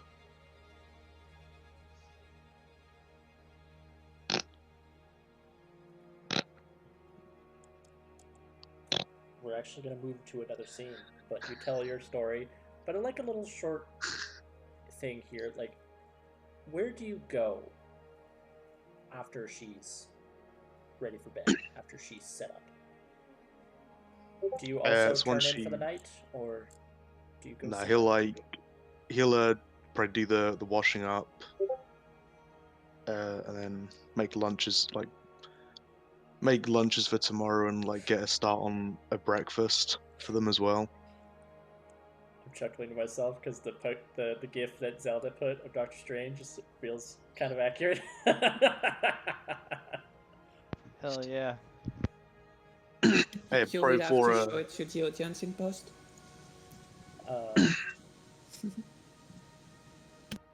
Sorry, audience, 14. you're not gonna see it. Yeah, get fucked. This is my moment, audience. You can just overlay it over your video. It's not that bad. Oh yeah, but I ain't gonna. It's like Scooter from Borderlands 2. Yeah, I He knew you were gonna bring that up, you fucker. Oh crap! Claptrap's having a shindig. You know I go, but I ain't gonna. I knew you were gonna bring that up. Oh, that's the worst mission ever. The Claptrap birthday party. Cause it's just so sad. Uh, He just sort of stood there. Anyway. it's okay, because his feelings aren't real. And before sleep, everyone's just gonna go to the tree outside, and sort of just look around. Actually, just before I change scenes, give me a perception check.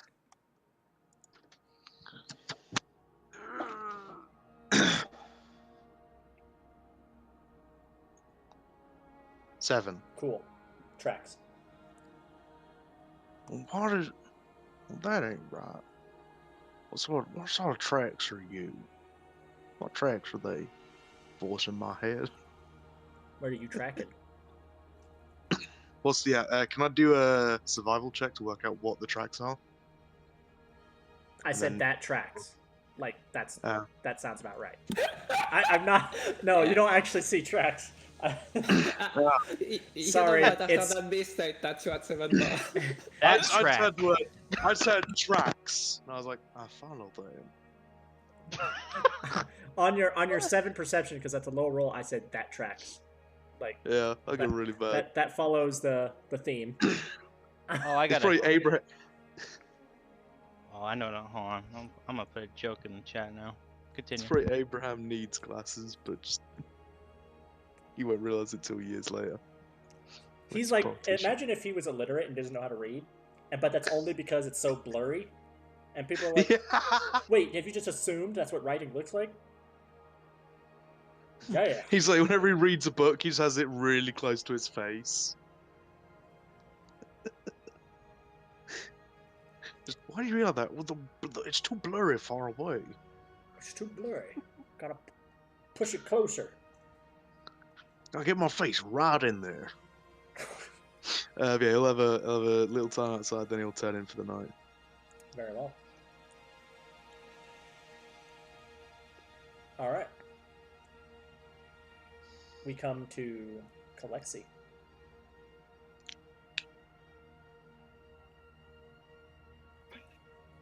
We're gonna say this is after spending some time understanding like the stuff you've been given, given permission to people, but a lot of this, especially that one letter, has to wait until morning.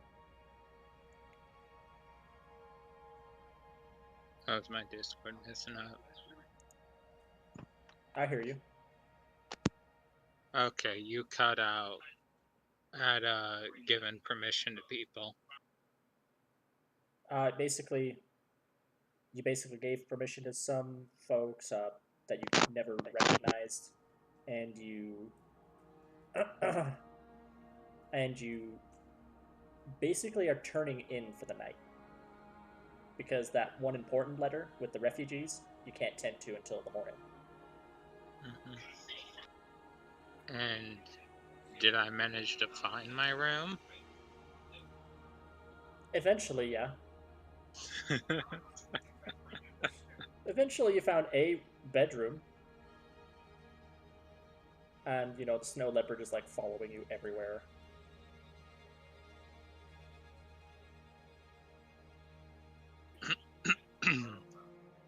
Then, yeah, she will go ahead and turn in for the night. We're going to change scenes and the music.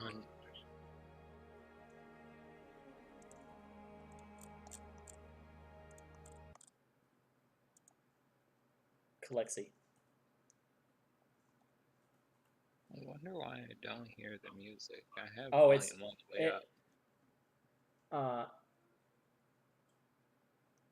Sometimes if you don't hear the music, I could turn it up, but because I have since it's recording on my perspective for audio, for the videos, I can't do too much with it. So if you have it maxed and you go to volume mixer, if you're on a laptop or computer, hopefully you can maybe raise it on there. But if not, there's not too much I can do about that, unfortunately. Which I must apologize.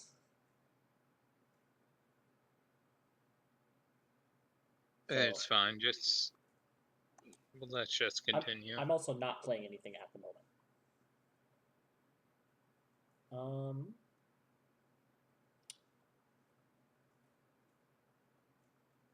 Yeah, let's go for this one again.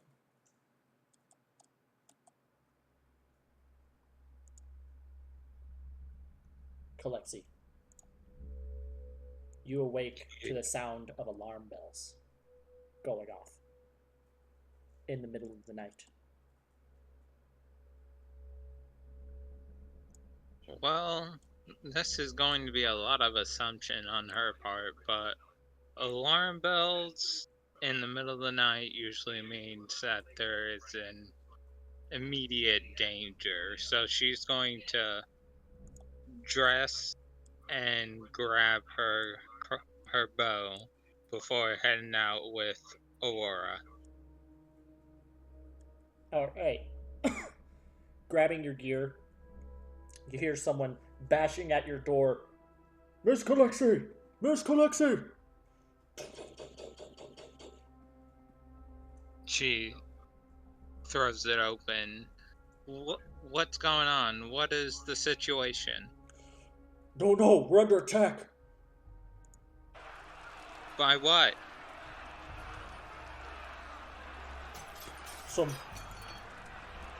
Bandits, warriors, men, I don't know. Their outfits resemble it looks Ishdari.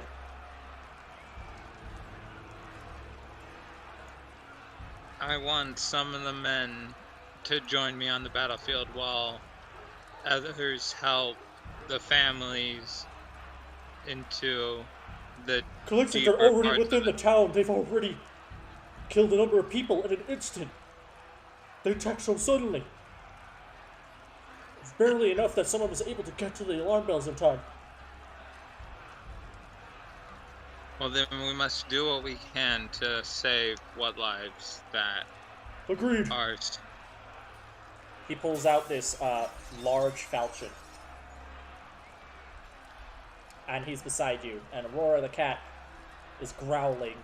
And you hear the distant sound of clashing and screams of people. You also see, as you exit the door, there's a lot of fires happening around your town. What's that? She goes into full-on protect mode as the mayor hops onto the Aurora's back to ride into battle to get there just a little bit faster. Easily enough. Entering a part of the town, atop your steed, you see a number of innocents running away in fear. Some of them running towards your establishment, and there are some others guards that are like letting them into like your area, your mayor territory, to kind of keep them safe as possible. You run, and you can see arrows that are lit on fire being shot in waves over what walls are to your town, into your town itself, from a distance. Are you trying to head to where the fight is thickest, or are you trying to find a vantage point? She's headed to where the fight is thickest right now. That seemed the most important in over finding a vantage point. As you rush to the courtyard area, you begin to see a number of these strange warriors bearing a golden eye with a purple gem on their chest. Wielding spears and scimitars, you see them cutting down innocents and doing combat with some of the defenders of your town. You see a number of these Ishdari troops coming into this area, and you see one of a particular size, this very hulking 7-foot tall muscular, it's just a form of muscle. Looks human, maybe, but they're wearing a mask and they have large gauntlets. And you see them holding two of the townsfolk of your place, and they just break the neck of both of them. With fury and rage, she hops off of the of Aurora's back so that Aurora may go sick any enemies in this current position, and she attempts to fire at him. Okay. Do you want me to roll? Yeah. Go ahead and give me an athletics for if there's any Ishdari you kill on the way, but you will make an attack roll separately versus the big guy. Alright, here we go. With her -1 to strength. Hey! Ooh. Pretty good. Oh no, it's contagious. We'll say atop Aurora, you're able to get a few shots off and kill an Ishdari soldier with one shot each. So like 3 or 4 of them are downed in the middle of this conflict. But as you get into position among basically you're in like a big courtyard, you take your bow and go ahead and make an attack roll against the big guy. Alright. I'm gonna end up probably using my boobies on a fight that is completely made up. But Yep. Here we go.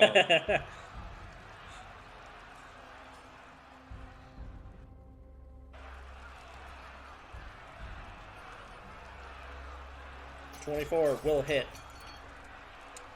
Hey, that's not bad. I should have it set to where it auto rolls the It damage. is nighttime with a full moon as well. Oh, nice. Yeah, it was in the middle of the night that you were disturbed. That your town is getting attacked. I should have added Fury of the Small considering she's angry. Can I go ahead and add that? Yeah, go for it. Alright, that's just going to be an extra 3 points. So, total of 23.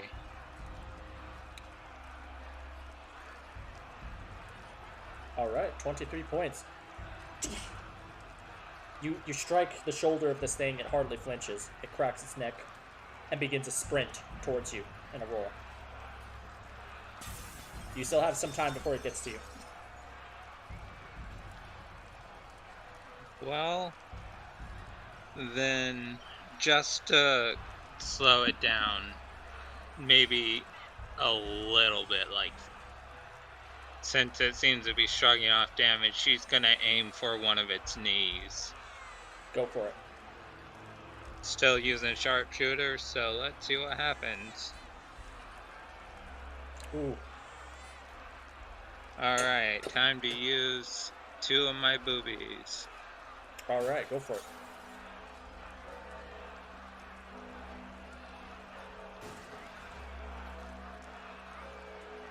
Not bad, 19. That will hit. Ooh. Ah, below damage. 17 points. We'll say it slows him down a little bit. Ooh. Hit him in the knees. He's picking himself up with it by his fists, like he's punching the ground to lift himself up. And you can hear this deep voice echoing from like under his mask. Go ahead and make another shot for me. Alright, I imagine that did give me time for at least one more before he reached me. It slowed him down.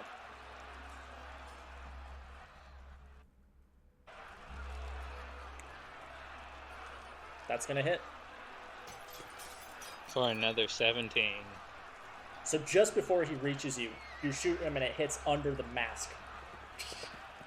Kind of where the throat is, but kind of upwards towards the brain at a weird angle.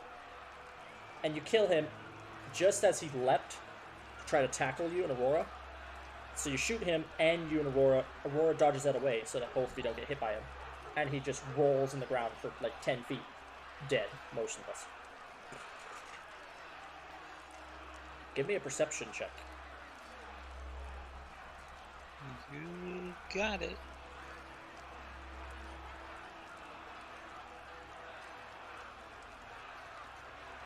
Making sure I click the right one.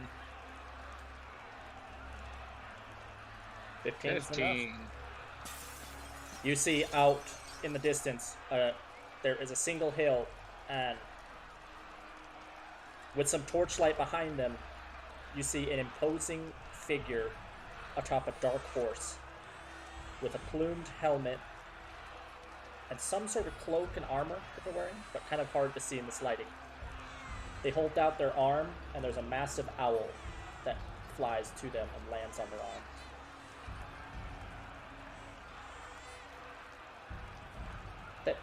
This distant individual appears to be overseeing the battle before you. She will make note of the of the individual, but more pressing matters are happening right now. So she's going to continue fighting the Ishtar soldiers that are invading and setting fires. Okay. So this is how we're going to handle this one. We each consider the town's strength. And this, you'll be aiding them as well. But since you can't be everywhere at once, we're going to roll d12s. You and I. And whoever's higher, the forces gain the upper hand. You basically have to get a certain number of successes to push this force back. However, they have more forces than you do, so I can afford more failures than you may. Oh no. But in the process of this, I'll give you a little goal, and you'll have to do your own check to see if that goal succeeds. And that might help. So first, Okay. D12. Let's each roll a D12. That one. By 1. What does this look like? What strategy in this courtyard do you implement to help the people as much as possible and help your defenders against the attacking forces? I would say it would be the tactic of fighting the same opponents-ish. Like, the archers would try to take out the other archers so the front line can focus on defending them and dealing with the melee forces. Very well, and all while the process of that, innocents are being kind of kept on like a safety bubble and escorted to areas that might not have enemy soldiers. Yeah. And with the archers falling, the amount of fires they're setting would be lessened. Very well. Indeed, some archers are taken down. You basically have defenders that are providing like shield walls and are like keeping a defensive line, keeping, instead of it being like a scattered mess, they're trying to keep defensive positions. Let's roll again. Be with me, no.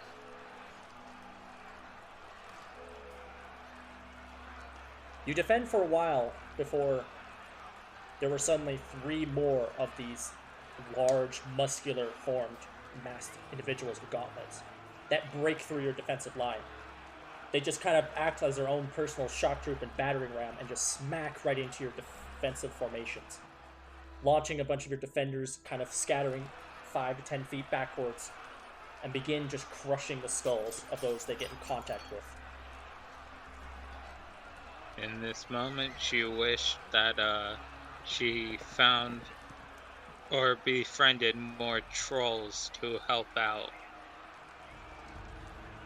the town in this situation.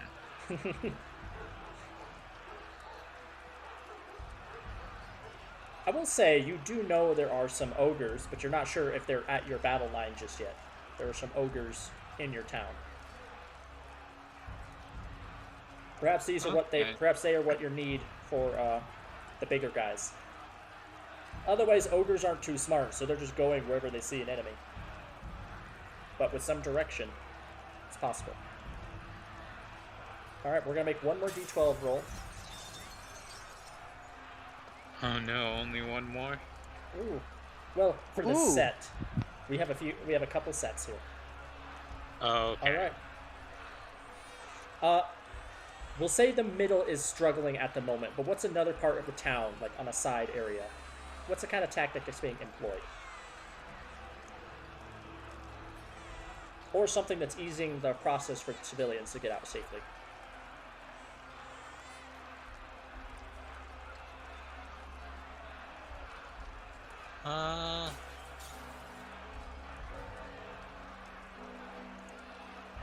I would say pushing them further back while trying to take out the big battering ram, I want to say.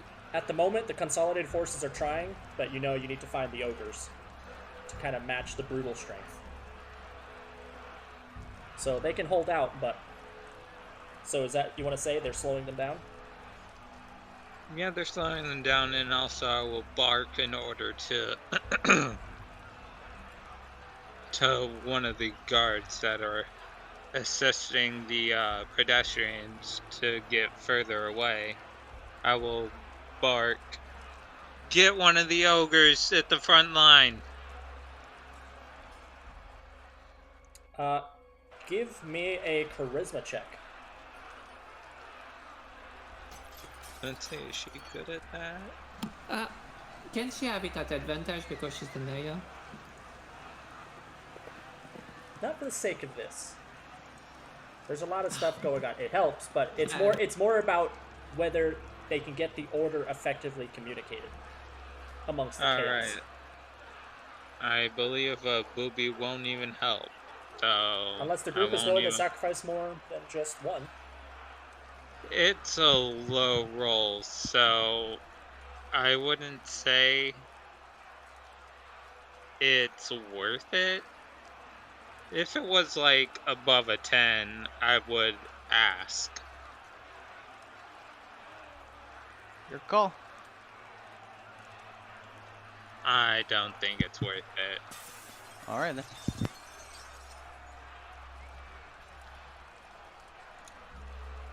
Well, the person nods, but whether or not he fully understood what you said, or if he did and something else is at play, he nods and leaves. We'll see what happens. Time for another D12 roll.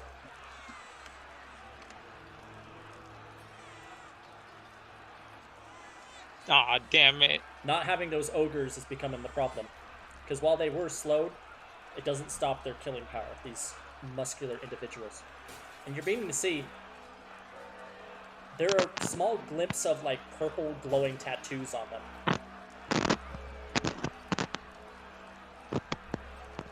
You're taking shots, you're slowly whittling down one or two here or there whenever you can to kill them off. But there's just so many. Because even if it's not the big guys, there's enough of the soldiery that is flooding in to cover their flanks. In this combat, they are pushing you a little bit further back. You're beginning to see, not everybody's being killed. There are some of them being dragged away with nets. Innocents and guard and soldiers alike.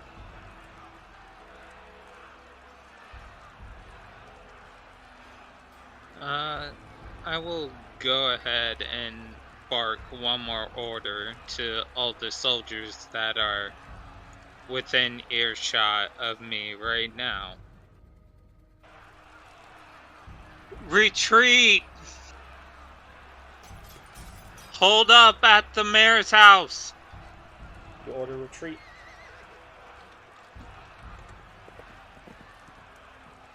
The ogres did not come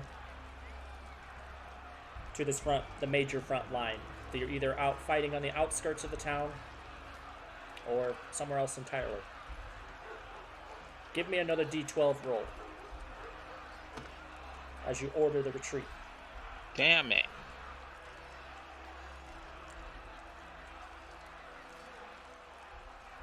Your men, your defenders are trying to pull back. You do successfully, but you take a lot of casualties in the process.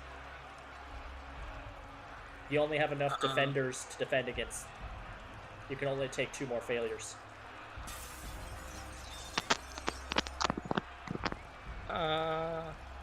To assist my defenders in their retreat, I am going to cast Entangle. So it at least slows down some of the forces. Let's make a nature check, but you get to make it with advantage. Hey, I'm good at nature.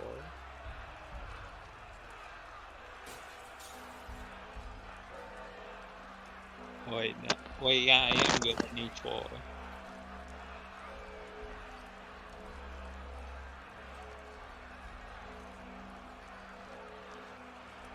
Hey. Natural 20. What would you like with that natural 20?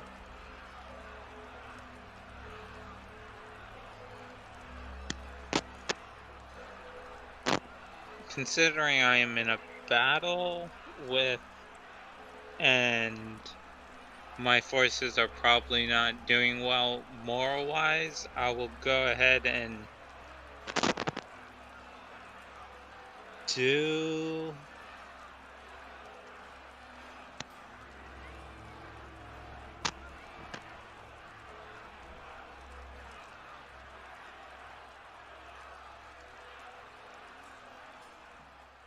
Is there a better one for this situation other than hope?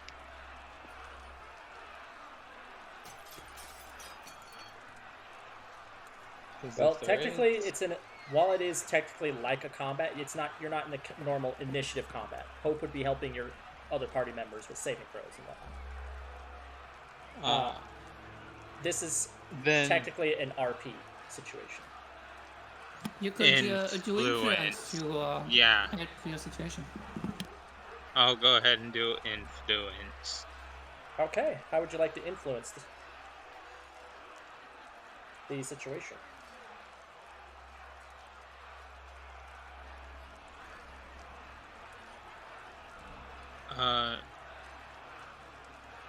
I guess I'm gonna steal a page from Abraham and give a speech.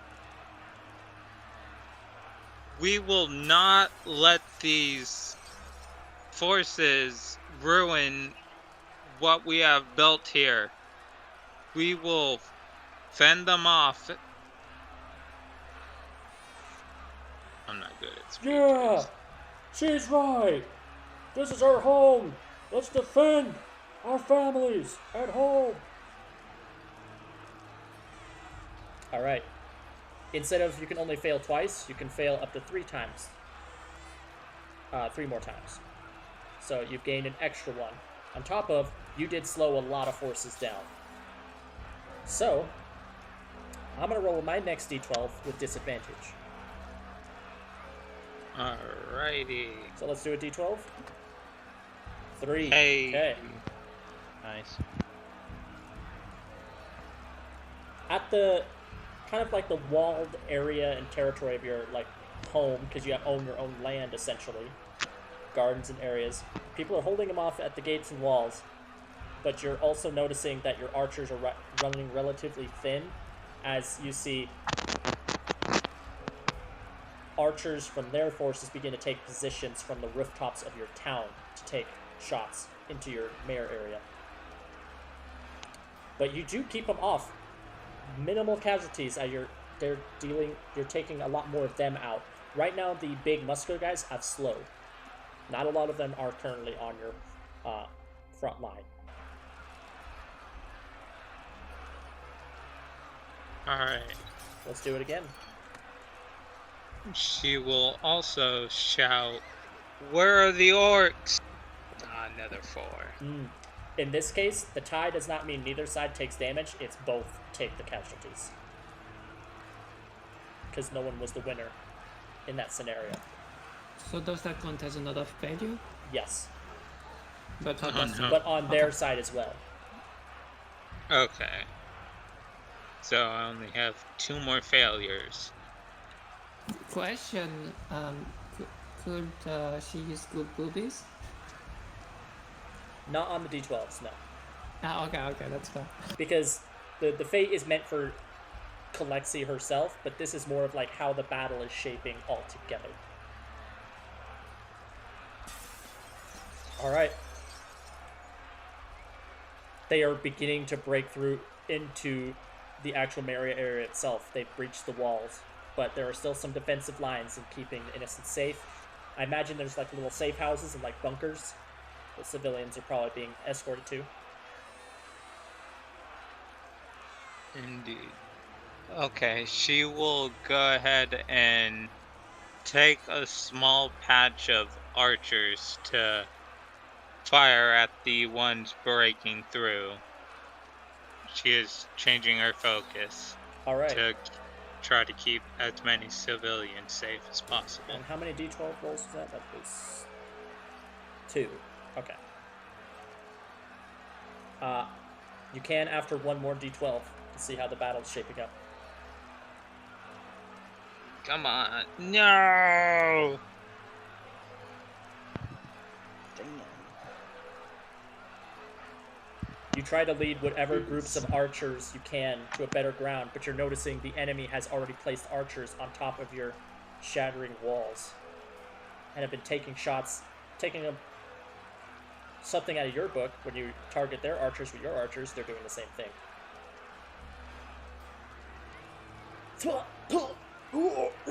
One by one, individuals are falling to arrow fire. And as the Ijdari forces break through your defensive lines, you see they're slowly being cut down. Those not cut down are having these nets thrown over them. They're being dragged off.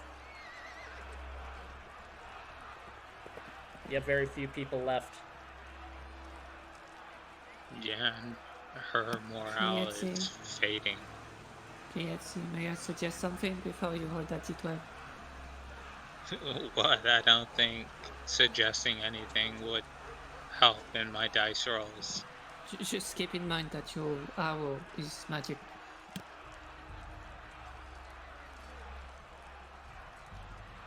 Oh, that is very true. I could be shooting blinding arrows. Fairy pop? Yeah, that's something you can do.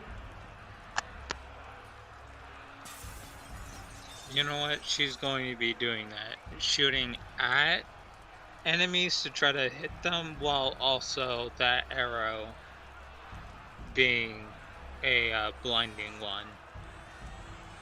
Okay.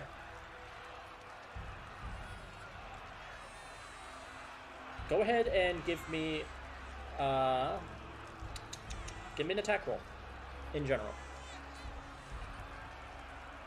Alright, let me untick the You will not have to use up the charges either. This won't count towards using the charges. Because this is still a weird RP scenario. normal roll. 13. It beat a 12. You're able to shoot off a couple of these blinding arrows, taking down some soldiers here or there, and it's slowing them, but you've already lost too many numbers. Okay. They are approaching your house itself, and they'll be upon you. Unless there's something you want to do. You're beginning to see some fire arrows are now being shot into your home.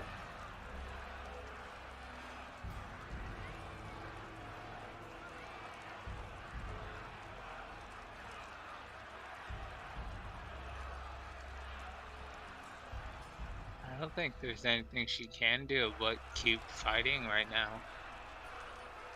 Because she wouldn't want to try to escape. She wants to help defend her town.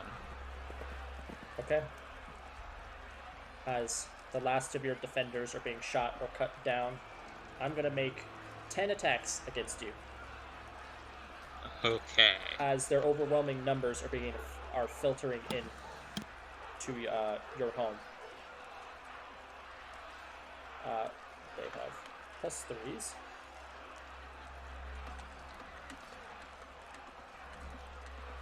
They're most likely Didn't you say she had hit. 3 D12 before she failed because of influence? Didn't you skip one? No, because one of them was a tie. They both failed. He failed one after that, and then oh, that's right. We still have one more D12.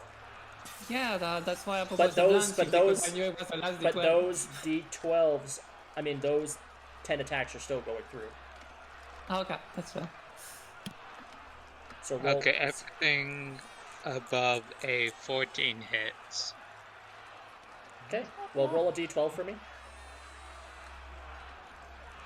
Alrighty. Okay.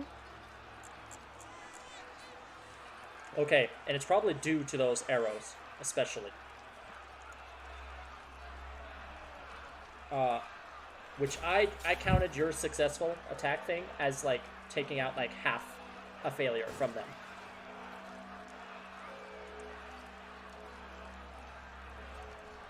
Okay. We're going to roll the D12s again. Because there's not a lot of maneuvering you can do with your forces now. Now it's literally just about how long can they hold out. They're doing pretty well still. Fire arrows are coming in. I need you to give me a survival check. And this is going to represent how well you're using your forces to cover from the fire arrows coming in.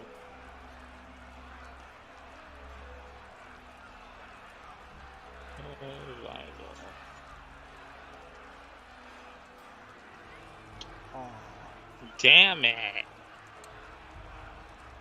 Okay, how many losses was that on the attackers? Okay, they're still okay. So you have to roll with disadvantage on your d12. Because I it's have 2 to plus roll 5. advantage on Disadvantage. what? On the d12. Alrighty. Oh, why am I rolling twice? It's 6, not 7. It's 6. Oh, It's a 2. that sucks. One by one, the defenders are cut down. And any other defenders are maybe like single individuals, but they're too isolated to provide any help assistance. Kalexi, the 10 attacks. So it's a 14, right? Anything over 14, you said? Anything over 4 or anything, yeah. 14 or above hit.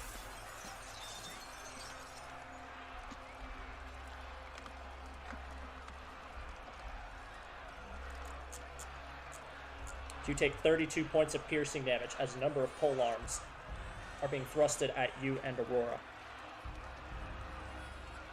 Well, that knocked her out. She's out of battle. Okay.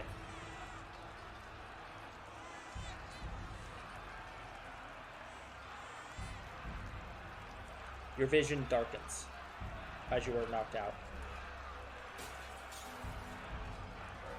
And then you are healed for 1 hit point.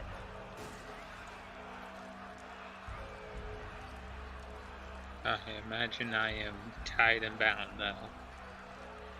Indeed, there are lots of these Ijdari individuals pointed with spears down at the ground all around you.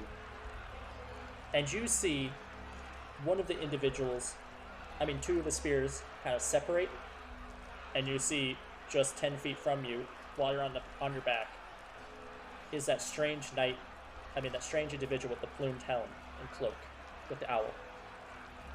You see this knight in purple armor and a black cloak. Appear to have a sheathed sword, and they're holding an owl on their arm. They walk up to you.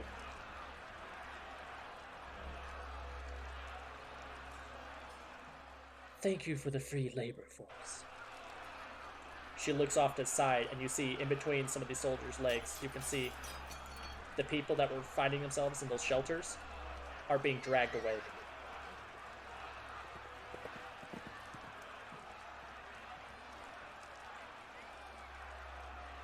Considering the amount of trouble you showed my men, I maybe might take some of my anger out on some of them. We're gonna bind this one as well.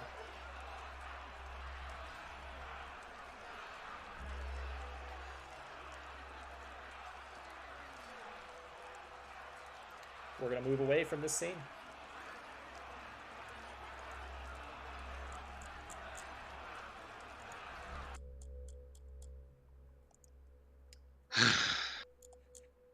Alright. What happened? My internet died. Oh. The individual in armor that was on top of the horse at the hill. Mm-hmm. Basically, it was saying that you lost and that thanks for the free workforce from all the people they're taking away. But also, she's angry she lost a lot of men and is going to take it out on some of the people she captured. She's going to take it out on what? On some of the folks she captured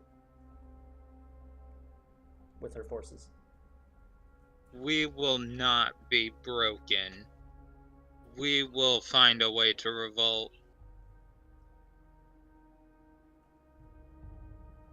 Not this time. And I just wanted you to see your friends moving away one last time. She takes her short sword and plunges it into your chest.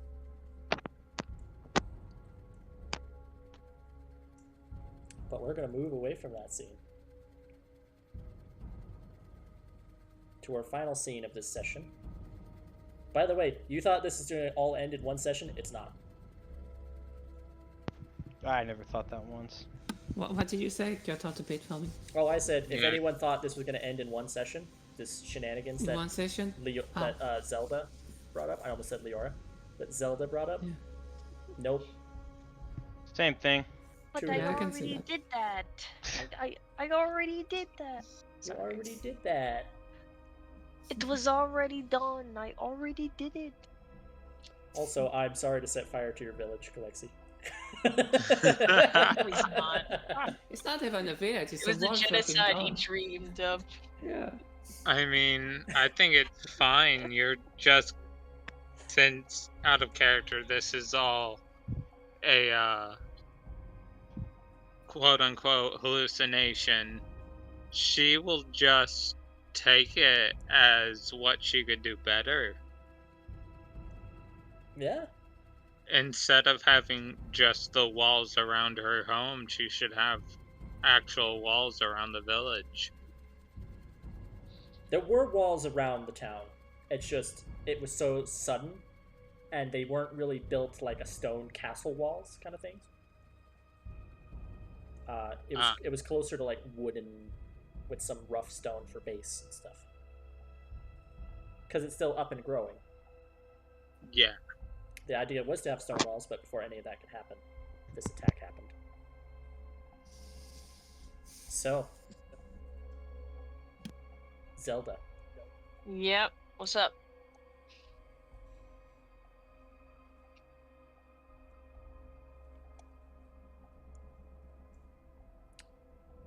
I would like you to tell me just an estimate. Where would you think the Zelda of this time would have gained the power to do so?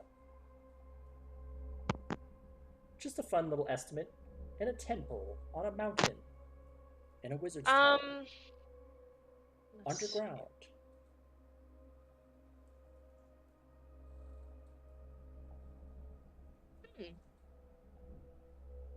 I think in a spot that will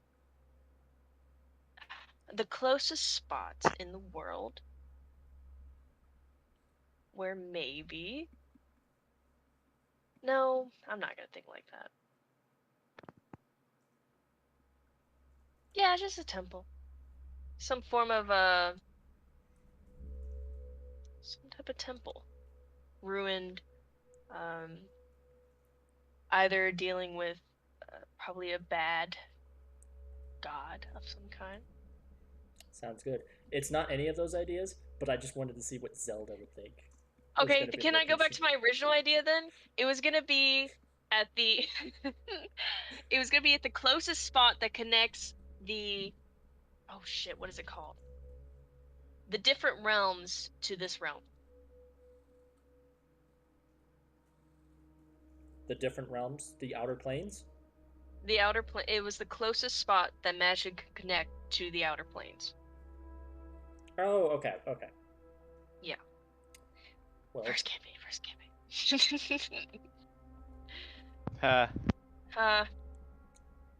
Whatever it was, whatever Zelda was expecting, some font of power, you are transported into a. Let's change the scene here and the music. Giant peach.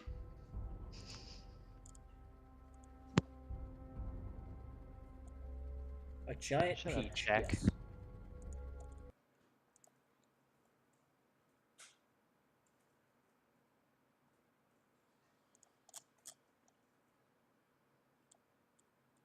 To Dreamscape, why not?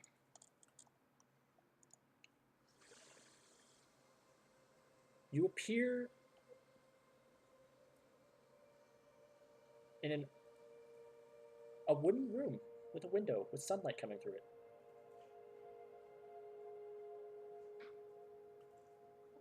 Looks like the inside of a cottage.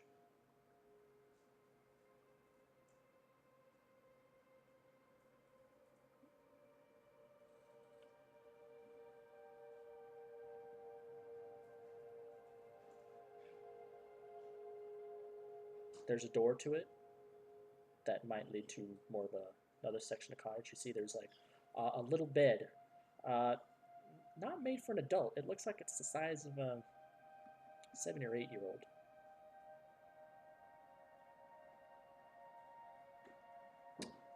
You see like a little desk, and you can see there's like a book with a bunch of like horrible looking like writing, like bad handwriting in it.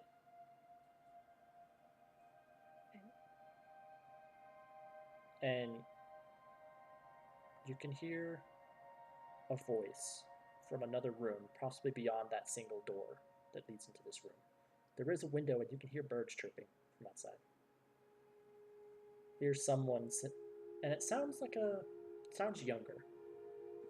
Sounds like a kid of some sort.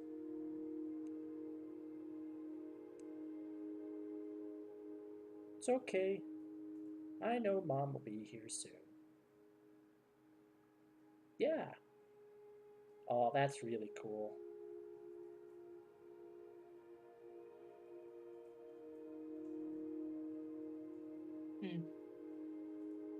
She goes for the door and tries to stealthily peek out the door. Give me a stealth check.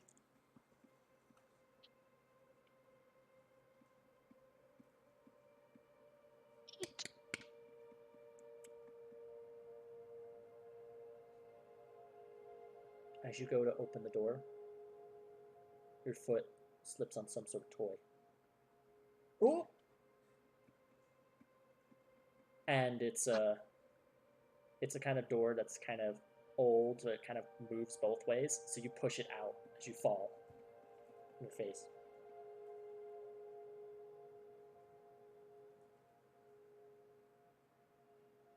You see a living room space. There appears to be a table with a bunch of like food on it. Not a lot, kind of mundane foods. And you heard the voice, but you don't see anybody in here. There's a door that leads outside. And there's a window opposite of this door. It's like this living room is the center of this little house. You're cutting out just a little bit. Oh, gotcha. You're in a living room space with a table that has Yep. food on it. There's a cooking pot over a fire. Oh, shit, you're still doing it. Oh, it's like the end of your words. Yeah.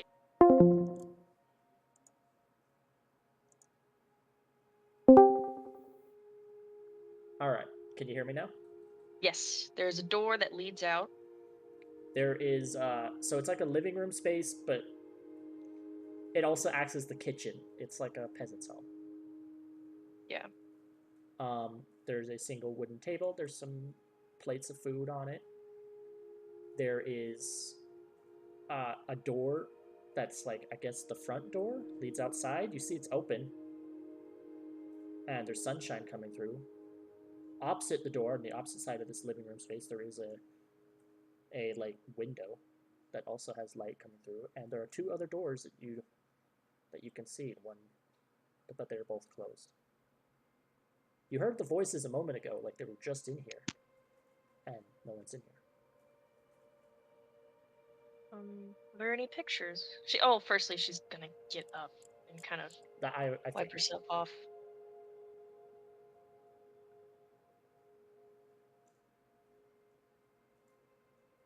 Pictures. Hello? Give me a investigation check.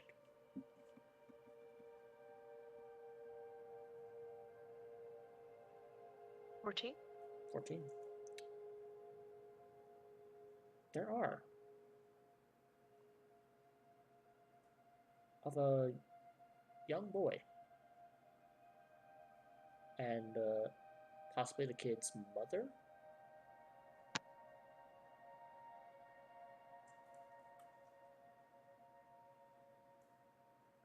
She recognized them. No. But something feels odd about the boy, though. His eyes look like they have like a clock inside them, as the iris.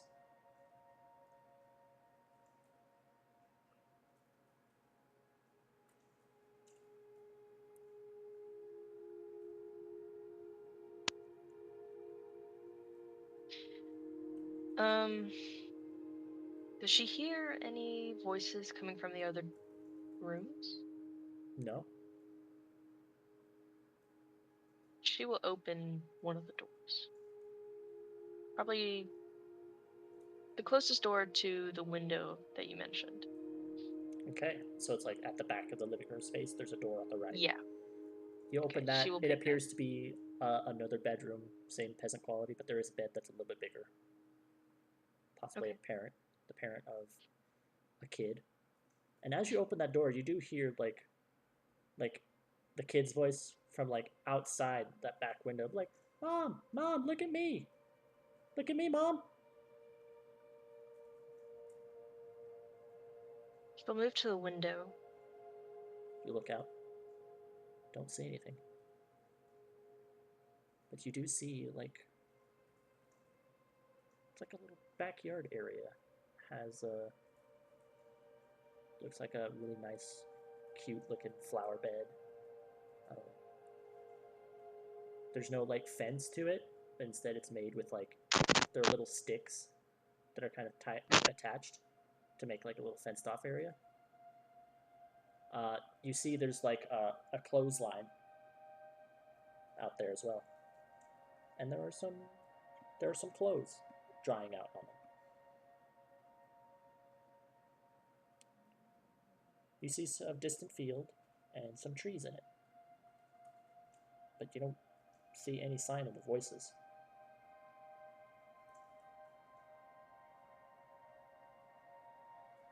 She'll check that last door before heading outside. Very well. You check out that last door, and you basically see like a storage area. Okay. But it's empty.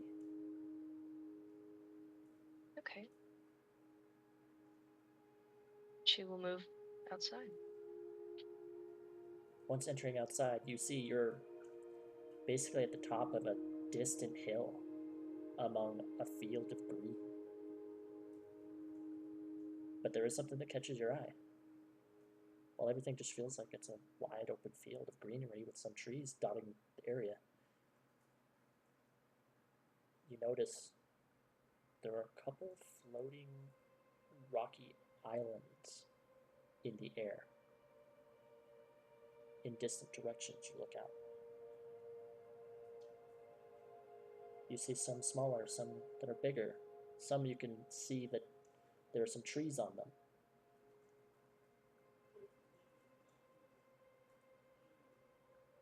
You hear an echoing from down the hill that you're on. You hear a woman's voice say, "Slow down, John. Not too fast now."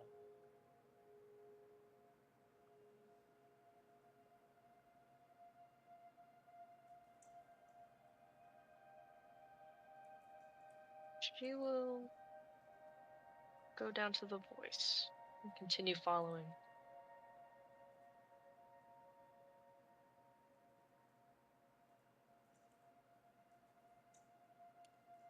You go down the hill and you just hear little bits like it's some kid having a good time with their mom, right?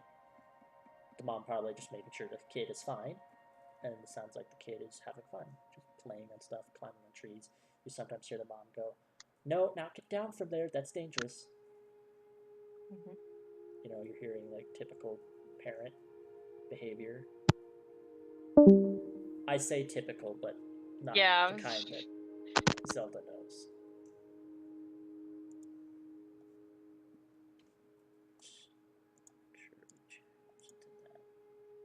Oh no, let's change it to that scene. Because that scene's very pretty. It's not exactly that, but Yeah, you know. I get it. You keep going until you find a little stream. A little stream just kind of flowing on by. It's only like a foot wide. The water looks crystal clear. And you look to the right and left, right where the stream is coming from and left where it's going. And on your left, next to some trees, there is a hooded individual resting on like what appears to be like a bench.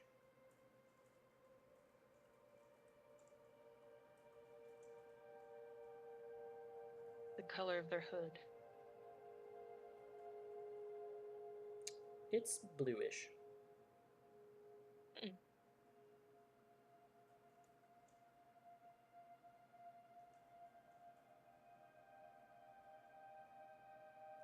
You're now hearing, it's not a particular direction now, you're just hearing, Mom, see, I knew I could do it. Good job, John. And you're just hearing like, oh, Mom, can I keep it as a pet? Like, John, put that outside. You cannot have that as a pet. And you're just hearing this conversation, just echoey in the area. Some sounds distant, some sounds close. I'm gonna walk up to the individual. Looks like they have a staff with them.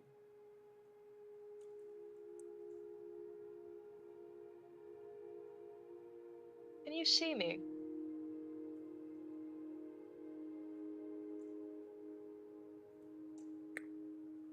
That depends. Do I have eyes? Are they open? Maybe they're not. There's a lot of things I can't see.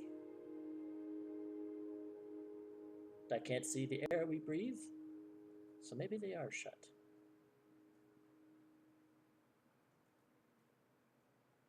What is this place? Oh, this place?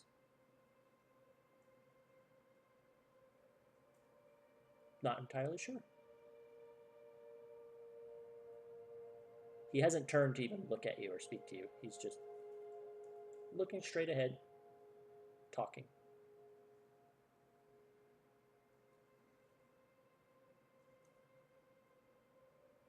Well, how did you get here? I think I was born here.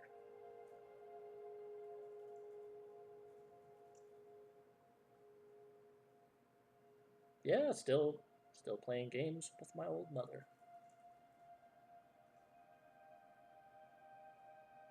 She's gonna move in front of him and look down into his hoodie. Not touch him at all, but You see it in a person who has a cheeky smile on their expression, and as you walk in front of them and look at them, they look up at you. They have clocks as pupils for their eyes.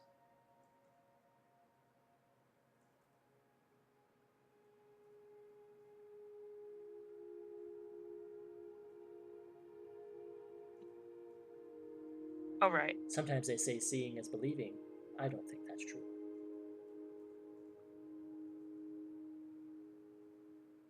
She kind of sighs and like kind of wipes her hands a little and then sits beside him on the bench. Okay. I don't get this.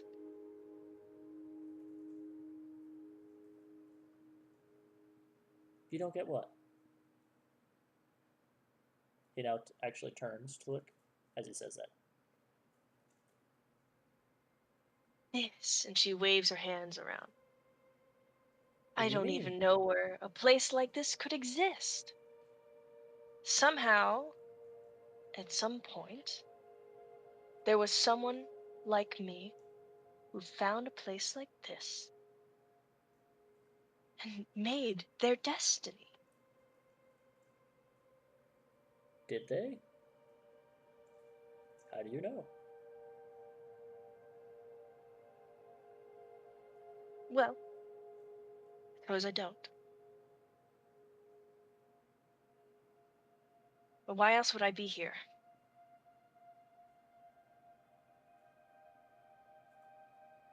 Couldn't be anything on my part, I assure you. I don't know. Or maybe it was. Hard to tell. It's been too long. Maybe it was a future me that did this. Or a past me.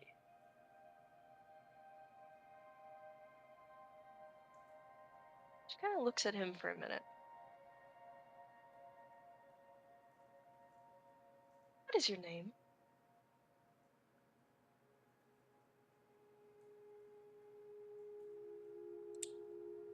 My name? Yes. Depends on what time. Mhm. Now, I suppose. Now? Now. Now is not a good time. Right.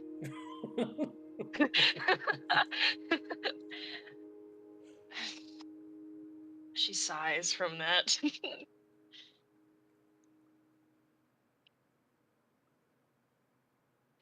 What is your name now? Or is now also not a good time?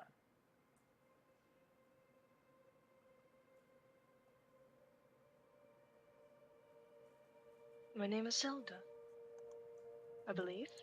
Or at least, in my world.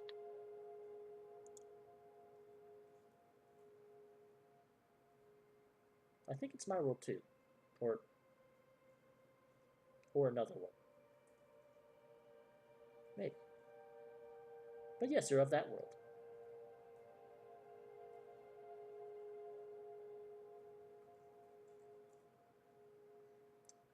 Which Zelda are you?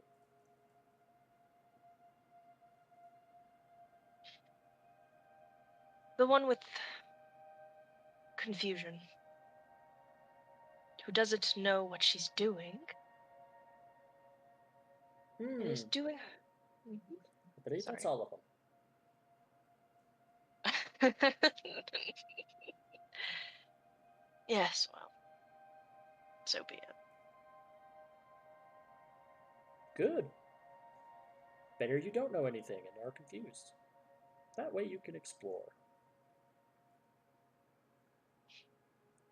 But I want answers. Answers to what? To my goals. What are your goals?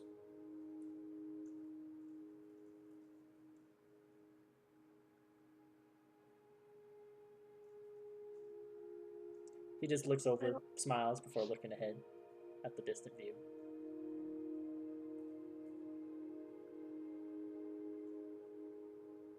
To live the life I want.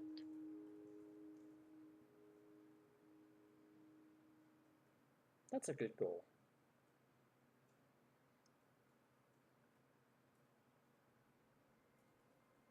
But what's stopping you? Sir Mittens is going to randomly sneak into this area somehow.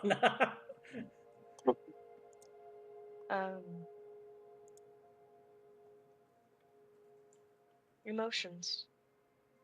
Revenge, I suppose.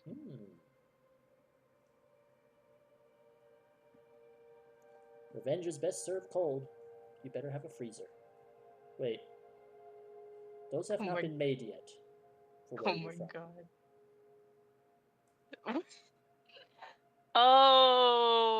Okay. Yeah, that's kind of... it's just... I'm sorry. It just clicked. Okay, I'm fucking stupid. God, and I've been claiming he's been here this... Okay, whatever. Anyway.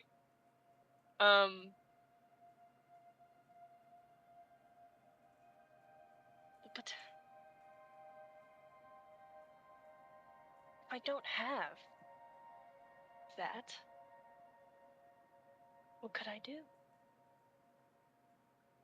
Then I feel I don't have anything. And then I feel... bored, or, or just... useless, powerless, nothing.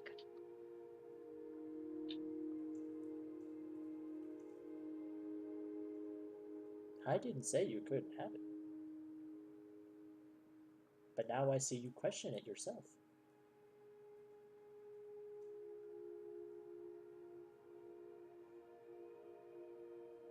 What would you feel if you weren't vengeful? What would you want to feel?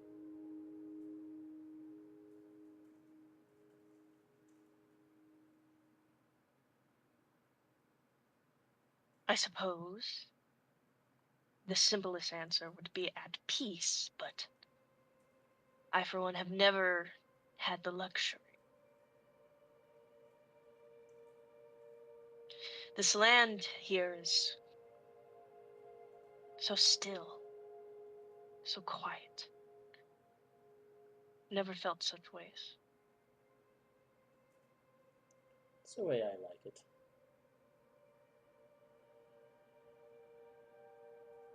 A memory I hold dear, no matter what life throws at me.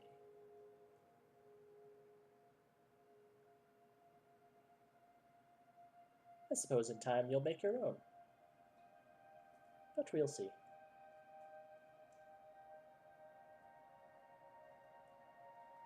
I'm gonna get up Oh, from you the didn't see any bench. blue people, did you? Blue people? Yes. No. There were about 35 others of you that have met the blue people. Blue people are not nice. Right. He just smiles, looks out at the distance. You're very confusing. Oh.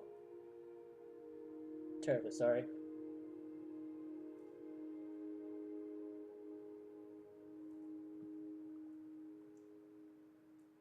What's confusing about me?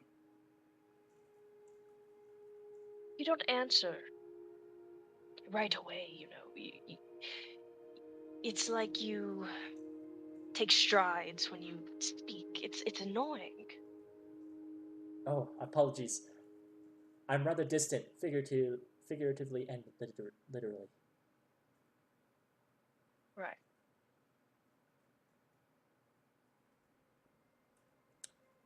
Well, it's a tricky thing when there's only one of you and many of you.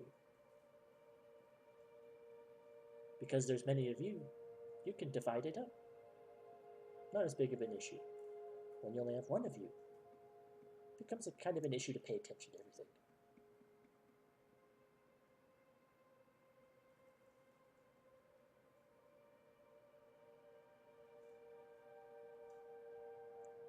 So, what's your big plan for your goals?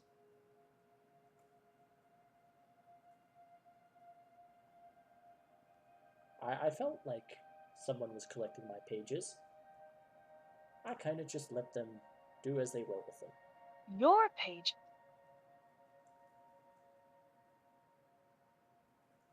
What do you mean? She stands up now. Well, technically, they weren't my pages. They were the Eternal Clock's magic to begin with, and I inscribed them and put them onto pages from which I put in my spellbook and then took out because I didn't need them anymore because I can only have 1,235 pages in my spellbook.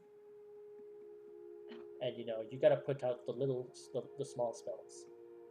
You gotta take them out occasionally, put the bigger ones in. Gets up from the bench.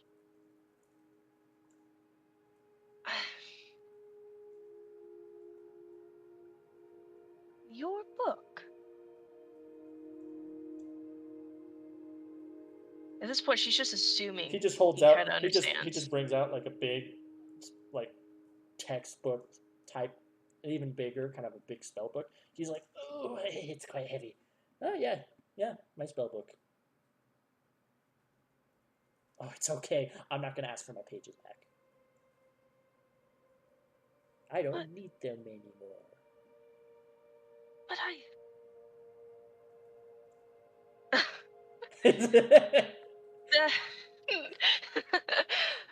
Okay, at first it was Zelda laughing, now but it's just me. I just...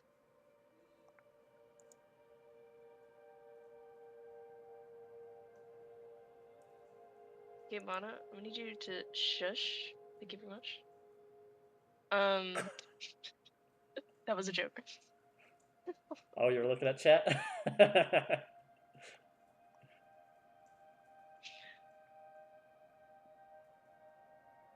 But what would the King of Tongues want to do with those pages?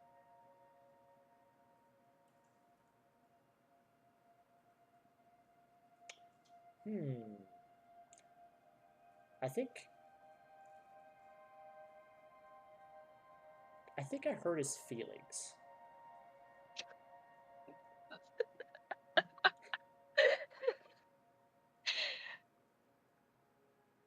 I think yesterday. I think I hurt his feelings just yesterday. Or was that a year ago?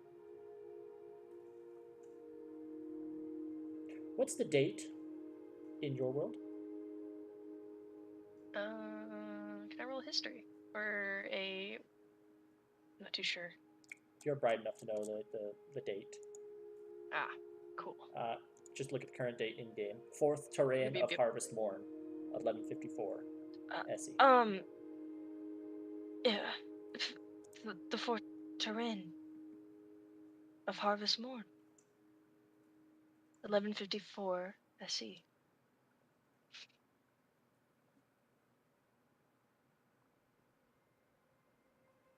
He's just like tapping his chin, like trying to remember.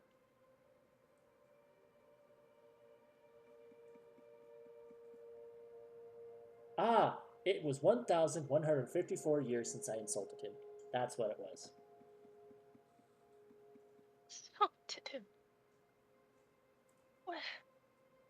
Well, yes, Well, he plotted for years and years on end for some big evil plan, and I merely rewound time and rewrote all of his plans so he had false data and failed in a lot of them. I think.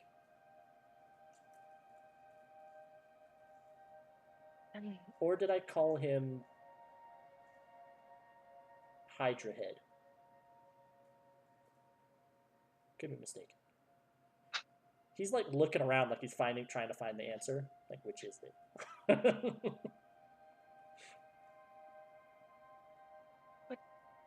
What do the pages mean?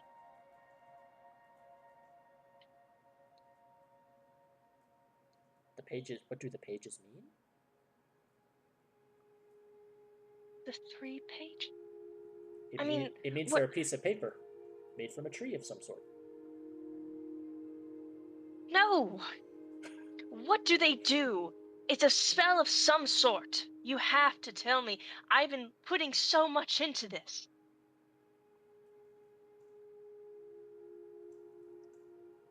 Give me a persuasion check. Oh, shit. Here we go again. Oh, fuck.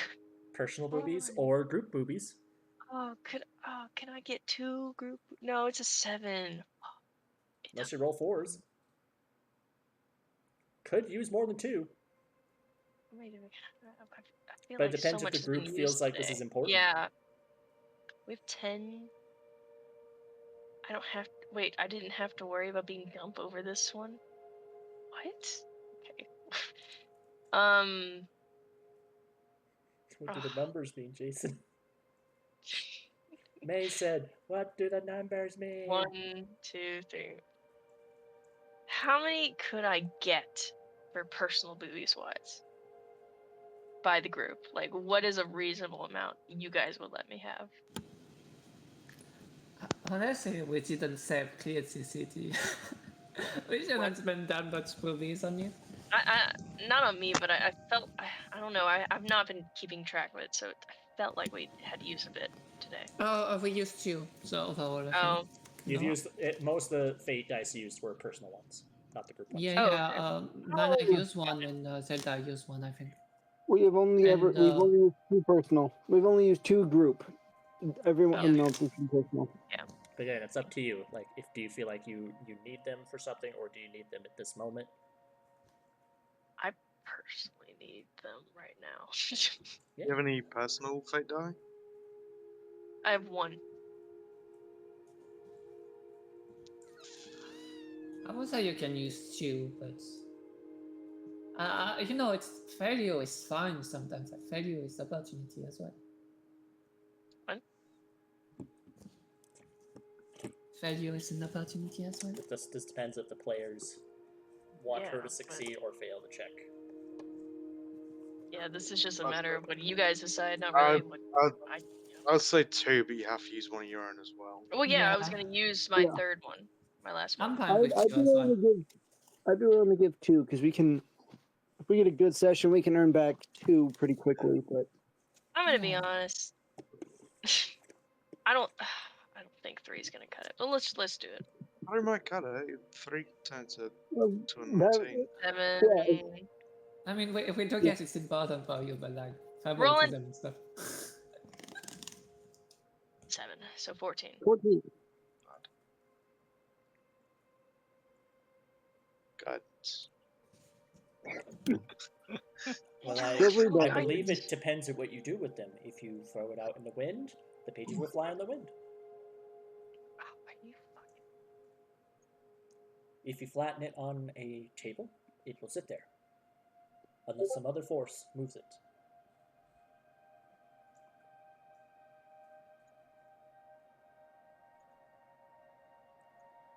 Why does the King of Tongue want those pages?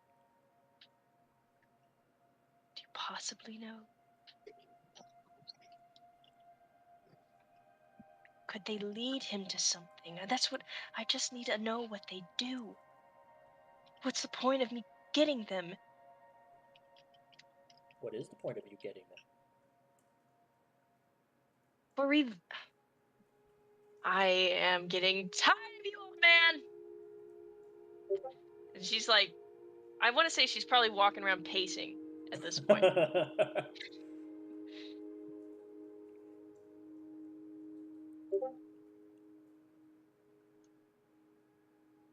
I don't think Chrono Shift's gonna work with this guy, buddies. If you haven't guessed who it was.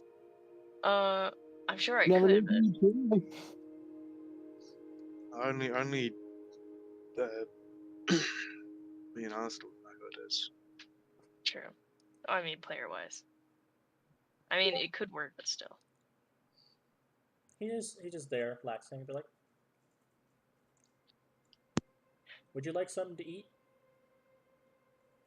Would that calm your No. nerves? No, that would not. Very well. More for me, as just from his cloak, he just pulls out a plate, just begins eating.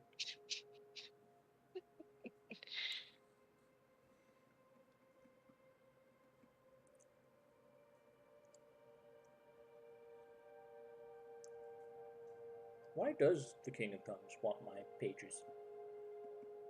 The question is, why not?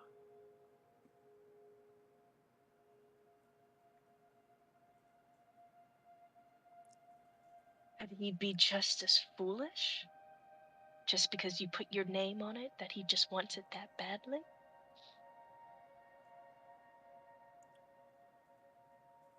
It must be because I called him a Hydra. That must be it. Yeah, you've got me thinking. That was it. I mean, he does God. look like a Hydra. But Hydra's an animal. I guess that'd be an insult. She's at this point, she's slumped right back down on the bench, hands in her face in her hands, and she's just like rubbing her face and just like, oh my god.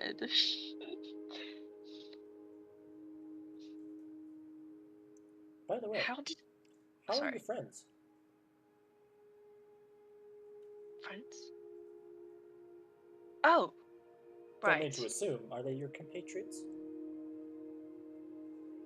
I travel with them, of course. Where are they? They here?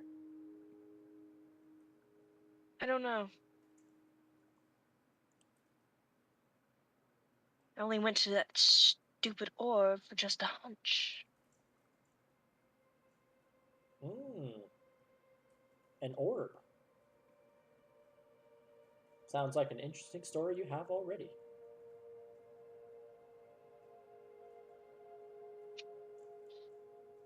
What kind of orb? Right. It was yellow. It was electrifying. It had this divine magic and stewed in it. It seemed... Oh, you caused a rift.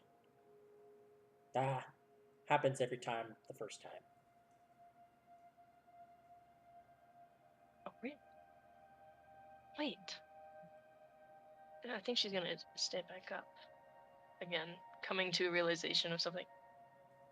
How will I get back? I can't stay here with you. That would be awful. No offense. None taken. But- You're still eating.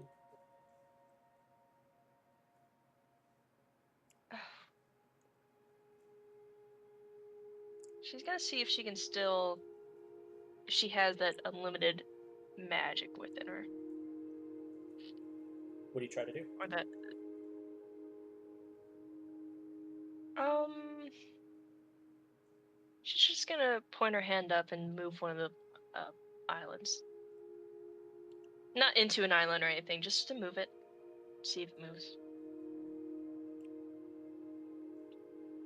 You sit there for a good minute, unable to manipulate it. Having trouble there? She just slowly looks and turns her head back to him. Her eyes just squinting. Yes. Is there I'm something confused. you were trying to do? Look, just some seconds ago, I had this unimaginable power. I had Was that everything. you, or was that another Zelda? Oh, it was probably. I don't know. He has like this pasta, and as he's finishing up, he's kind of like, because he's kind of stuffing his face. He's like spinning a fork. He's balling it up, and he's like swirling it around on the plate to get all like these sauces on it as much as possible. You just like me. He puts the plate back in his cloak, and it just disappears.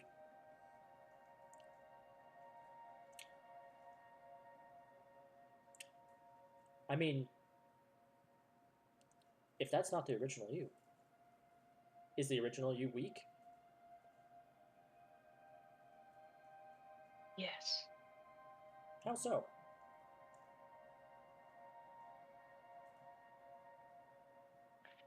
I am just. It's hard to explain. How do you explain someone's weakness? They lack power. What That was is the point. what is of power? this.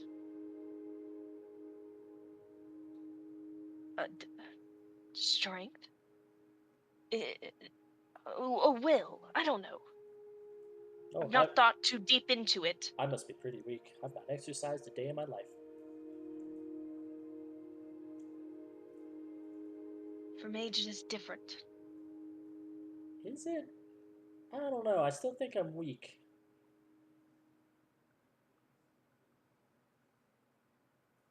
He goes to like try to lift like a bigger boulder, just not too far. I can't do it. Okay, and he gives up. Goes and sits back down.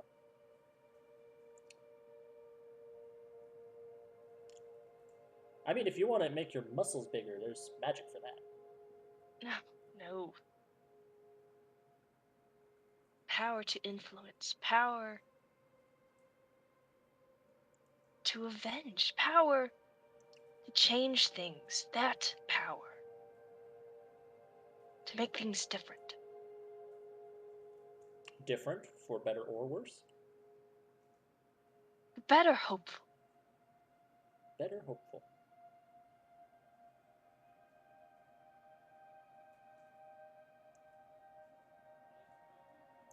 Would you like to hear a story? A small one. Okay. What'd you say? Okay.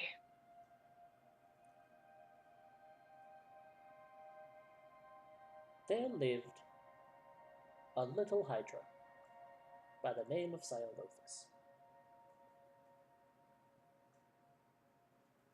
He only had one head. He wanted to get bigger because he was jealous of his siblings.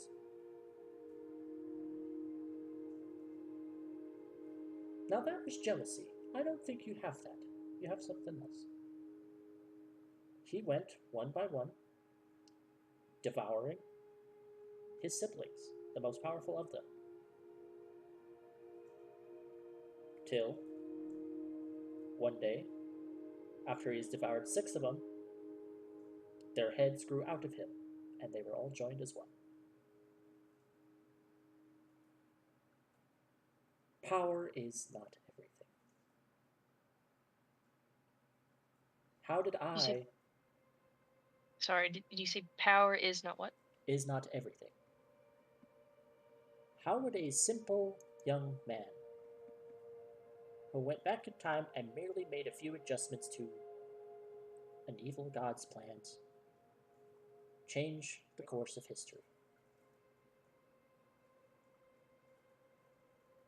What can one Yuan-Ti-blooded woman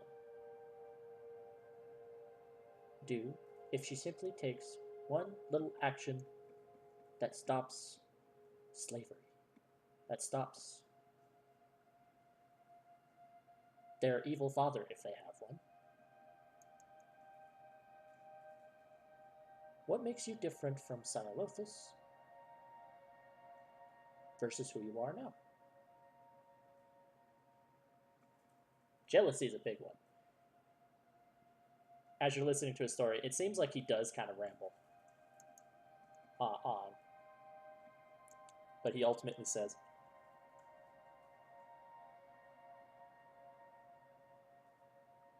if you want to get back home, sometimes you need to only think about what you can remember versus what you can't. Like the first time you touched the orb. Maybe that's a good place to get back to.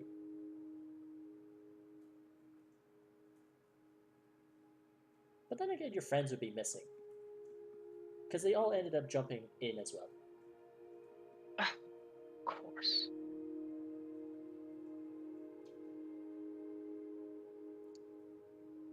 Oh yeah. He pops up like a piece of paper. Oh, it's a good thing I haven't met Arla yet. She's with some blue people.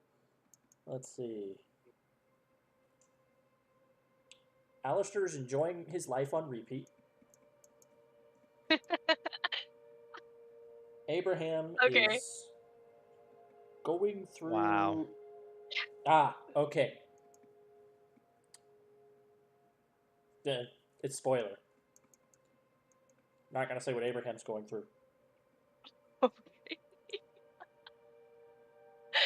All right. Is that you saying that, or is that That's him saying it. we'll call it? We'll call it. Yeah, All right, that's all no, right, no, that's him saying all it. right. Fair enough. Fair enough. Okay. Aw. Sebastian's meeting mom and dad. Ooh, that's rough. Poor Kalexi. Her dream home has just been raided by, by some bad people.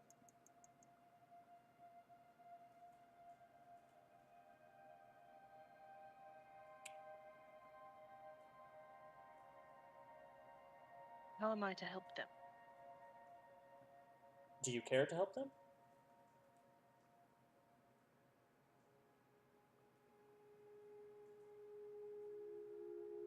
I don't know. If I gave you all the secrets you wanted to know about my pages now, would you help your friends? Of course. And she looks. She's like. She immediately shot like her face right back to him.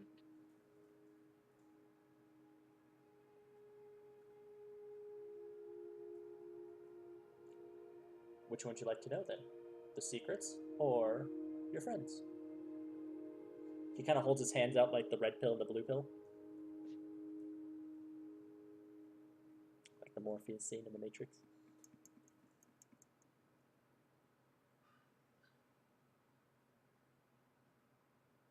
I would prefer to save them. Yeah, you guys were not one. Are you sure? Are you sure? He's like waving the hand that has the page information. Are you sure? Secrets, do whatever you want, I guess. Ugh, Versus saving fine, your whatever. friends. I'm saving them. Ah, okay.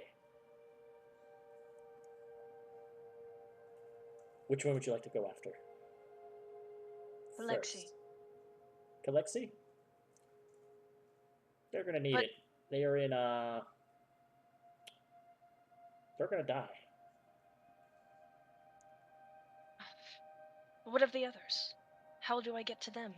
Well,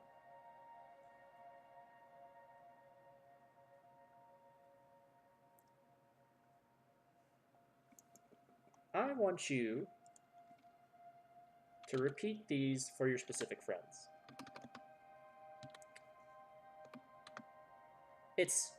You're going to just conjure magic energy, but you're going to think of a time.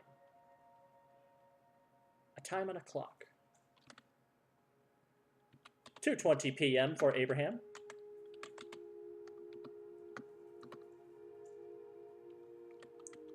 4:56 for Alistair. PM. PM, yes. You guys are getting your clocks. Hey. 8:09 a.m. for Sebastian.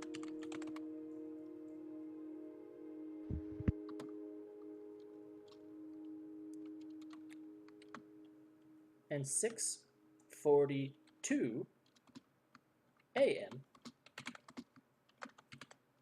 for Arla. Or Mana. In your world, is it Mana or Arla? She's changed it so many times. It is Mana for now. Mana, okay. I'm beginning to understand which Braytonus you came from.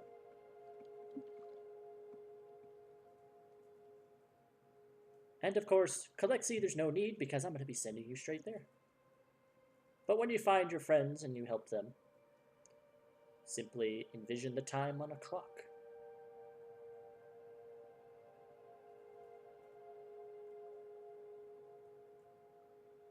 And when you find all your friends, you will be leaving this place, these rifts, without any more knowledge of what the pages do.